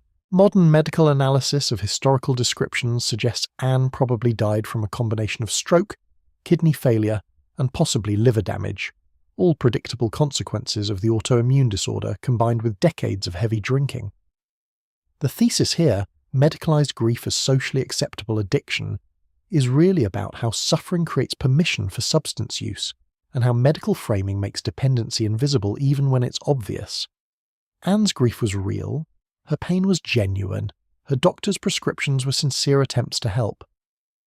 But the end result was still addiction, still physical dependency, still a woman who couldn't function without regular alcohol consumption, still a premature death caused at least partially by the substance she was using to manage her suffering. This is perhaps the clearest example on our list of how addiction can develop from completely understandable and sympathetic circumstances. Anne wasn't using brandy for fun or excess or to avoid responsibility. She was using it because she was in constant pain and grief that early 18th century medicine couldn't effectively treat any other way. The addiction was a side effect of trying to survive genuinely terrible circumstances with the limited tools available.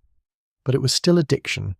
The sympathy we might feel for Anne's situation doesn't change the fact that she developed physical dependency on alcohol, that the substance use progressed over time, that tolerance required increasing amounts, that the brandy eventually contributed to the health problems it was supposed to alleviate. The circumstances might be tragic rather than frivolous, but the trajectory was the same as with less sympathetic cases. Repeated use leads to dependency, leads to health consequences, leads to premature death. The ritualized aspect of Anne's brandy consumption, the prayers, the letters, the scheduled dosing, shows someone trying to maintain control and meaning in circumstances that were fundamentally uncontrollable and painful.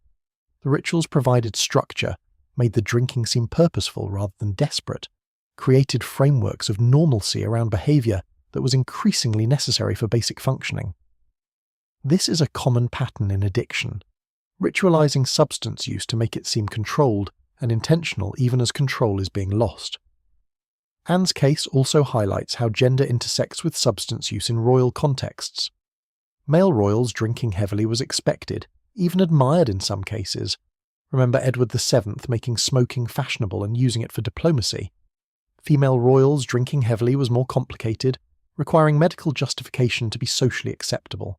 Anne couldn't just drink because she enjoyed it, or because that's what royals did. Her drinking had to be medicalized, prescribed, for legitimate health reasons. This medical framing both enabled her addiction and made it impossible to address because addressing it would mean denying her legitimate suffering and medical needs. Compare Anne's medicalized brandy consumption to Princess Margaret's vodka-Valium combination, which occurred centuries later but followed similar patterns of women using substances to manage pain and grief that society didn't adequately acknowledge or address. Both were using legally available substances prescribed or recommended by doctors. Both developed serious dependencies that were visible but not directly challenged. Both died prematurely from health complications related to their substance use. The circumstances and specifics differed, but the pattern of medicalized female suffering leading to socially acceptable addiction remained remarkably consistent across centuries. The 17 pregnancies deserve particular emphasis because they represent trauma that was simultaneously very public and very private. Everyone knew about Anne's pregnancies and losses because they were matters of state importance. The succession depended on her producing heirs, but the actual physical and emotional experience of 17 pregnancies and 17 losses was hers alone to bear. With medical care that was primitive and harmful, with social expectations that she should keep trying regardless of the toll, with no framework for processing the grief or treating the physical damage. Each pregnancy was its own trauma, each loss was its own grief, and they compounded over time, creating a weight of sorrow and physical damage that would be difficult to bear under any circumstances, but was particularly brutal, given that Anne had to maintain public duties, perform queenship, project strength and capability, while her body and heart were breaking repeatedly. The brandy was one of the few things that made this bearable, that created some distance between Anne and her suffering, that allowed her to function, despite circumstances that might have completely incapacitated someone without chemical assistance.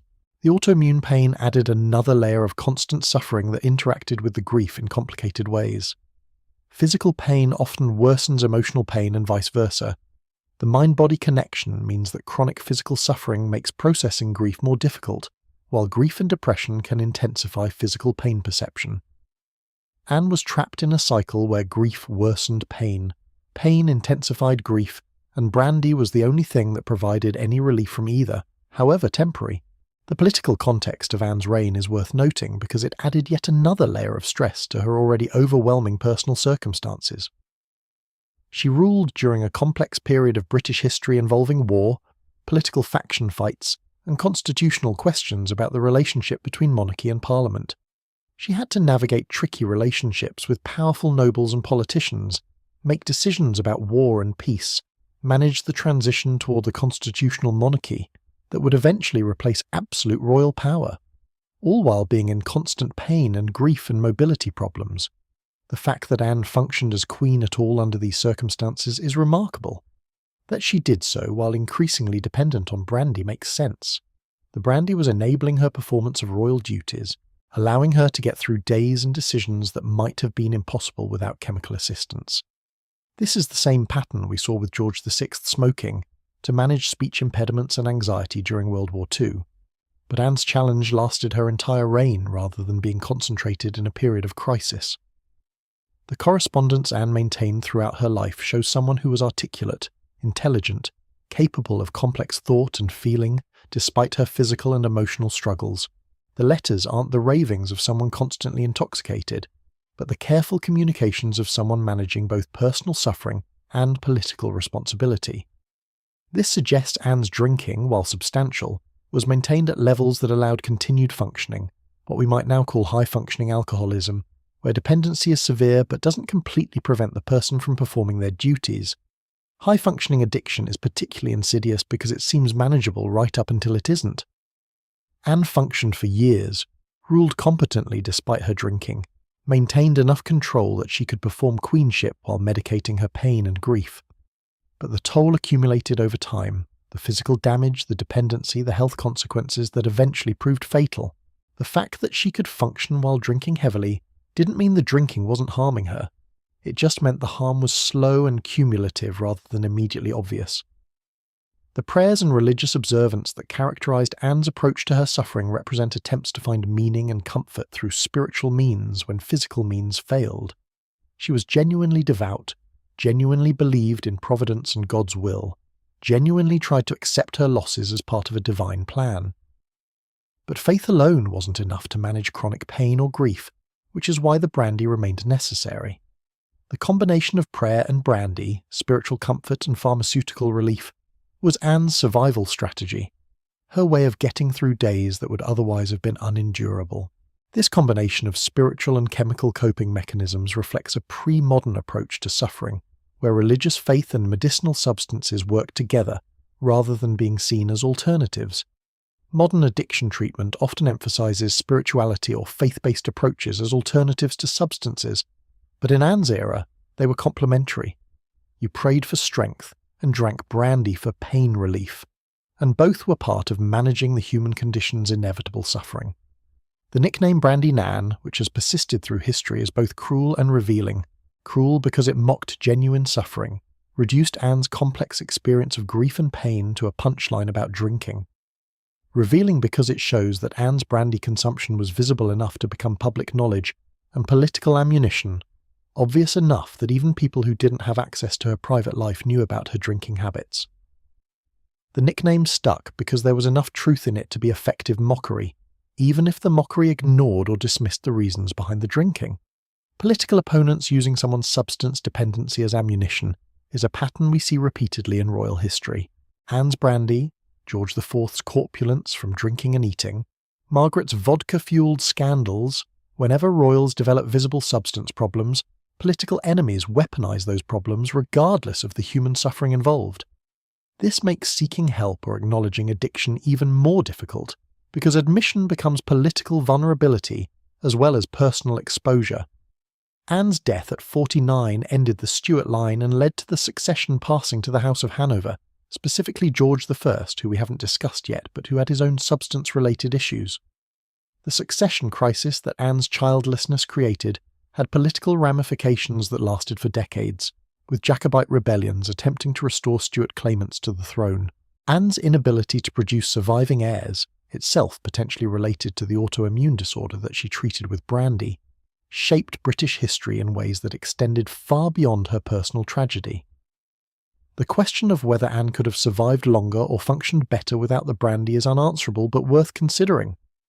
On one hand, the brandy probably did provide genuine short-term relief from pain and grief, probably did enable her to function as queen when she might otherwise have been completely incapacitated by suffering.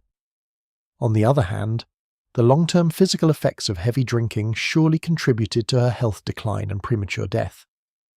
But what was the alternative? Early 18th century medicine had no effective treatments for autoimmune disorders or chronic pain. Without brandy, Anne might have suffered more intensely for fewer years, or she might have been unable to function as queen at all. This is the ethical complexity of medicalized addiction. When substances are genuinely the best available treatment for real suffering, can we criticize people for using them even when the use becomes dependency? Anne's situation was genuinely impossible. Chronic pain with no effective treatment, chronic grief with no framework for processing, constant public demands with no ability to rest or withdraw. The brandy was simultaneously a solution and a problem, relief and dependency, medicine and poison. All of these things were true simultaneously, which is why reducing her story to just Brandy Nan the drunk misses the tragic complexity of her situation. The medicalization of Anne's grief through brandy prescription represents an early example of using substances to treat mental health problems, which is now common practice with antidepressants, anti-anxiety medications, and other psychiatric pharmaceuticals. The difference is that modern medications are designed specifically to treat psychological conditions with minimal addiction potential, while brandy is just alcohol prescribed because nothing better was available. But the underlying logic is the same. This person is suffering. Substances can reduce that suffering. Therefore, prescribing substances is appropriate medical care. Anne's case shows both the utility and the danger of this logic. Yes, brandy probably helped her suffer less, but it also created new problems, failed to address underlying issues, and ultimately contributed to premature death. Modern psychiatric medication ideally avoids these pitfalls through better pharmacology and monitoring, but the fundamental tension remains. Treating suffering with substances provides relief while risking dependency. The rituals around Anne's brandy consumption, specific times, specific amounts, medical justification, integration into daily routine, show someone trying to maintain dignity and control while losing both to addiction. The rituals made the drinking seem intentional rather than compulsive, medical rather than self-destructive, controlled rather than controlling her. This is a coping mechanism common to many people with substance dependencies, creating structures and rules that suggest control, while the substance increasingly dictates behavior regardless of the rules. Breaking these rituals would have required Anne to confront that her drinking had become dependency rather than treatment, that the brandy was controlling her rather than being a tool she controlled. This confrontation would have been extraordinarily difficult given that her pain and grief were real, and the brandy did provide genuine relief. Giving up the brandy would have meant accepting increased suffering with no alternative treatment available. It's not surprising that Anne never made that choice, never attempted to stop drinking or reduce consumption significantly. The social acceptability of Anne's drinking based on medical framing and genuine sympathy for her suffering meant there was no external pressure to change. Unlike modern addiction, where friends and family might stage interventions or express concern, Anne's brandy consumption was accepted and even supported by the people around her. Her doctors prescribed it, her courtiers enabled it. Her husband apparently didn't object or couldn't object effectively. The entire system affirmed that her drinking was appropriate given her circumstances, making change both unnecessary and nearly impossible. This is one of the dangers of medicalized addiction. When dependency is framed as legitimate treatment, intervention becomes criticism of someone's pain management rather than concern for their well-being. How do you tell someone in chronic pain that they're drinking too much when the drinking is their prescribed pain treatment? How do you express concern about addiction when the alternative is untreated suffering? The medical framing creates ethical complications that make addressing dependency much more difficult. Anne's story is ultimately one of a woman trapped between impossible circumstances and inadequate solutions, using the best tools available to survive even as those tools slowly destroyed her. The brandy wasn't a choice between health and sickness, but between different forms of suffering, intense pain and grief without medication, or managed pain and grief with addiction and physical consequences. Anne chose the latter, probably reasonably given her limited options, and paid the price with her health and life. The thesis of medicalized grief as socially acceptable addiction perfectly captures Anne's situation. Her grief was real and profound. The medicalization through brandy prescription made her drinking acceptable and unquestionable, but the acceptability didn't make it any less addiction, any less physically destructive, any less ultimately fatal. Anne died from her circumstances and from her treatment of those circumstances. The line between the two blurred beyond distinction. Comparing Anne's case to other royals we've discussed, her addiction is perhaps the most defensible and least criticizable, while still being addiction that contributed to premature death. Unlike George IV's theatrical excess, or Edward VIII's decades of avoidance, Anne's brandy consumption had legitimate grounding in real suffering and medical recommendation. But legitimate grounding doesn't change the physical reality of sustained heavy alcohol use, doesn't prevent dependency, doesn't avoid health consequences. The pain that drove Anne's brandy consumption, both physical pain from her autoimmune disorder and emotional pain from 17 lost pregnancies, was unimaginable in its intensity and duration. Modern medicine could treat the autoimmune disorder, could provide fertility assistance or therapy for grief, could offer genuine alternatives to simply numbing the suffering with alcohol. Anne had none of these options. She had brandy and prayers and letters to friends, and that was supposed to be enough to survive constant agony and loss while ruling a country. It wasn't enough. It couldn't be enough. No amount of brandy could fix what was wrong with Anne's life and body. But it could make the unfixable slightly more bearable, which is what addiction often does, provides tolerable numbness in place of intolerable reality. The cost of that numbness was Anne's health and ultimately her life, but the alternative was suffering without relief, and it's hard to blame her for choosing the relief even at such a price. So that's Queen Anne, Brandy Nan, the queen who drank her way through 17 pregnancy losses and constant pain, whose addiction was medicalized into acceptability, whose suffering was real and whose solution was inadequate but the best available. She represents the intersection of genuine trauma, medical limitations and social acceptability that can create and sustain addiction while making it almost impossible to recognize or address. Her brandy consumption killed her slowly while keeping her alive and functional enough to rule, a contradictory trade-off that makes sense only in the context of how limited her options were and how desperate her circumstances. The medicalized grief that characterized Anne's addiction would appear in different forms throughout royal history, always the same pattern of real suffering seeking relief through substances, medical establishment providing those substances with good intentions, social acceptance based on sympathy for suffering, and physical consequences that accumulate until the body surrenders. Anne was neither the first nor the last royal to walk this path, but her particular journey through 17 lost children and constant pain remains one of the most heartbreaking examples of how addiction and suffering intertwine, how substances can be simultaneously medicine and poison, relief and dependency, necessary and fatal. From Queen Anne's tragic brandy-soaked grief, we now travel backward another century and a half to meet someone whose relationship with alcohol was decidedly less sympathetic.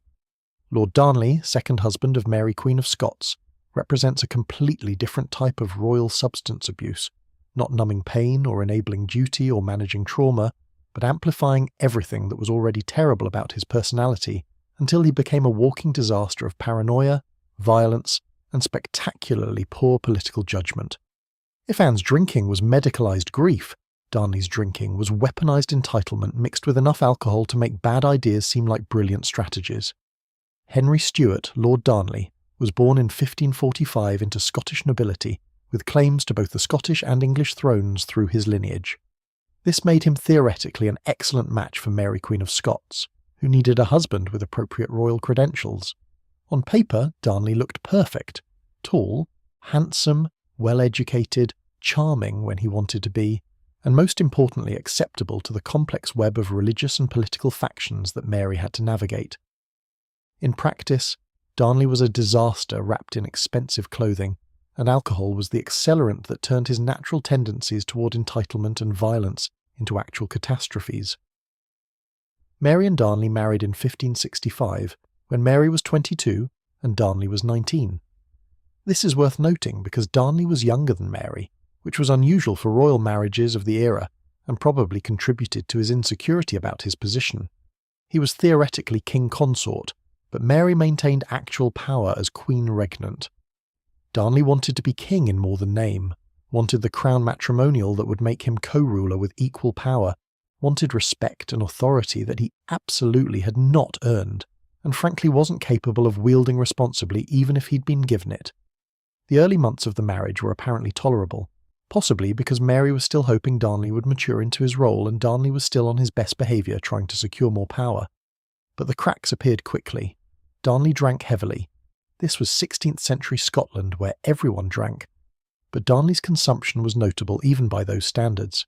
And unlike drinkers who become mellow or sleepy or simply less functional, Darnley became mean, paranoid, and aggressive when intoxicated, which given that he was intoxicated frequently meant he was mean, paranoid, and aggressive frequently.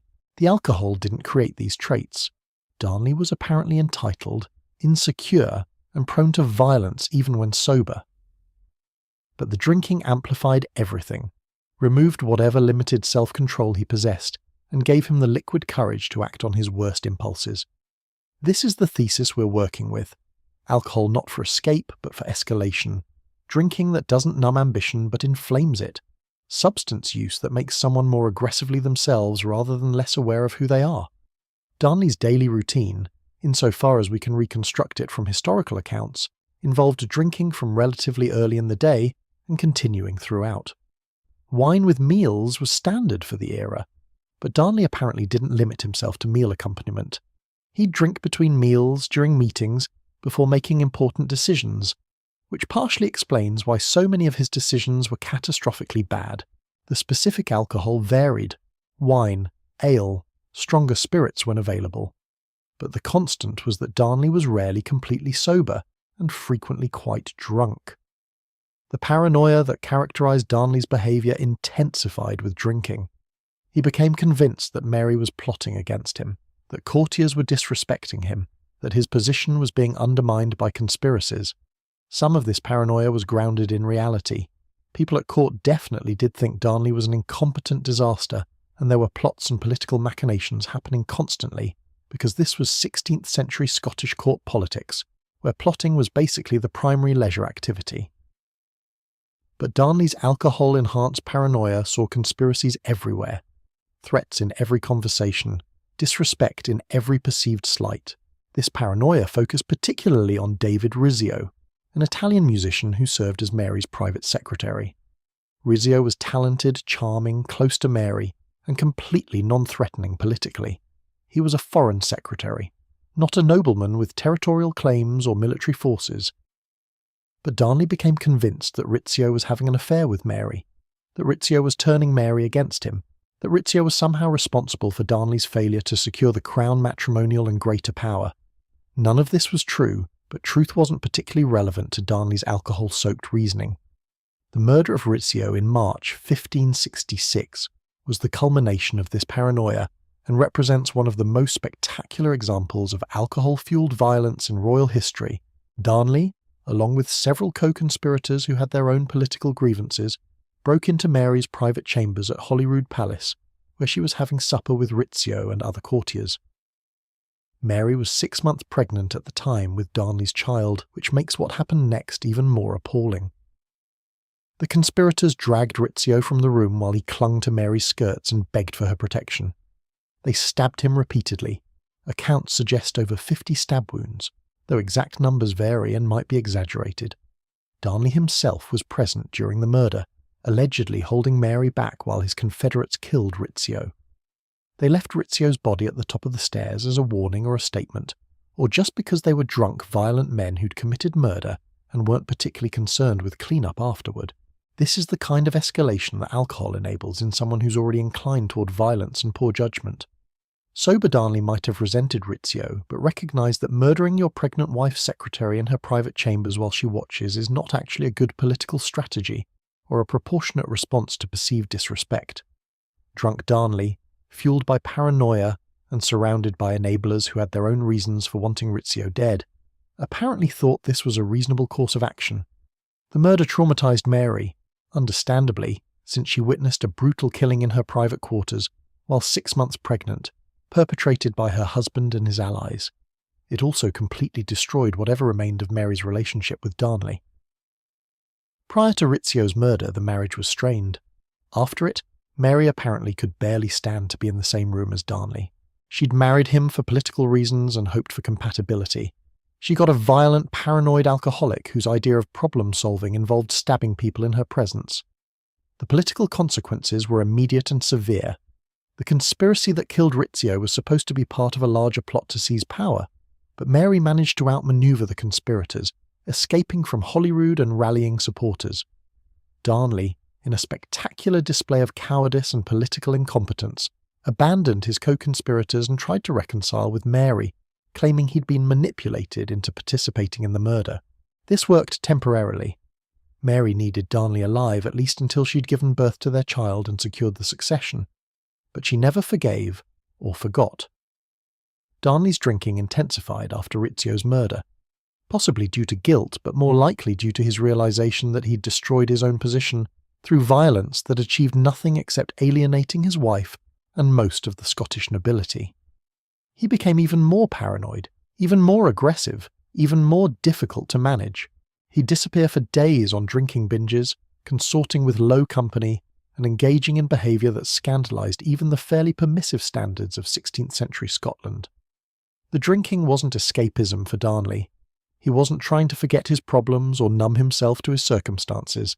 If anything, alcohol made him more intensely focused on his grievances, more aggressive in pursuing what he thought he deserved, more willing to take violent action based on paranoid reasoning. This is the opposite of drinking to forget. This is drinking to obsess, to stew, to work yourself into a rage that justifies increasingly extreme actions. Mary gave birth to their son James in June 1566, 3 months after Rizzio's murder. This should have been a moment of triumph for Darnley. He'd produced an heir, secured the succession, fulfilled one of the primary purposes of royal marriage. Instead, the birth intensified tensions because Darnley remained paranoid that James wasn't actually his son, that Mary had been unfaithful with Rizzio or others, that he was being cuckolded and humiliated. Again, no evidence for any of this, but evidence wasn't necessary for Darnley's alcohol-enhanced paranoia. The months following James's birth were characterised by increasing estrangement between Mary and Darnley. Mary was apparently considering divorce or annulment, discussing options with advisors, trying to figure out how to be rid of this violent, drunken disaster of a husband without creating a succession crisis or political chaos. Darnley knew he was losing whatever position he'd had, which made him more desperate, more paranoid, and more dangerous. He also apparently contracted syphilis during this period, likely from his drinking binges and consorting with prostitutes. Syphilis in the 16th century was both more virulent than modern treated syphilis and completely untreatable. There was no cure, just various horrific treatments, involving mercury that were often as bad as the disease. The symptoms of secondary syphilis include skin lesions, fever, and various painful conditions that would have made Darnley even more irritable and unpleasant than he already was. Whether he was drinking to manage syphilis symptoms or just continuing his regular heavy drinking, regardless of the syphilis, is unclear. But either way, the combination of disease and alcohol wasn't improving his personality or judgment. In early 1567, Darnley was staying at a house called Kirk of Field in Edinburgh while recovering from illness. Either syphilis symptoms or something else, historical accounts vary. Mary visited him there on February 9th, spent some time with him, and then left to attend other obligations. That night, Kirk of Field exploded. The house was destroyed by what was clearly a deliberate explosion. A massive amount of gunpowder detonated to eliminate the building and anyone in it, except Darnley wasn't killed by the explosion. His body and that of his servant were found in the garden, apparently strangled or suffocated, with no marks from the blast or fire. This suggests that Darnley somehow escaped or was removed from the house before or during the explosion and then was murdered in the garden. Who did this? That's been debated for over 400 years, but the general consensus is that several Scottish nobles, possibly including the Earl of Bothwell, who Mary would marry 3 months later, orchestrated Darnley's murder with at least Mary's knowledge, if not her direct participation. This is where Darnley's alcohol use and the violence it enabled came back to destroy him. He'd made so many enemies through his drinking-fueled paranoia and aggression, had alienated so many powerful people, had demonstrated such poor judgment and dangerous impulsiveness that multiple factions wanted him dead. The murder of Rizzio had shown everyone that Darnley was willing to use violence for perceived slights. His constant drunken ranting had revealed his plans and paranoid theories to anyone who'd listen. His disease and drinking had weakened him physically. He was a threat to everyone around him, and also completely vulnerable to those same people, a combination that made his murder almost inevitable. The thesis here, alcohol for escalation rather than escape, is perfectly demonstrated by Darnley's trajectory. His drinking didn't make him withdraw or become passive or numb himself to his circumstances. It made him more aggressive, more paranoid, more likely to act on violent impulses, more convinced of conspiracies that justified extreme responses.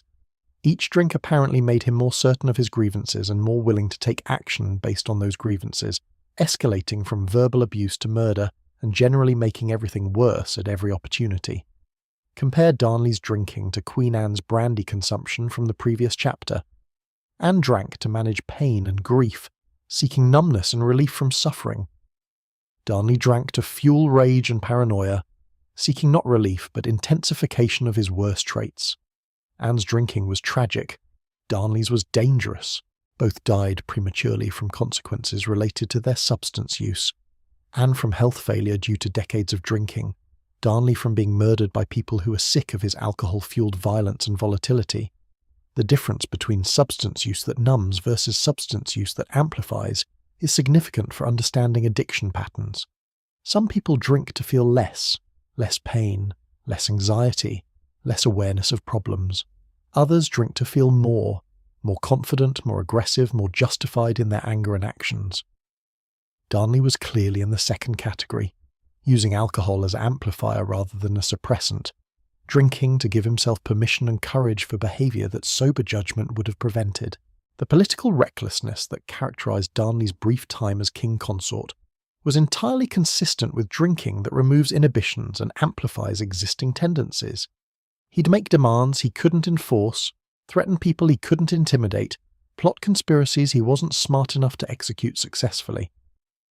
The alcohol gave him confidence disproportionate to his actual abilities or position, which led to repeated failures and humiliations that fed his paranoia and resentment, which led to more drinking, which led to more reckless behaviour in an escalating cycle.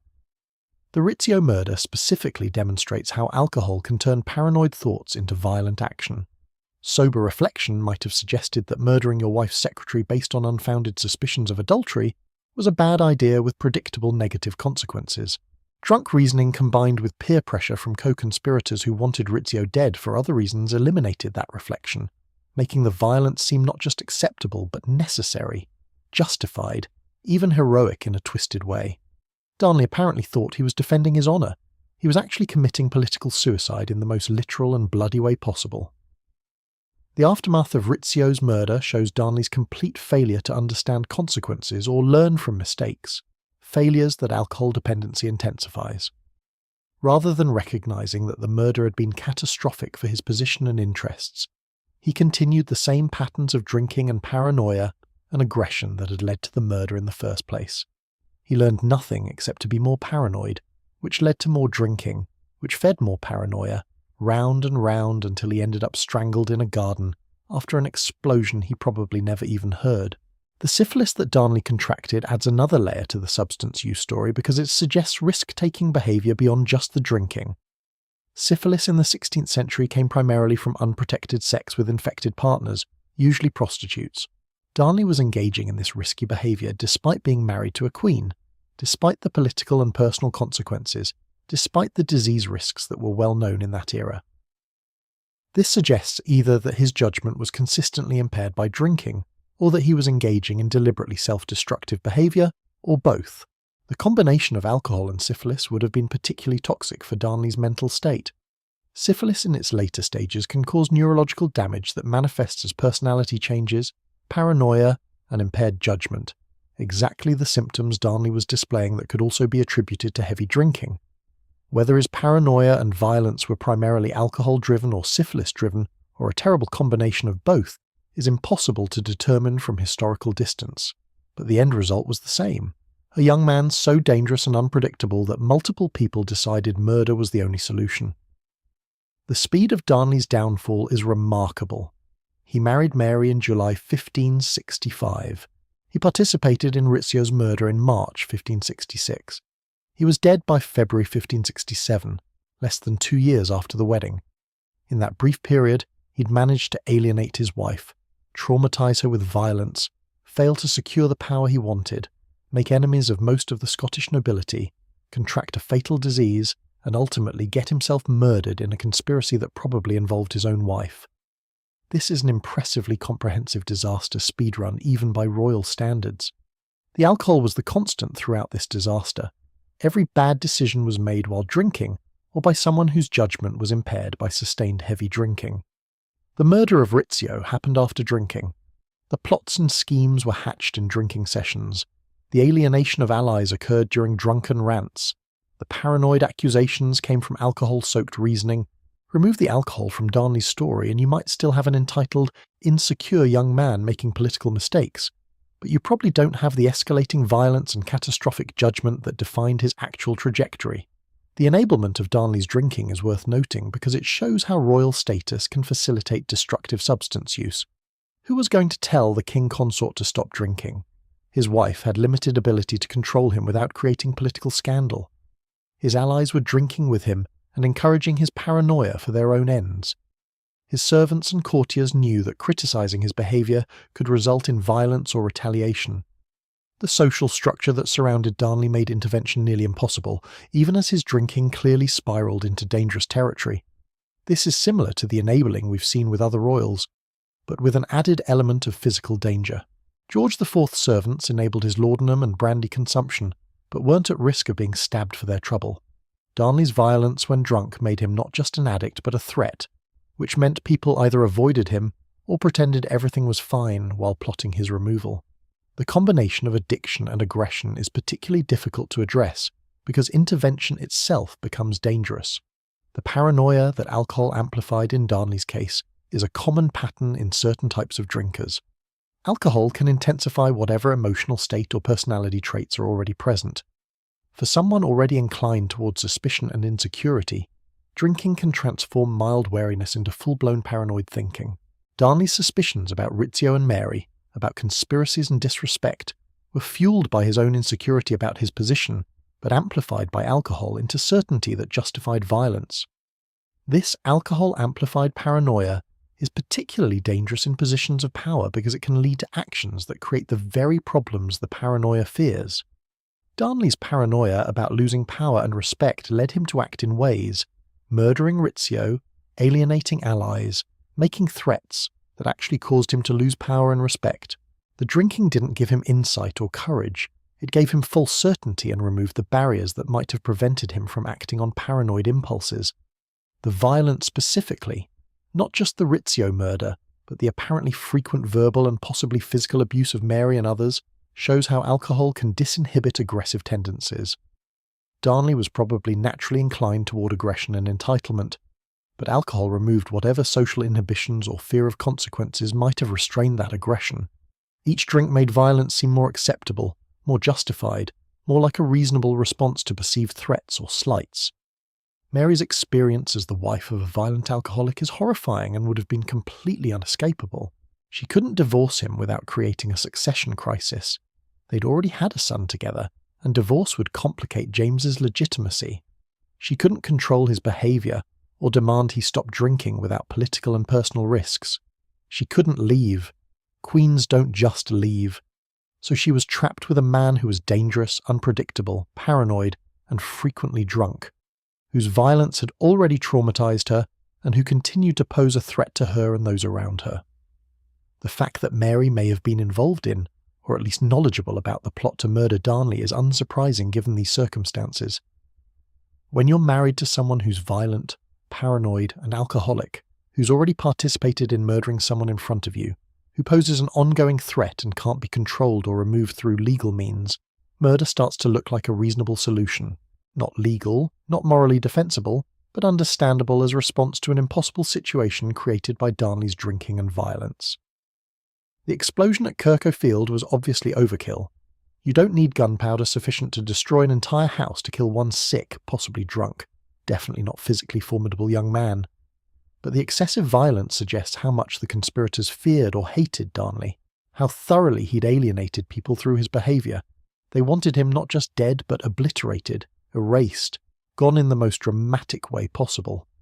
That level of hatred doesn't develop from political disagreements alone. It develops from sustained personal exposure to someone who's dangerous and unpleasant, and making everyone's life worse through their drinking and aggression. The irony of Darnley's death, surviving the explosion only to be strangled in the garden, suggests he may have been trying to escape, may have realised the danger and attempted to flee. Whether he was sober enough in that moment to understand what was happening is unknown. His last moments, escaping a destroyed house only to be caught and killed in the garden by people he'd alienated, through years of drunken paranoia and violence, are almost poetically appropriate as consequences for how he'd lived. Darnley's legacy is entirely negative. He produced an heir, James VI of Scotland, who became James I of England, but he didn't live to see his son grow up and probably wouldn't have been a good father given his track record. He's remembered as Mary Queen of Scots' disastrous second husband, as the man whose violence and drinking contributed to her eventual downfall. He's a cautionary tale about giving power to someone who uses alcohol to amplify their worst traits, rather than to numb them. The comparison between Darnley's escalating alcohol use and the numbing alcohol use of someone like Queen Anne or Princess Margaret is instructive. Both patterns are destructive, but in different ways. Anne and Margaret drank themselves into health problems and premature death, but primarily harmed themselves. Darnley drank himself into violence and paranoia that harmed everyone around him, before getting him killed. The substances are the same. The manifestation of addiction is completely different based on personality and how the person uses alcohol psychologically. This distinction matters for understanding addiction broadly. Not all addicts follow the same pattern. Some become withdrawn and passive, others become aggressive and volatile. Some drink to escape reality, others drink to feel more justified in their anger at reality. Darnley represents the dangerous type of addiction where substances amplify aggression and paranoia, making the person not just sick, but dangerous to others.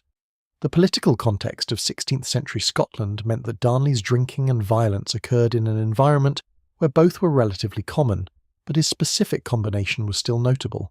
This was an era of feuds and plots and political violence where many noblemen drank heavily, and violence was an accepted political tool. That Darnley's behaviour still stood out as excessive and problematic suggests just how bad it must have been. Even in a culture that normalised heavy drinking and political violence, Darnley was considered a dangerous, out-of-control drunk whose actions couldn't be tolerated. The age factor is also relevant. Darnley was only 21 when he was murdered, meaning his entire disastrous marriage and descent into paranoid, violent alcoholism occurred in his late teens and very early 20s. This was a young man who never had a chance to mature or learn from mistakes or develop better coping mechanisms, because his trajectory from entitled teenager to violent drunk-to-murder victim was compressed into less than 2 years. Whether he could have or would have grown out of this behaviour if he'd lived longer is unknowable, but the pattern was deeply established very quickly. The lack of any attempt at intervention or treatment, not that treatment existed in meaningful ways in the 16th century, meant Darnley's drinking and resulting behaviour escalated without any break or correction. Modern addiction intervention emphasises early recognition and response to prevent escalation. Darnley's era had no such frameworks. You drank until you destroyed yourself or others destroyed you, and that was just how things worked. Darnley chose the second option, not through any decision to get help, but through making himself so dangerous that others decided he needed to be eliminated. The syphilis that Darnley contracted and that may have affected his mental state represents another way that addiction-related behaviour creates health consequences that worsen the addiction cycle. The risk-taking that came from drinking led to disease acquisition. The disease caused pain and distress that probably increased drinking. The drinking worsened judgment and impulse control that led to more risk-taking. It's a cycle where each element reinforces the others, making escape increasingly difficult even if Darnley had wanted to escape, which he apparently didn't. The murder itself, strangled in a garden after an explosion, killed by conspirators who may have included his wife's future husband and possibly his wife herself, is the ultimate consequence of addiction that escalates rather than numbs. If Darnley had drunk himself into passive withdrawal, he might have been sidelined politically, but probably wouldn't have been murdered. Instead, he drank himself into becoming such an active threat that multiple people decided coordinated murder was necessary for their safety and political stability. This makes Darnley's story perhaps the darkest example of royal addiction we've encountered so far, because his substance use directly contributed not just to his own death, but to violence against others and trauma for everyone around him. Anne's brandy consumption was tragic but affected primarily herself. Darnley's drinking was dangerous, creating victims and conspirators, and a level of chaos that required his death to resolve. The thesis of alcohol for escalation rather than escape is crucial for understanding certain patterns of addiction. Not everyone drinks to forget or numb or escape. Some people drink specifically because it makes them feel more powerful, more justified, more willing to act on aggressive impulses. For these people, the substance isn't a retreat from the world but a launchpad into worse versions of themselves. Darnley exemplified this pattern, using alcohol not as a barrier between himself and reality, but as fuel for engaging with reality in the most destructive ways possible. The brief timeline of Darnley's disaster, 2 years from marriage to murder, shows how quickly alcohol-amplified aggression can destroy everything. 2 years isn't enough time to develop the decades-long physical deterioration we've seen in other royal addicts, but it was more than enough time for Darnley to murder someone, traumatize his wife, alienate an entire nobility, contract a fatal disease, and get himself killed in a conspiracy. The speed of catastrophe when addiction manifests as escalating violence is much faster than the slow decline of addictions that manifest as withdrawal. So that's Lord Darnley, the drunk teenager, who thought alcohol made him powerful and brave when it actually made him paranoid and doomed. He married a queen and murdered a secretary and died in a garden, strangled by people who were tired of his violence and volatility.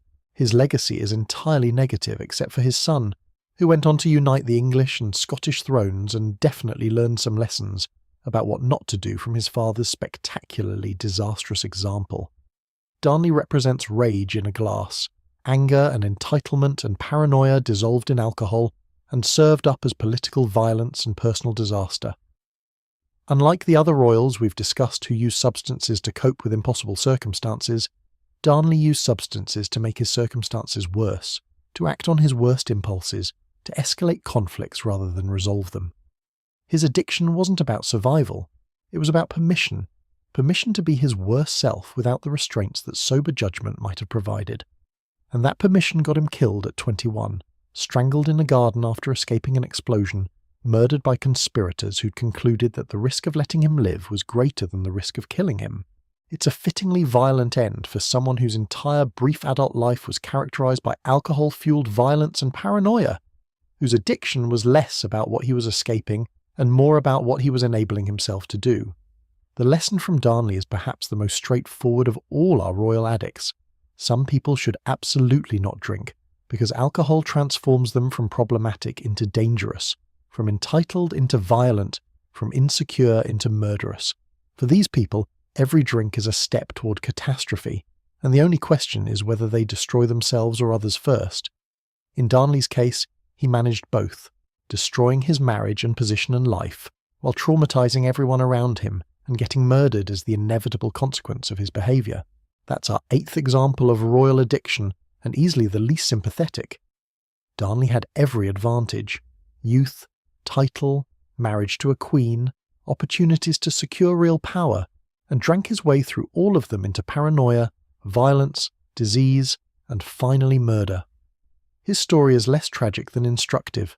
This is what addiction looks like when it amplifies rather than numbs, when it escalates rather than escapes, when it gives someone permission to be their worst self rather than helping them avoid confronting who they are. From Lord Darnley's alcohol-fueled violence in the 16th century, we now jump forward to the Victorian era and then into the 20th century to close out our tour of royal addiction with 3 final examples that show how substance use evolved, diversified, and continued destroying royals right up until living memory. We're covering a lot of ground here. Queen Victoria and her laudanum dependency during the height of British imperial power, Prince George, Duke of Kent and his rumoured pharmaceutical adventures in the 1920s and 30s, and Prince Albert Victor, whose brief life was characterised by rumours, sedatives and the kind of emptiness that substances can't fill, but people keep trying to fill with them anyway. Let's start with Queen Victoria, because there's a particular irony to the woman who gave her name to an entire era of supposed propriety and moral rectitude, spending a significant portion of her reign regularly dosing herself with opium. Victoria ruled from 1837 to 1901, an astonishing 63 years that saw the British Empire reach its greatest extent and power. She's remembered as the stodgy, perpetually mourning widow in black who embodied Victorian values of duty, restraint and moral seriousness. What's less discussed is that she was also regularly taking laudanum, opium dissolved in alcohol, for migraines, insomnia, menstrual pain, and most significantly, the grief that consumed her after her husband Albert's death in 1861. The irony of Victoria's laudanum use is delicious when you remember that Britain fought 2 opium wars with China during her reign, wars specifically designed to force China to accept British opium imports. Britain was literally going to war to protect and expand the opium trade, making fortunes from addicting Chinese people to opium, while the Queen herself was regularly consuming opium-based medicines prescribed by her physicians. The cognitive dissonance required to see no contradiction here is impressive. Opium was simultaneously a valuable commodity to be defended with military force abroad and a respectable medicine to be prescribed to royalty at home. Victoria's relationship with laudanum started well before Albert's death. She suffered from migraines, menstrual pain, and various other ailments that Victorian medicine treated with laudanum, because Victorian medicine treated everything with laudanum. It was the aspirin of the 19th century, the go-to solution for pain, anxiety, insomnia, coughs, digestive issues, and basically any other medical complaint. The difference between medicine and addiction was mostly a matter of quantity and frequency, lines that were not well defined and easy to cross without anyone noticing or caring. The migraines that Victoria experienced were apparently severe and frequent, the kind of debilitating headaches that make light painful and nausea inevitable. Modern medicine would treat these with specific migraine medications, but Victorian medicine had laudanum. Take enough opium, and eventually the pain becomes distant, manageable, someone else's problem.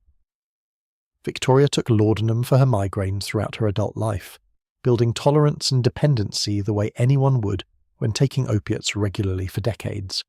The insomnia was both cause and effect of the laudanum use. Victoria apparently had trouble sleeping, possibly due to anxiety and the demands of being queen, possibly due to pain, possibly just due to general stress of existence. Laudanum helped with sleep initially. Opiates are excellent sedatives, but over time the body adjusts and you need more to achieve the same effect. Eventually you need laudanum to sleep at all because your body has forgotten how to sleep without it. Victoria likely reached this point but would have understood it as her ongoing medical need rather than as dependency, because that's how medicalized addiction works. The endless mourning for Albert is what Victoria is most famous for, and it's also when her laudanum use apparently intensified. Albert died in 1861 of typhoid fever, leaving Victoria widowed at 42. She spent the remaining 40 years of her life in mourning, wearing black, avoiding public appearances, turning Buckingham Palace and Windsor Castle into shrines to Albert's memory. This grief was genuine and profound, but it was also performed, ritualized, sustained for decades beyond what might be considered normal even for Victorian standards of lengthy mourning periods. The laudanum helped sustain the mourning by making it tolerable. Grief that intense, for that long, would be unbearable without some form of chemical assistance. The laudanum didn't make Victoria forget Albert. She never forgot, never stopped mourning, never resumed normal life. But it made the grief less sharp, less immediately painful, allowed her to continue functioning as queen while maintaining her identity as the grieving widow. The substance enabled the performance of perpetual mourning that became central to Victoria's public image. The fine line between treatment and habit that characterizes Victoria's case is exactly the same blurry boundary we've seen with other medicalized royal addictions. Was Victoria taking laudanum for legitimate medical conditions? Yes. Were those conditions being treated effectively by the laudanum? Somewhat, in the short term. Was she developing dependency and tolerance that required increasing doses? Almost certainly. Was this dependency recognized as a problem or addressed in any way? Absolutely not, because it was all happening under court physician supervision and with proper medical justification. This is the pattern of respectable addiction that we've seen before. Substances prescribed by doctors, taken for legitimate reasons, but ultimately creating dependency that's never acknowledged or addressed because the medical framing provides complete cover. Victoria wasn't an addict in her own eyes or anyone else's. She was a queen managing her health challenges with appropriate medical care. That the medical care happened to involve regular opiate consumption for decades was simply what medicine looked like in that era.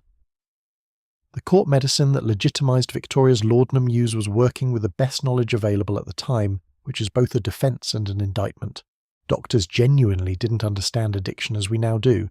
They knew that opium worked for pain and sleep, and they prescribed it freely because from their perspective, it was effective medicine. But this lack of understanding meant that dependency developed unchecked, that patients like Victoria were being given highly addictive substances with no awareness of the long-term consequences, all while doctors congratulated themselves on their effective treatments. Victoria lived to 81, which is actually remarkable longevity for the era, and suggests that either her laudanum use was moderate enough not to cause severe health problems, or that she had good genetics and healthcare that overcame whatever damage the laudanum was doing. She outlived most of her children and many of her grandchildren, dying in 1901 after having reigned longer than any British monarch before her. The laudanum didn't kill her quickly, the way alcohol killed some royals or smoking killed others, but it was a constant presence throughout her adult life, a chemical companion through decades of grief and duty. The Opium War's irony deserves emphasis because it's such a perfect example of imperial hypocrisy.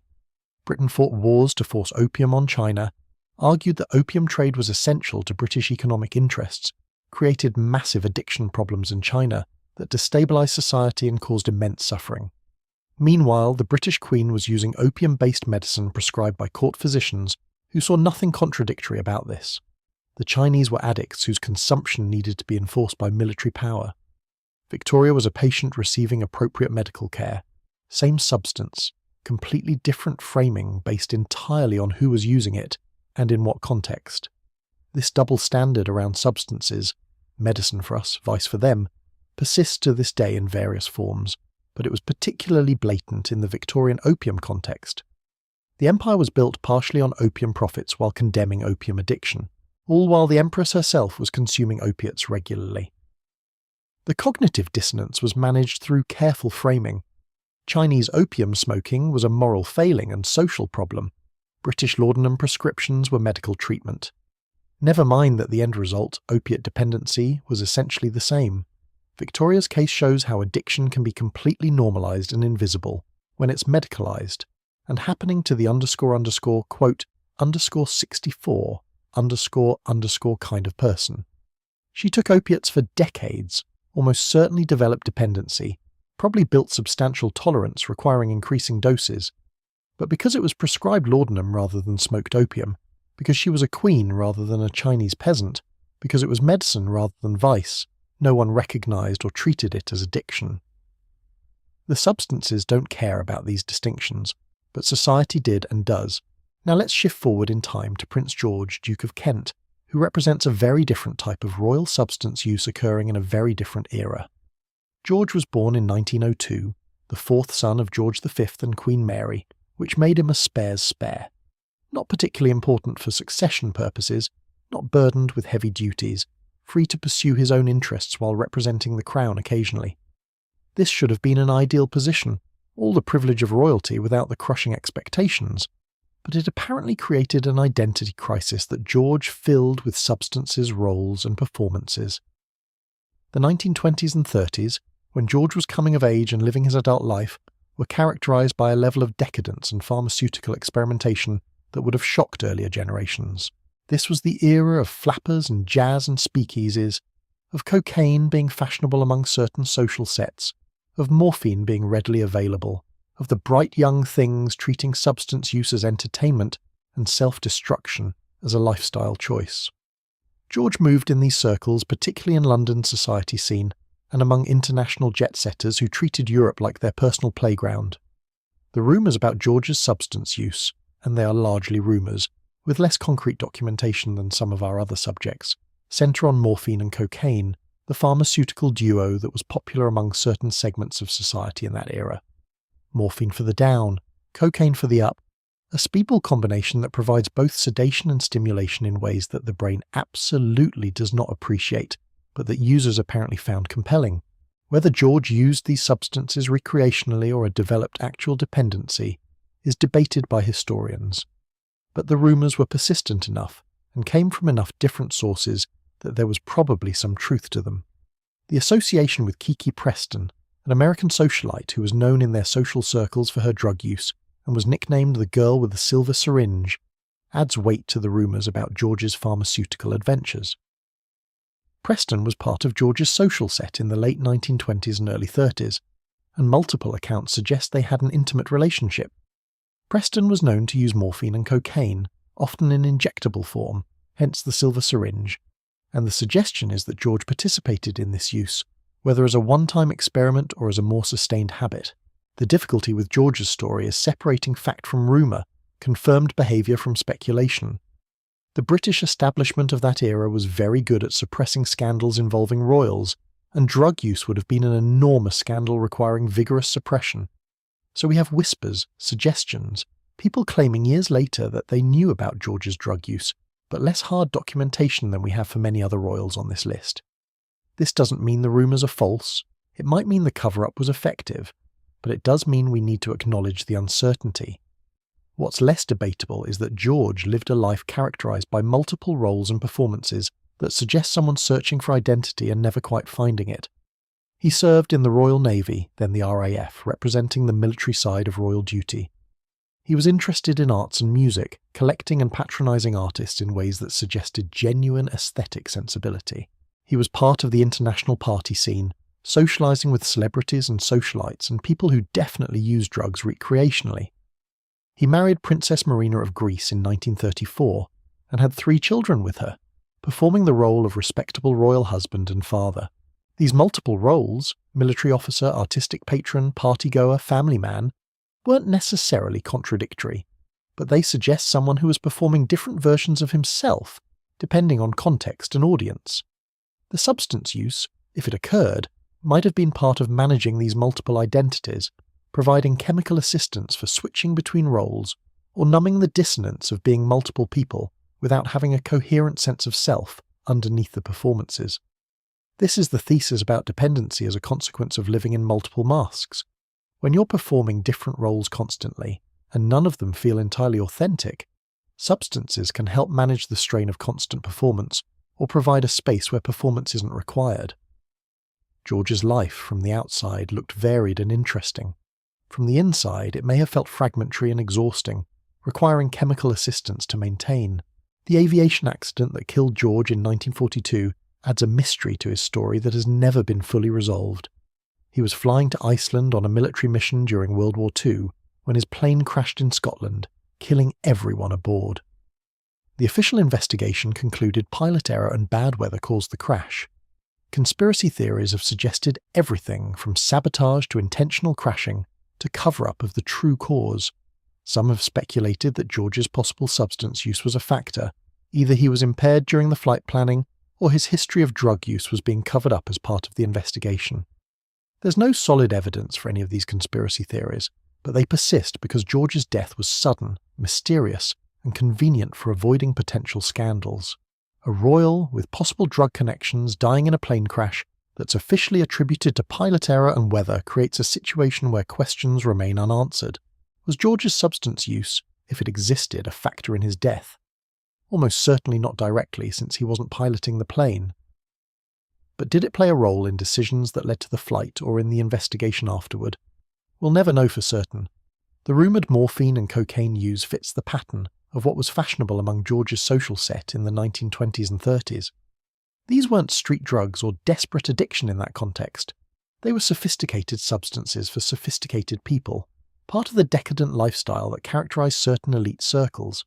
The fact that morphine and cocaine are highly addictive and dangerous was known but apparently not sufficiently concerning to prevent their recreational use among people who had access and thought rules didn't apply to them. George's case, if the rumours are true, represents addiction as a fashionable lifestyle choice, rather than as medical treatment or coping mechanism for trauma. This is different from most of our other subjects who had clear reasons for their substance use: pain, grief, duty, trauma. George, as far as we know, didn't have particular traumas or health conditions that would justify pharmaceutical use. He had opportunity, access, social circles where drug use was normalized, and possibly an identity crisis that made the drugs appealing. This is recreational use that may have crossed into dependency, enabled by privilege and social position. The silver syringe specifically, injectable drug use, represents a more serious level of use than casual recreational consumption. Injection delivers drugs more efficiently and creates stronger effects than other routes of administration, but it also increases risks of dependency, health complications, and the various dangers associated with needle use. If George was injecting morphine and cocaine, he was engaging in seriously risky behavior that goes beyond casual experimentation into territory that suggests either significant dependency or remarkable recklessness. The multiple identities that George performed might have each required their own chemical support. The military officer might have needed stimulants to maintain alertness and performance. The society partygoer might have used drugs recreationally as part of that scene.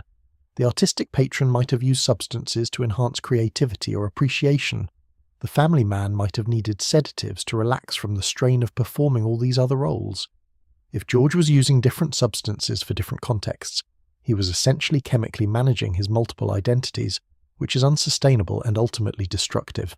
The death at 39 in a plane crash means we never got to see how George's substance use might have played out in later life. Would he have developed the kind of serious health problems we've seen in other royals? Would he have managed to maintain recreational use without crossing into serious dependency? Would the wartime context have changed his relationship with substances? We'll never know because the plane crash ended all those potential trajectories suddenly and mysteriously. Finally, let's discuss Prince Albert Victor, known as Eddie, who represents perhaps the saddest category of royal substance use, using chemicals not to cope with impossible circumstances, but to fill an emptiness where purpose and identity should be. Eddie was born in 1864, the eldest son of the future Edward VII, which made him second in line to the throne and theoretically important. In practice, Eddie was by most accounts somewhat dim, charmless, lacking in ambition or capability, unprepared for and uninterested in the role he was supposed to inherit.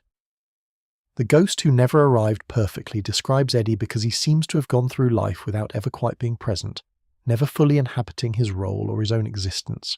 He was educated extensively, sent to various institutions and given various tutors, but apparently never learned much or showed particular aptitude for anything. He served in the military but without distinction. He was presented at court and to society but failed to make favourable impressions. He existed, but barely, like a placeholder heir who was occupying the position without filling it. The rumours about Eddie's lifestyle are numerous and mostly unconfirmed but suggest someone who was filling his emptiness with various pursuits, none of them particularly healthy or productive. There were whispers about involvement in London's underground club scene, about visits to establishments where drugs were available, about using sedatives and tonics to manage anxiety or boredom, or the general malaise of being alive without purpose. None of this was proven or even well documented, but the rumours were persistent enough that they've become part of Eddie's historical legacy. The tonics that Eddie allegedly used would have been the patent medicines of the late Victorian era, preparations that often contained significant amounts of alcohol, opium, cocaine, or other active ingredients while being marketed as health aids. These tonics were widely available, socially acceptable, and completely unregulated. Taking tonics wasn't scandalous. It was what respectable people did to manage their health. That the tonics were essentially delivery systems for addictive substances was not generally recognised or acknowledged. The sedatives that Eddie may have used could have been anything from alcohol to chloral hydrate to various opium preparations marketed for sleep or anxiety. Late Victorian medicine was big on sedation. If you were anxious or couldn't sleep or found life unpleasant, there were numerous pharmaceutical options for dulling your awareness, all prescribed freely by physicians who thought they were providing helpful treatment. Eddie, if he was using these substances, was following a path well worn by Victorian society, using chemistry to manage the gap between expectation and reality. The thesis about chemistry becoming the quiet ambition when role doesn't fill the void is really about purposelessness and how people respond to it. Eddie was born to be king eventually, but he had none of the qualities that would make him a good king, or even a tolerable one. He knew this. Everyone around him knew this, but there was no alternative identity available to him. He couldn't pursue a career or develop interests that were truly his own. He was the heir, and that was his identity whether it fit him or not. So what do you do when you're trapped in a role you can't fulfill and can't escape? When your life's purpose is something you're incapable of achieving but stuck with anyway? You find other purposes, other pursuits, other ways to fill the time and numb the awareness that you're fundamentally unsuited for your own existence. For Eddie, if the rumours are true, this meant clubs and tonics and sedatives, chemical management of a life that never quite worked. The early death from pneumonia in 1892, when Eddie was only 28, ended all the speculation about what kind of king he might have been and what kind of life he might have led. Pneumonia was a common cause of death in the 19th century, and there's no reason to think Eddie's death was anything but a medical misfortune. But there's also no way to know whether his health was compromised by substance use, whether his immune system was weakened by sedatives and tonics, whether his lifestyle contributed to his vulnerability to disease. The relief that some people apparently felt at Eddie's death is darkly revealing. He was removed from the succession without scandal, and his younger brother George, the future George V, who we discussed earlier, became heir instead. George was considered more capable, more suited to kingship, more likely to be a competent monarch. Eddie's death was convenient in ways that his life never had been, solving the problem of an unsuitable heir without requiring any difficult decisions or public admissions of incompetence. The rumours that have attached to Eddie over the years, involvement in the Jack the Ripper murders, scandalous relationships, various other salacious possibilities, are almost certainly false, but are revealing in what they suggest about Eddie's reputation. He was so lacking in definition, so much a blank slate that people could project onto him basically anything. The rumours tell us more about Victorian anxieties and modern fascination with royal scandal than about what Eddie actually did or didn't do. What's more likely is that Eddie was simply a rather dim, unmotivated young man who was born into a role he couldn't fulfill and found no alternative purpose to fill the void. The substances, if he used them, were a way to pass time and dull awareness of his own purposelessness. He wasn't escaping trauma or managing pain or enabling duty performance. He was just filling emptiness with chemistry because he had nothing else to fill it with. This is perhaps the saddest form of addiction we've discussed. Using substances not because you're suffering from something specific, but because you're suffering from nothing, from the absence of meaning or purpose or authentic identity.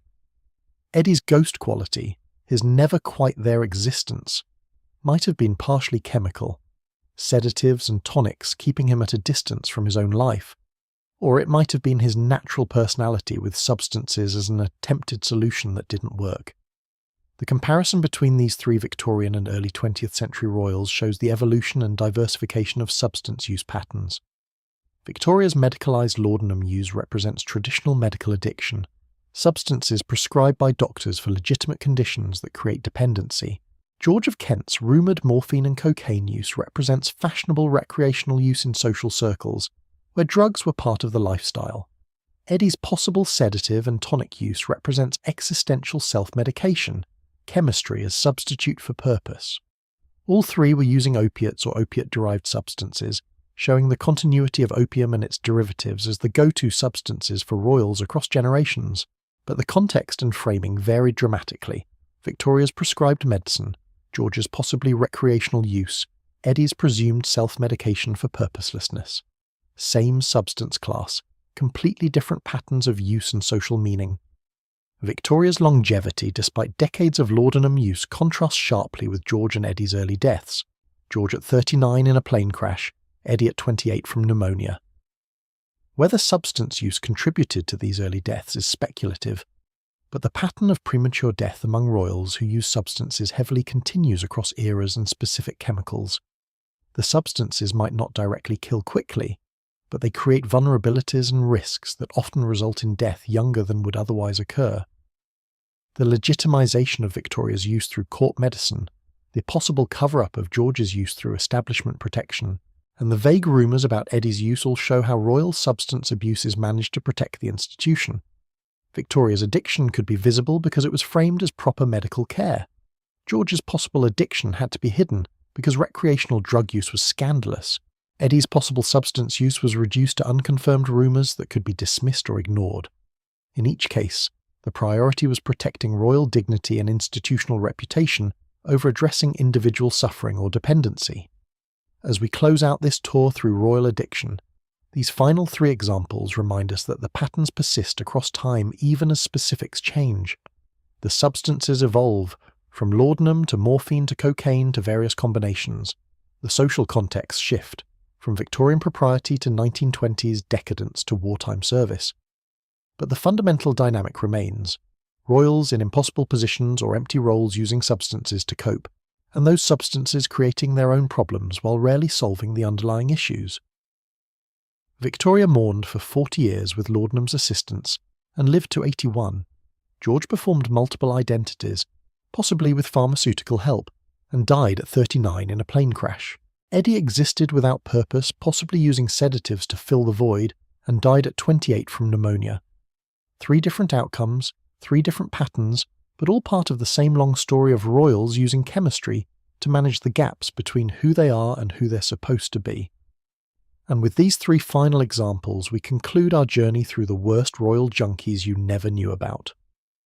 From George IV's theatrical laudanum excess in the early 1800s through Margaret's vodka isolation and the Georges' dutiful smoking, to Edward VIII's martini exile, Harry's modern therapeutic honesty, Anne's grief-soaked brandy, Darnley's violent drinking, and finally, Victoria's imperial laudanum, George of Kent's rumoured morphine, and Eddie's sedated emptiness.